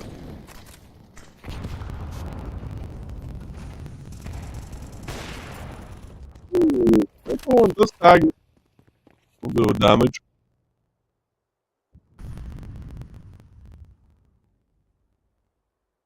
Griller, nice position. This is kind of a gimmick play, one and done. It really depends who they check it. It's somewhat of an off angle. When you peek that angle, you have to worry about short more. Cillian's on the other side, and so Griller is going to get a freebie. Question is, do they refrag him? No, a big double for Griller. Preci look to keep themselves in the game. He is burned down, but a minute left on the clock. Actually, you can, you know, might as well just go back.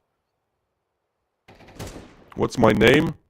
Twist to OP, baby. Don't ask what OP stands for. I can't reveal it, I'm sorry. 100 euros PayPal.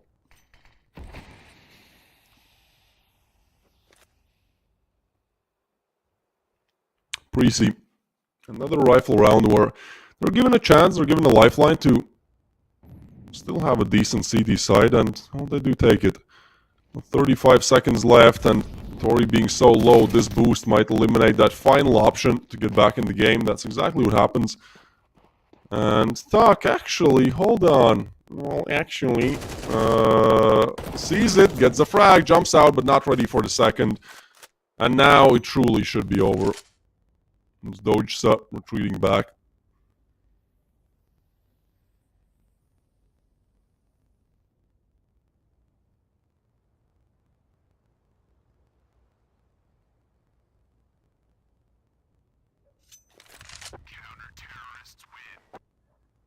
Preci convert the second, slow start to Mirage. But G2 Ares don't really complete these rounds with, you know, 5-4 alive. No, it oftentimes goes down to 1v2, 2v2.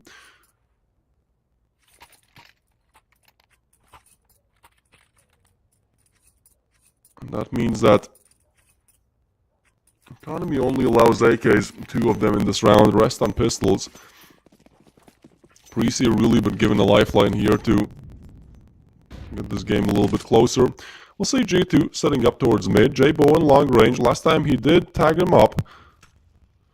It's kind of the same setup, the same gimmick that we see on Vertigo, right? It's just J Bowen and one of the most long range angles you can find. Just, you know, going for opening info.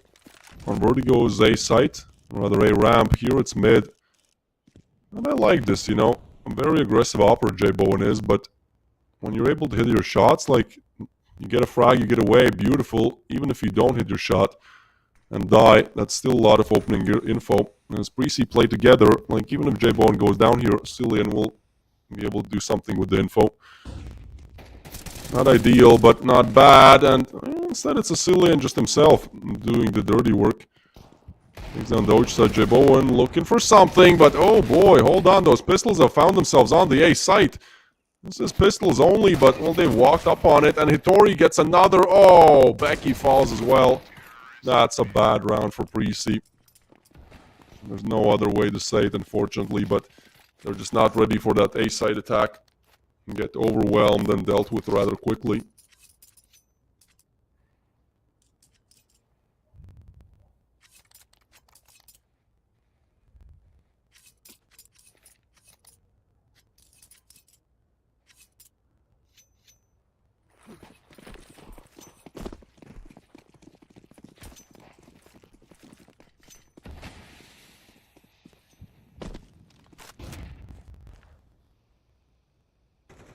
Smokes come in, and now Precy the ones on pistols, but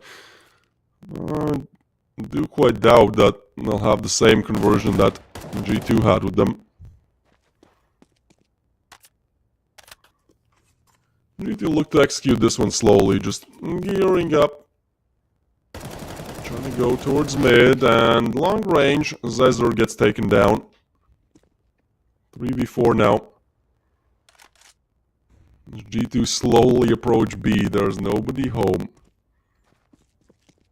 Should be a rather easy plant. Rather quick.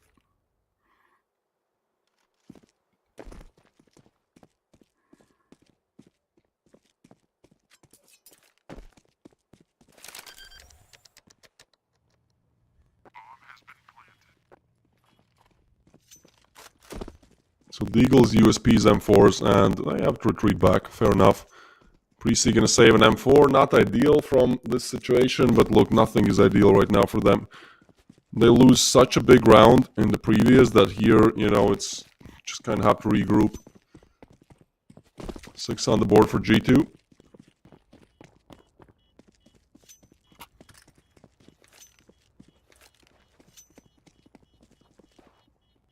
I appreciate your Ryuk.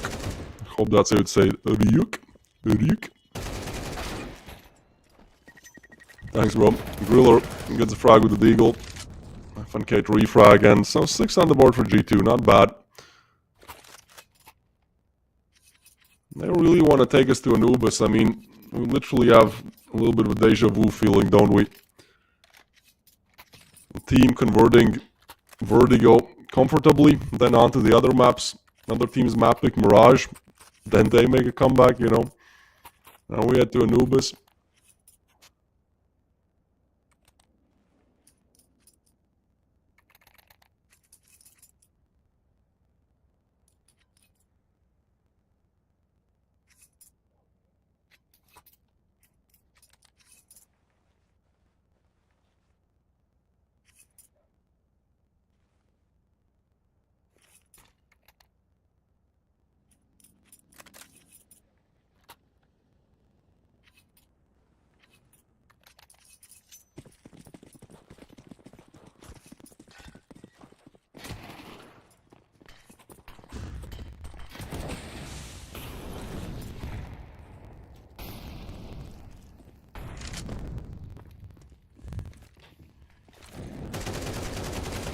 So on towards mid, big frag on Zezer. G2 once again find the opening frag. Killer on the other side gets one, but only one. Ooh, FNK shot them down. 2v4. Becky and Jay Bowen. How do they want to play this one? That's the question.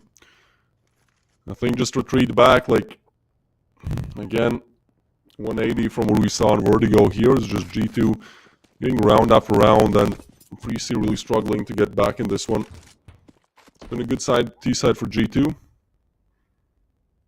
So Precy will have to do it all on the T-side once they get there.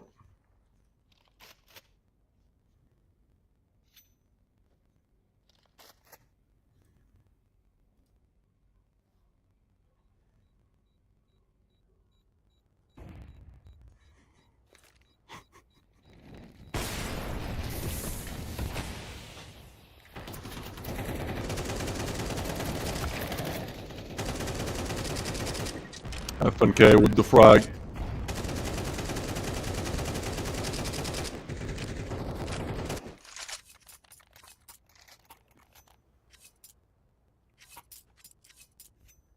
You gotta wait a little bit, bro. Remember, there's a delay.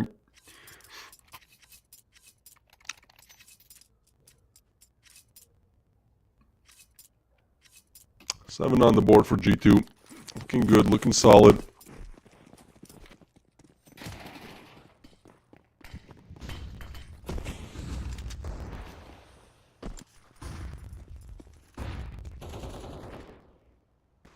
Tori pushes towards short, but look at this from Equip. This is a big play. This might be the thing getting them back in the round, but 4x3. Oh, now he spots them. Gets the first. That's an opening. That's something to hold on to. Long range. A lot of damage dealt by Equip. I think over 300, maybe 350 of a single MP9. G2 still take the site, and FNK and TAC eliminate them. Oh, this is just falling apart now, isn't it? Cillian eliminated as well. 2v3. Bomb planted.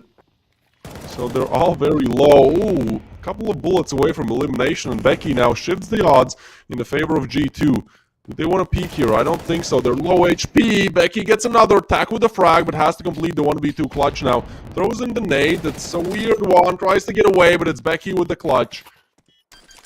The man who starts it all, together with Equip, is able to finish it off.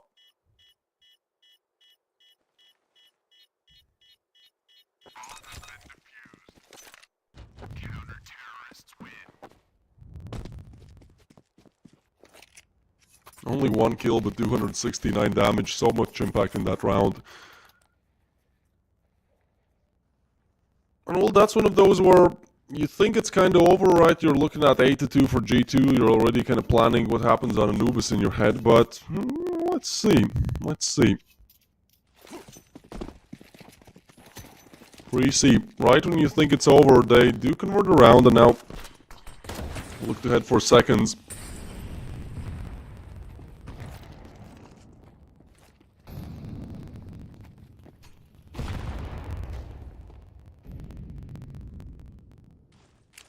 Smokes rain down. This is... okay, it's a blow it open. I thought he was going to nade himself or something. I was like, what? What is that? Bomb drop towards B. Might give you a little bit of an idea where G2 want to take this.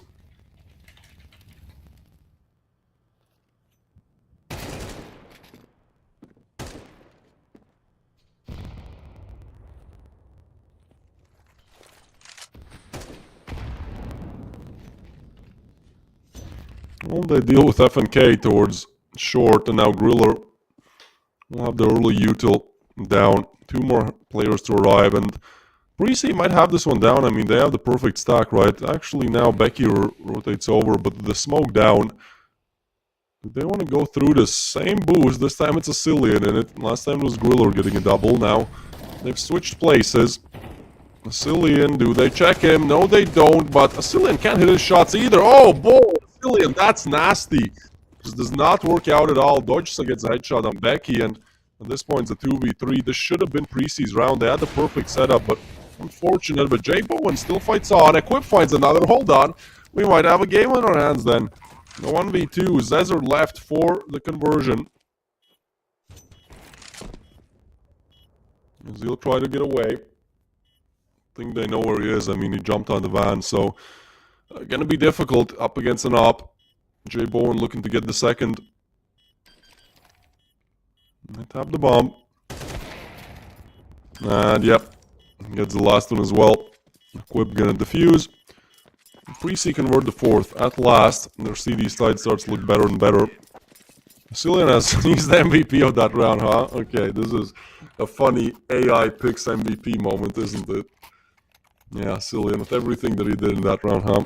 Deserves it. My boy. I would have given it to, I don't know, maybe Jay Bowen. Depends. Maybe Griller. Either way, last round of the half, Precy, not a good CD side, but a CD side at last. Something to hold on to as they will get into the second half, and boost comes in. Push comes in from Cillian as well, but has not been having the greatest couple of rounds here. The coach-player falls. But Precy do find their frags. FNK on for the 2v4, but as he's shut down, it's only Dodge left alive in the last round of the half, and they, well, get a bit too aggressive. Gets one. Flash comes in. You want to peek through, but not ready for this. Actually remains alive. Oh, hold on. He hit that flick. He hit it. Griller went to 15 HP, man. That was an insane flick. All right. Precy, get the fifth on the board. It's a little bit too close for my liking there. Doge is known to sometimes hit some nasty shots. Great raw aim. But G2 still have the lead heading into the second half. Was half where they're on the CD side. They should have a slight advantage. So pistol is of utmost importance for Precy here if they want to fight on for converting 2-0. As G2 send the stack towards B, I don't think there's going to be anyone home. Precy laid down smokes. It'll probably just be a mid-execute, but hold on. Help is arriving from short. They get in front of this. Hitori tagged down low, but Becky loses a bit of HP as well. Nice couple of damage points, but Tak will have to do it all. His help arrives. He's just taken down instantly by Jay Bowen. Not ready for the Palace aggression. Now G2, their positions are known, and the problem is they can either go CT or try to get through hole. Like, both options are horrible. Zezer falls as well, and seems like Precy might have found the pistol. Not even might have. This should be a conversion. Nice molly. Becky barely gets alive. Deutsche gets a frag. Hold on, they get on the bomb. How around they bomb? Don't think there's time to defuse. Still a 2v3, worth considering. G2, they want to eliminate these players, but no, nobody's giving him a peek. As he gets only one, equipped with a double to shut it out. And so Precy, one round away now. This was 5-1, I think. It was not looking good for Precy, but they really got their rounds back in the later stage of the second half, and now up to 7. Perhaps. Just have to convert this one. G2, let's see what you can do. They actually forced, okay. Alright, G2, I always love when a team forces the second round. It's kind of a test of character, you know.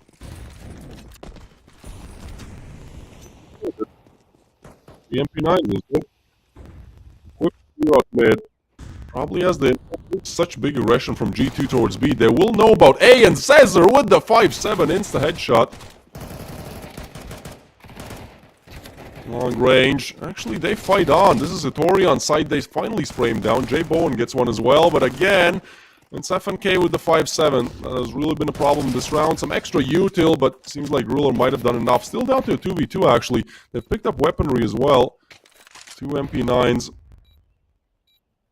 So Precy just looking to play this one as slowly as possible. Gorilla low, Cillian not on great HP either. Cillian is all the way towards ramp, and that might be what works out. Even though they pick up an AK, they have to defuse here. It's a long defuse as well. Well, actually, they're gonna smoke it. Not a bad decision. 10 seconds to go for then. They have to stick it as a Cillian gets the first. They spray him. Sure, yeah, there you go. I was getting worried a little bit. I've seen, I've seen tier 1 games where that's a defuse. I've seen it all. So all equal for Precy, though. They make a miraculous comeback here. They just want to finish in 2, Get us to playoffs, they say. They start tomorrow. They want to catch that last train. And G2, well, certainly don't start great on Vertigo. It's a 12-6 game, and even though they're able to push a little bit back, can't take it to overtime. So now on their map pick, what starts off great is now looking a little bit worse, round by round, frag by frag. So now being relegated back to the Eagles. This might be Precy taking the lead, but next round will be of utmost importance for the outcome of this round.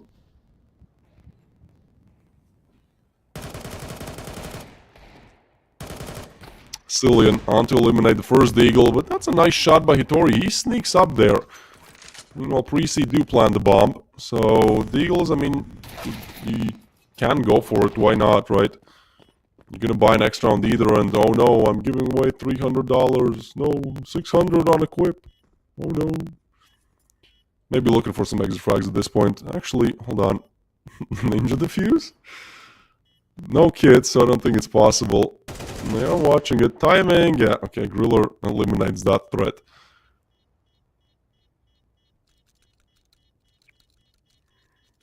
So Precy taking the lead now. They want to fight on, they want to convert this one up against all chances.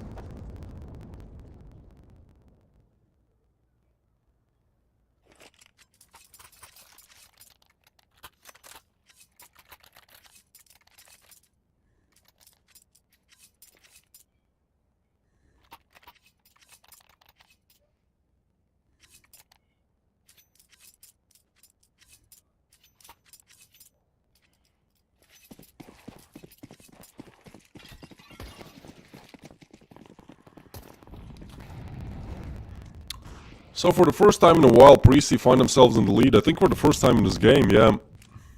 Well, now the momentum shifts. The power shifts. Power balance.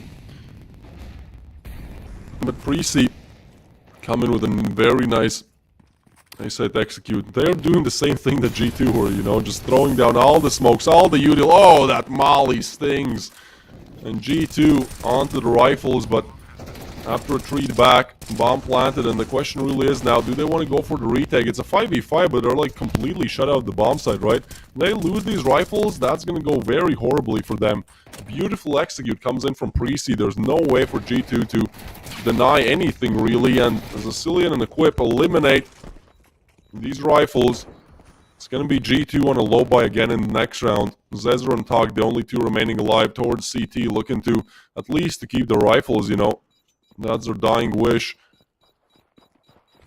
They might look for some... Never mind. With that molly, they're just going to get away. Yeah, I mean, it's kind of the new meta on Mirage A. Not even new, like, this has been the meta, I think. The opposite word of new. I don't know why I said new. This has been the case for like years and years, you know. If you can just throw smokes towards CT, connector, and jungle, you can plant the bomb unless the other side, the CTs, play a counter strat. And at least in that round, G2 get caught on the other side of the smokes, and like that's just how it ends, you know. You have to be proactive. As soon as before you even see that util, you have to be aggressive, clear out together, let's say a ramp, you know, do something about Palace. Just not allow them walk on site after they've thrown their util. And if you don't get in front of the issue, well, guess what? It's going to crush you. Precy take attack pause. One of the easiest rounds for them to convert in this one. 3 pistols and 2 M4s, but we've seen plenty of chokes up against pistols. Very low buys in this tournament. Lost my train of thought for a while there, but yeah, has not been too great when it comes to anti-eco conversions. Godsend. God. Alright, I'm not going to be mean. Boost comes in from TAC. It's a nice gimmick play. I like that, G2. Nice to see. Ooh, timing. Easy one for Zezer. This is 2 M4s brought into this, but another frag by Dogesend, a 3v5. They might be able to pick up the weapon as well. And now Tuck, really the kill to decide the outcome of this round. They might convert it. Tuck gets a frag, and so down to a 2v5. There's nothing they can do in this one. Maybe Griller can get one, because Tuck gets down under Palace. Frags to come in. A rather impossible 2v5 conversion. Tuck with another, and G2 stays strong in this one. I was just talking about how converting You're up against just pistols, maybe an MP9 or M4 here and there is so difficult, and that's the case again. Precy, that must sting, right? Like, you piece together such a beautiful comeback, you get a lot of rounds in the second late stage of the first half, then in the second half you open up great, but that's the first round that you lose. This is their first round loss, right? And it's up against USPs. So maybe getting a little bit ahead of themselves. Even though G2 are not able to convert at first, they find their stride in that round, and now back to equal rifles on both sides. We might have a rather longer game on our side. Zezer catches some early opening damage with the nade.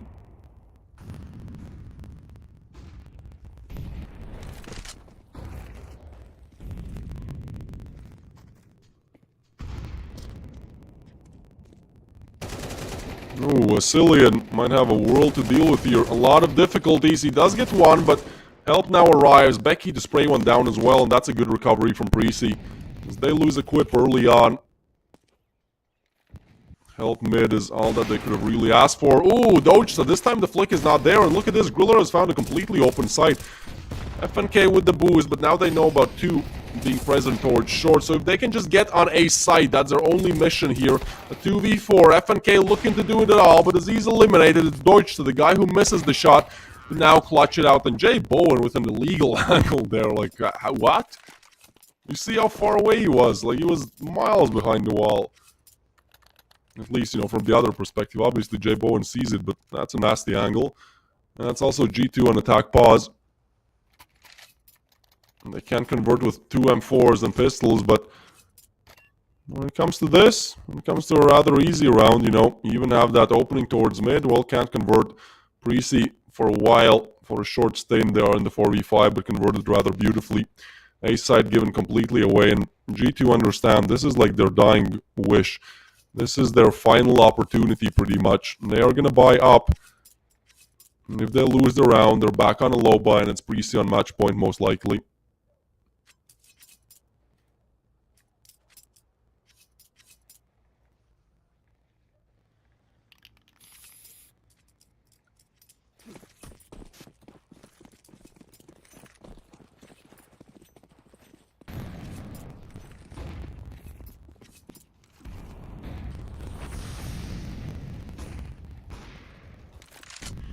So aggression towards mid from G2. It's a lot of map control taken. Gotta give it to them. Nice play. But A really has been the issue. Oh, fully flash. 3 players are allocated towards there. And Zezer is able to shut one down. Dodge with the refrag. Equip gets another. And so still a 3v4. This time, Precy not cracking up the side as smoothly as they wanted. Instead is G2 with 2 beautiful frags. Dojsa, again, shot missed. He's trying to be very flashy right now. It's not working out. This time, well, punished. Vittori gets one, and so Jay Bowen on for the clutch, shot missed, and that is going to be G2 again, punching one back. A crucial round converted for them again.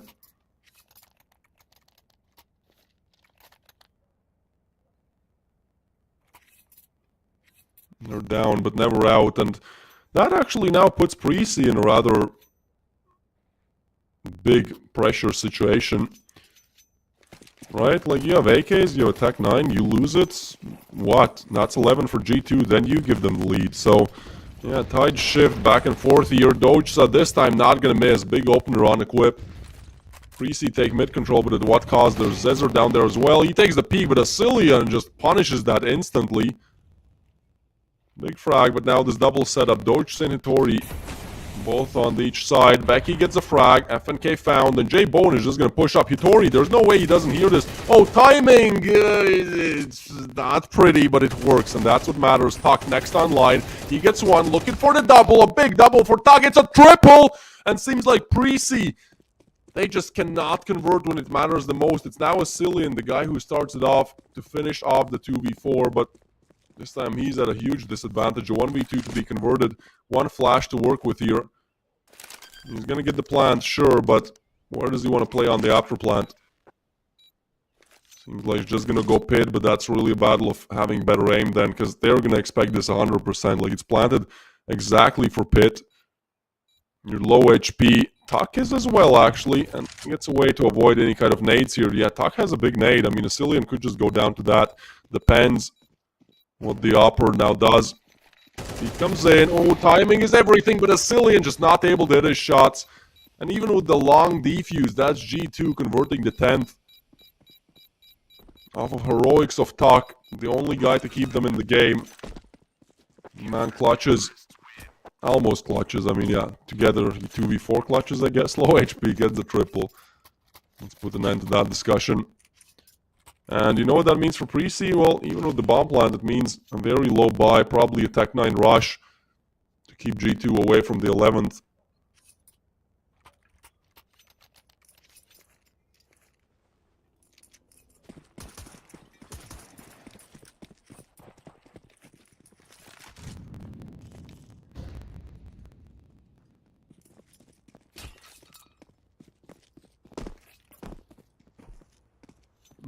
Around reset then, we have some problems. We'll update you on exactly what technical issue is happening here. There we go, rather quickly. Damn, Tuck and Doge Sabola at 20 bombs. Good lord. I mean, yeah, it's 10 to 10 and nobody on side of Pre-C is even close to that.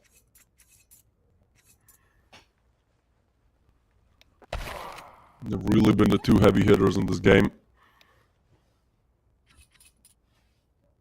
238 utility damage on Asilian. You can tell this guy has played for tier 1 teams. Knows his lineups alright.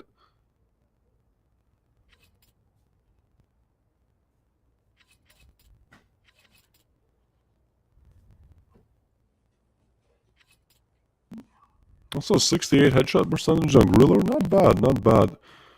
60 on Zezer, but he's been having a bit of a more quiet game. Well, Tech Pause still in play. We gotta wait for this one to end. I mean, this is literally a repeat of what we saw in the first best of 3 of today for elimination as well. And that was Viperio versus Godsend, right? It's a map that picks Vertigo. Yes, it was Vertigo in the first as well. Opening up strong. Then the team that picks Mirage. Yes, it was Mirage as the second map in the previous best of 3 as well. Well, Mirage goes the distance. It was, in fact, overtime. Yeah, it was overtime on Mirage. And then, well, it all ends on Anubis, so maybe a little bit of deja vu feeling. See if this script plays out again.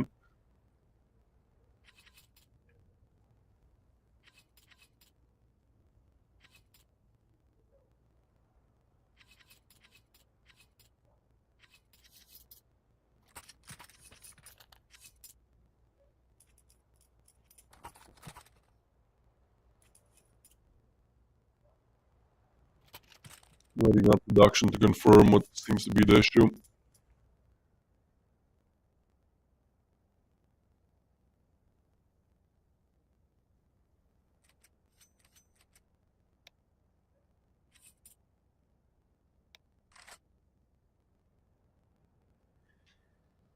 Alright, so seems like the issue is with Jay Bowen. He's having some packet loss. We'll wait for that to be fixed.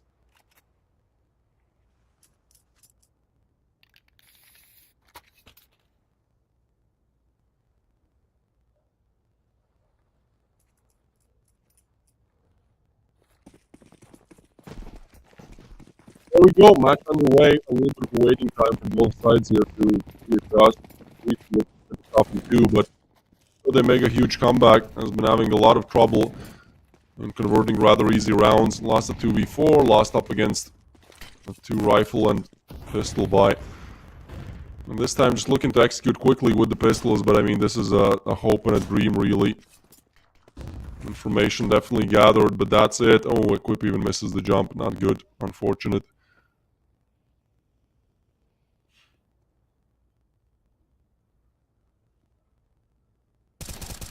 Tori. Long range, they'll get the headshot. Okay. G2 quick on the refrag. They certainly look to pick up that M4, but yeah, FNK does not want to give it away. Instead, if he gets aggressive, might get a freebie on Becky here. Timing! Ooh, Equip actually finds it, and now they have jungle control. That's a lot of information. Becky gets down. He has the bomb as well. This really comes down to this engagement then. A 3v3 Becky. If he loses the bomb, it will just be too much power on the side of G2, but as FNK looks towards short, it comes down to timing. It comes down to Yeah, right here, Griller arriving on the site, and FNK will have to do it all. They push towards short. Ooh, timing, they don't spot FNK. They try to run him down. He just needs to get the double, but overwhelmed, still stays alive. How is this happening? Griller to take him down finally, but now do they know about Doge? He's been having an incredible game. 21 frags on the board, 20 seconds to play with. It seems like they don't want to peek into him, so nothing given away, although if they do walk in his crosshair, going to be a problem. They know about one. Do they know about the second? Oh, missed! Doge taken down. And with only pistols, it's Tuck once again, the hero of a couple of rounds ago to convert a 1v2 as he edges on slowly to find these players. They are low, but Becky with an impeccable shot from the Deagle. It's Precy on 11. And so, God takes, God gives. I guess. They lose up against pistols only, and now they take a victory with pistols only. Tac pause from G2, yeah, you know, I understand. This is your last round, really. Your last, like, big investment. Yeah, we can buy. Things are looking good, guys, round, right? Hope that made sense to you. It's an important round, if you haven't gathered it yet. Jeez. Like, they have M4s, they have MP9s. And if they lose this, they are sent back to Eco Hell. 5-7s probably. I mean, it's last round C4s, but what exactly is that? G2. They start off Mirage great. We think this has just been a roller coaster of emotions, hasn't it? Mirage starts off amazing. We're like, okay, you know, Anubis, fair enough. Fair play, G2. Then, an incredible comeback from Precy. We're like, okay, 2-0 Precy. Okay. Then, G2 win with only pistols and 2 M4s in their names. They're like, oh, you get what I'm saying? Like, this is just back and forth. Every moment it seems like goes the other direction. A big push, and that's just G2 picking them up. Going 1 for 2. Zezer, they want to run him down, and they do get a Cillian. Cillian gets a frag, excuse me, but... Alright, well, that's a lot of early info from G2. Precy are able to punch one back. And Dogeson, this time not in his trusty AVP. He's in an M4. Meanwhile, FNK goes for a little bit of a poke and prod towards B-Apps. Ooh, this engagement's really gonna decide the outcome of the round, right? Like, helps so far to arrive here. So far away, so... You either get the frags here. Ooh, and I think he hears this. Definitely a lot of info. Griller is checking it. Does he want to go for it? That's the question. He clears it out, but the perfect timing. FNK should... Oh, this is everything for him. He gets one, but only one. Refrag by Griller, and now they can just... Yeah, guess where? That's the problem here. They want to go B, but... Cillian, can he get away? It's Hattori on the other side, and do they expect him for as this is a hard position to clear? He can really play on sound here. They'll just go for the plant, and that's an easy frag for Hattori. Probably should have cleared the site first as Hattori rotates in perfectly. It's G2 again, converting the difficult rounds.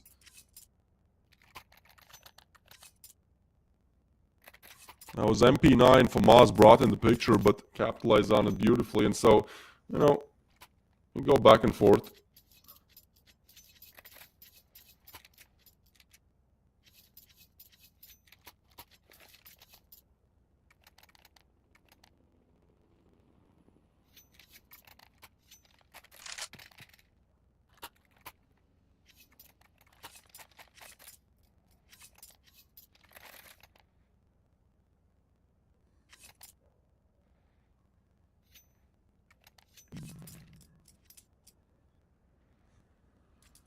$11 to 11, huh? We go the distance regardless if this is overtime on or 13 to 11. But Precy, they lose a crucial round of the heroics of FNK, and that means they're pushed back to, well, yeah, bye. They're looking to convert. This is crazy, actually. I just noticed. They're looking to convert this. They want the 13 to 11. All right, I get it, but you lose this round, you're literally on nothing. And in this one, you don't have the best buy either. It's 2 AKs. I want to believe, I want to see this, but this seems rather ridiculous. But they do go for their trusty A execute. Tuck tries to get in front of the issue here. As he pushes through, they will try to spray him down. Long range. Pistols are now exposed. Zezer is there as well. They might just try to push through the smoke as soon as they hear the bomb plant. Overwhelmed. But this is a nice execute coming in from Precy.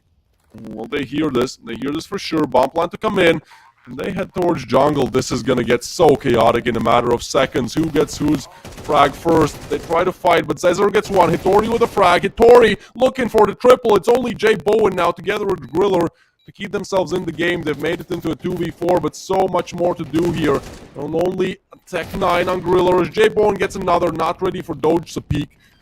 And so a 1v3, they now know where Griller is. He pushes out, gets a double, looking for the third. Griller, oh, it's a long defuse as well, has to spam through, can't find it. He does, Griller! Not like that, G2. Think we heard the team chat. Oh my goodness, like that? Like that, huh? Talk about back and forth. Talk about an emotional roller coaster there. Griller with the 1v2. And yeah, sure, take attack pause. Figure that one out. 4 kills with that Tech 9 in that round. 3 to convert the 1v3. And look at the buy on G2 of the heroics of Griller. They might have done it all. Well, just to play devil's advocate here. Precy, as good as their comeback has been, that one problem, guess what? Yeah, it has been, you know, up against pistols, up against MP9s. So, I'm not saying anything, but like, again, you know, I'm gonna call it over when it's over. This is such an easy round to convert. Good luck, Precy, and more often than not, good luck, G2. I want to take this to Anubis, but this would require the whole 9 yards. Overtime win, and then Anubis win. So, B bomb site under attack. 2 players towards Zaps. Might be a problem, and Doge actually gets a frag. They're not ready for this. Equip gets one back, but are they ready for the double setup towards Zaps? This is a beautiful play. FNK should decide now where he wants to take this. Refrag by Asilian, a 2v3 still. As Asilian is looking for more. Shots not connected, and Griller gets another. Tuck on for the 1v2. Gets the first. Big nade, and that's gonna be it. Griller to shut him out with a poetic ending to this one. Griller to finish off both, and that is gonna be 13-11 for Precy. Congratulations, as barely by the skin of their teeth, they take this one to playoffs. They take this one 2-0. Precy complete the roster for playoffs. They are the 8th team, joining everyone else to, well, play in the playoffs starting tomorrow, but unfortunately, goodbye G2. I mean, you tried their best. I feel bad for G2 fans, but like, you know, you had to win that 1v3. I'm sorry, I'm not to be the meanie here, but you know. Either way, let's get our minds on something more positive. Tomorrow, the playoffs will start. We'll have playoffs over 3 days. Tomorrow is Dash versus Godsent and Navi Jr. versus, well, the Just Crown victors Precy. After that, we'll have Gen 1 versus 9 Academy, Young Ninjas versus Fobet the day after tomorrow, and then, you know, semis and finals. That's how the schedule looks like. In terms of times, tomorrow's game starts a little bit faster. It's rescheduled. Tomorrow's game starts at 1 CET. It is going to be Dash versus Godsent, and then the second game starting at 4 CET will be Navi Jr. versus Precy, who miraculously win this one. So, with all that out of the way, thank you guys for watching. Hopefully you enjoyed. A bit of a long day, but look, it was great to see the same map pool, actually, how all the teams approach it differently. You know what, I'll get out of your face. Thank you everyone who watched. Tomorrow, see you at 1 p.m. CET, but until tomorrow, goodbye.